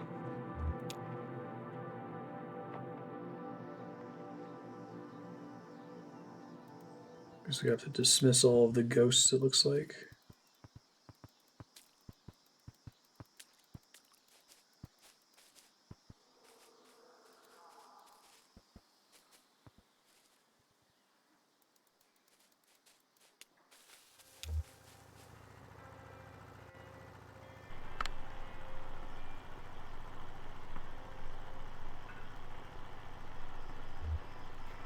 Or subsection G, notes on inhabitants. Most relocated already prior to the transitional event.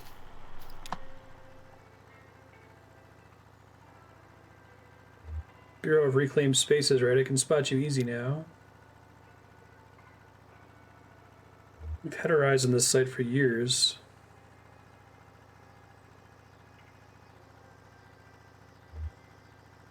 Initial results are promising. I think this may be the moment we finally reclaim this ghost town. Don't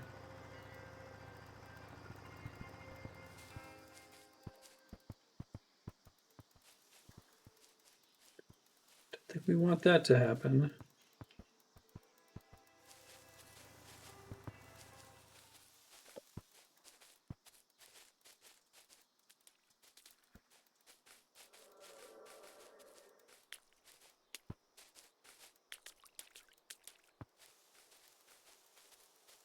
It's the thing for the horses.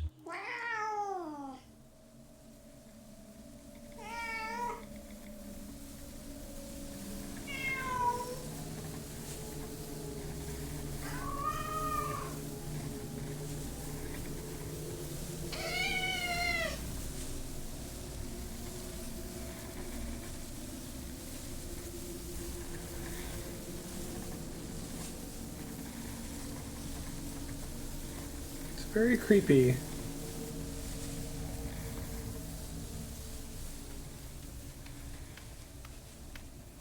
We go in after him?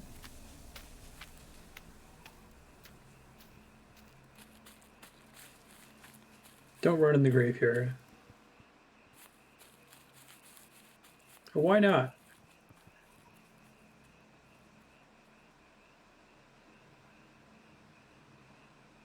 People are trying to rest.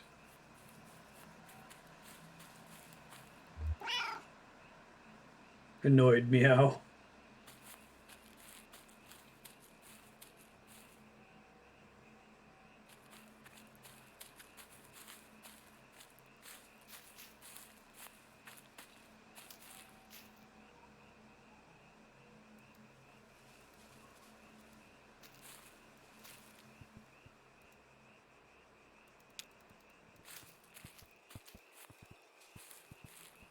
In the bushes. After the raccoon. Oh, is it the same raccoon the guy was calling in about during the interlude? That would be funny.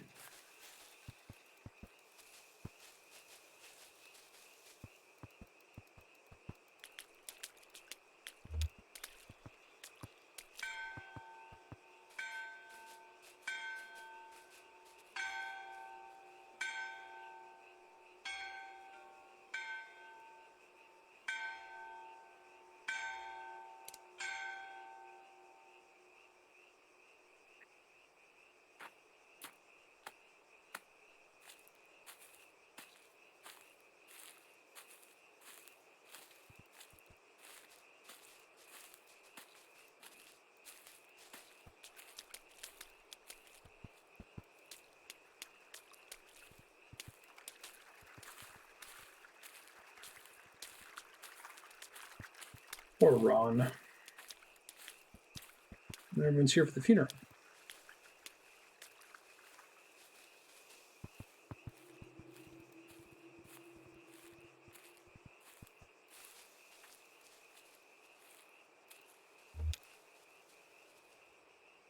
Hey y'all, thanks for sticking around for this. I know we all got places to, well, if anyone still needs somewhere to go, be sure to speak up, okay? Ron's heading through the woods tonight, back to the road if you want a caravan.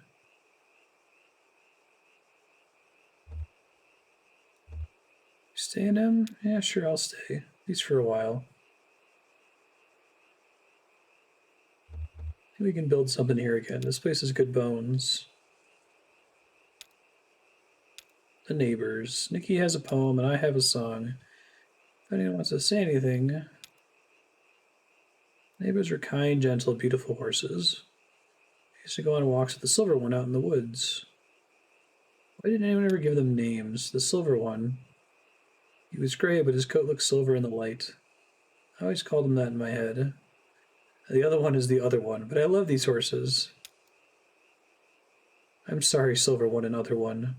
Sorry I don't have better names for you. You deserve better names. Sorry I'm so bad at this.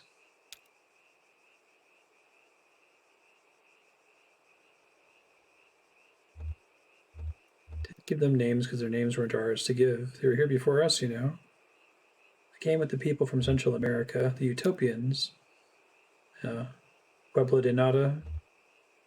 People of nothing arrived by horseback in October, and their first experiment was to free the horses. Generations ago, people and horses. I don't know when they started calling them the neighbors. You should have called them the people, I think. Only consistent residents of this place for over 100 years.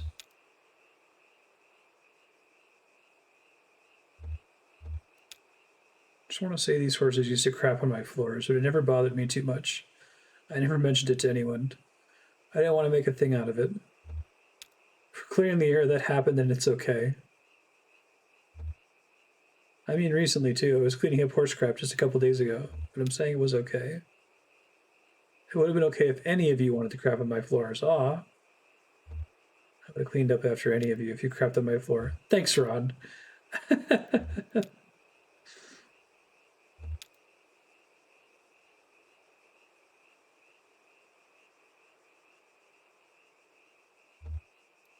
Thanks for sticking around. I know some people had to leave already. I don't judge anyone for that.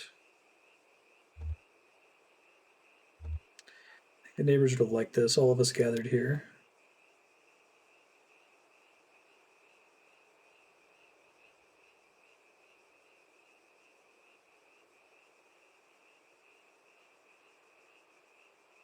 You and our other visitors might not know about the out-of-towner.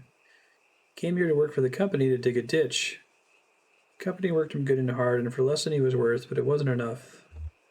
They had to use him up completely. After that, we became ungovernable. First out of shame, then grief, then anger. This is a poem for the neighbors, but also for this town.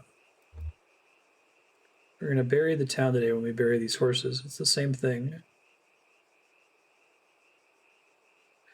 We're going to bury the horses, and what do you think will happen next? We'll all walk out into the woods and leave this place empty. Because some of us might stay and build again.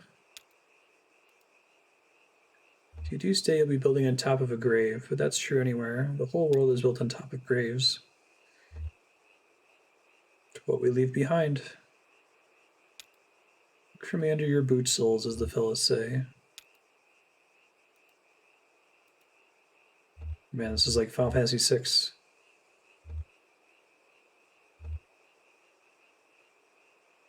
We all leave town and call that town a ghost. What ghost gave this town breath and made it home? And now that breath is gone, we buried it here. What's left is not a ghost, it's just the bones.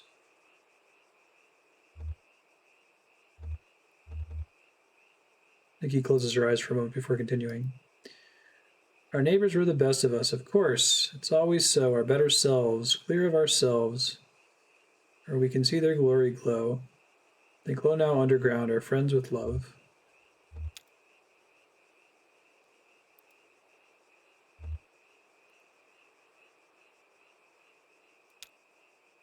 Neighbors left us here, though not alone.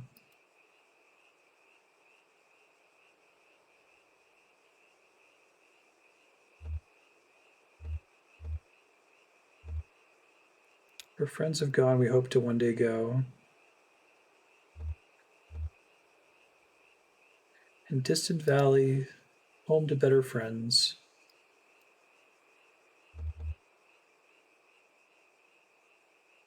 Return their souls in peace and gently roam. That's cute. I like they let you do that at the end there. They give you progressively more control over the poem from the interlude. Then we buried the horses, period. I've heard of a land of joy and peace and wonderful life. A beautiful place of mansions fair and skies so bright, where all who believe the Savior dear And the ghosts in the background. That's shall nice. stay. And having been saved by grace divine, I'm going that way. Oh, there's more I'm ghosts in the going that barn, it looks like. way. I'm going that way. Yes, dear, the Savior I adore is with me each day. I'm clinging to him. Oh, it's nice with the crowd joining in.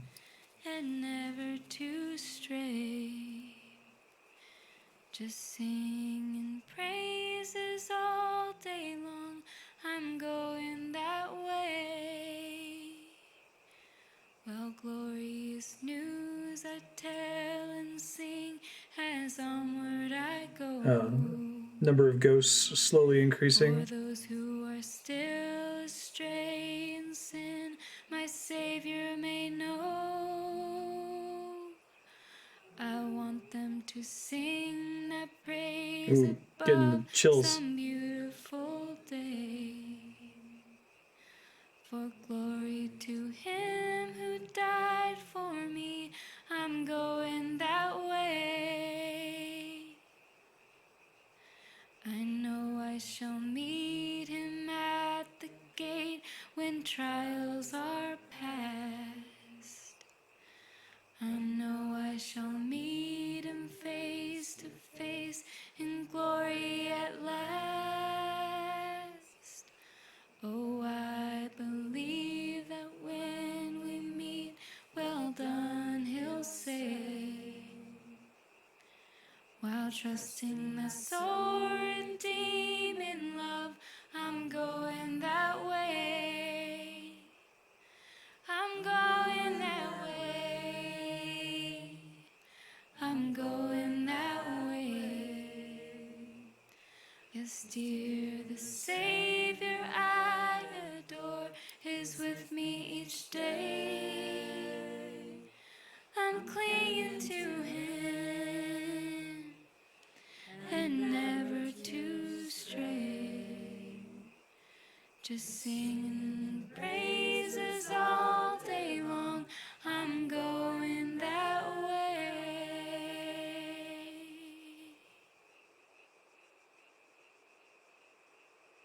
Kathunk. Kentucky Route Zero. Credits. That was really good. I like the ghost disappearing there. It's a nice touch.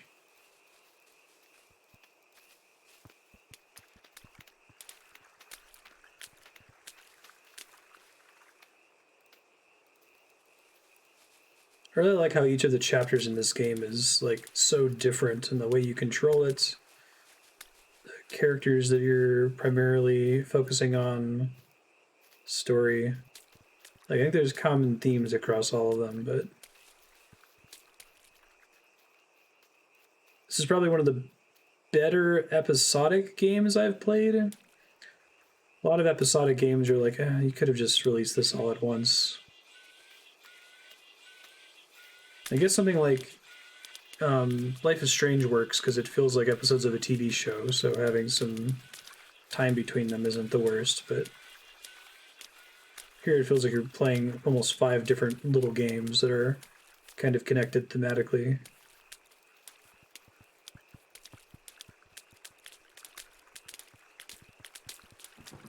Bug spirits are going, it looks like.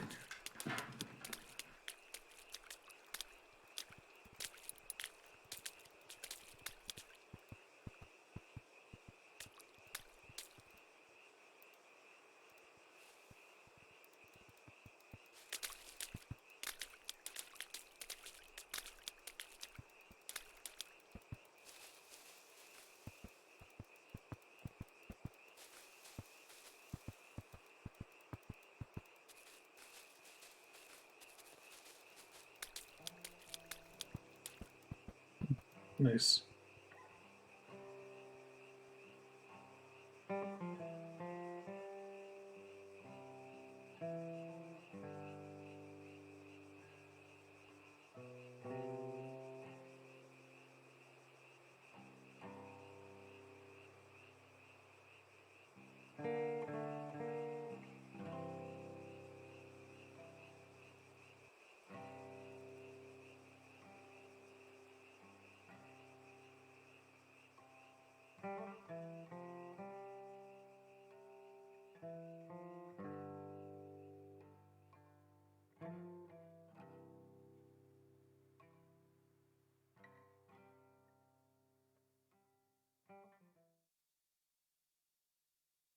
I'm impressed that the horse funeral worked, given that they were new characters. Very nice.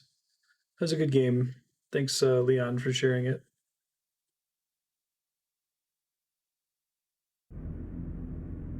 Look for me under your boot soles. I love the whole thing as a circle, too, here. Now, is there eventually supposed to be an interlude between Act 5 and Act 1? Because I noticed that there's text there, or there's a placeholder for text, but it's crossed out. So I don't know if they're planning to do a final interlude to connect them, but I feel like that's a completely fine ending at that point. And like I said, a very pretty game. I don't know that I got the whole thing, got the big picture, but the individual scenes worked really well for me. And I feel like now I've at least unlocked the wiki, and I'm sure the subreddit, I can see what everybody has theorized about what's going on in this game. I'm really happy that they let Conway's story end where it did. And I thought it was really cool that they just kind of let it go. That a couple of characters like, oh, where's Conway? It's like, yeah, they came for him. And they're like, oh yeah, that makes sense. And that's it. Yeah, maybe it's left blank there on purpose. I don't know. Oh, that the story, the big picture's not meant to be gotten. Yeah, it's fair. Yeah, I don't know if it's one of those you're meant to be able to pick it apart and figure it out, or if it's meant to be like the mystery is part of the appeal. I was originally, well, first of all, if you're watching on YouTube, thanks. That was a fun game. I'd like to see more from this developer in the future. This game's a product. I have it listed as a 2013 release. Has this just been coming out slowly over a very long time? Maybe I just put the release date wrong. I know Act 5 just came out like within the last year or so, right? Anyway, it's a cool project to see more episodic games take this approach. Long gap between 3 and 4, I see. Yeah, 3 was a pretty big effort, especially with the concert at the end.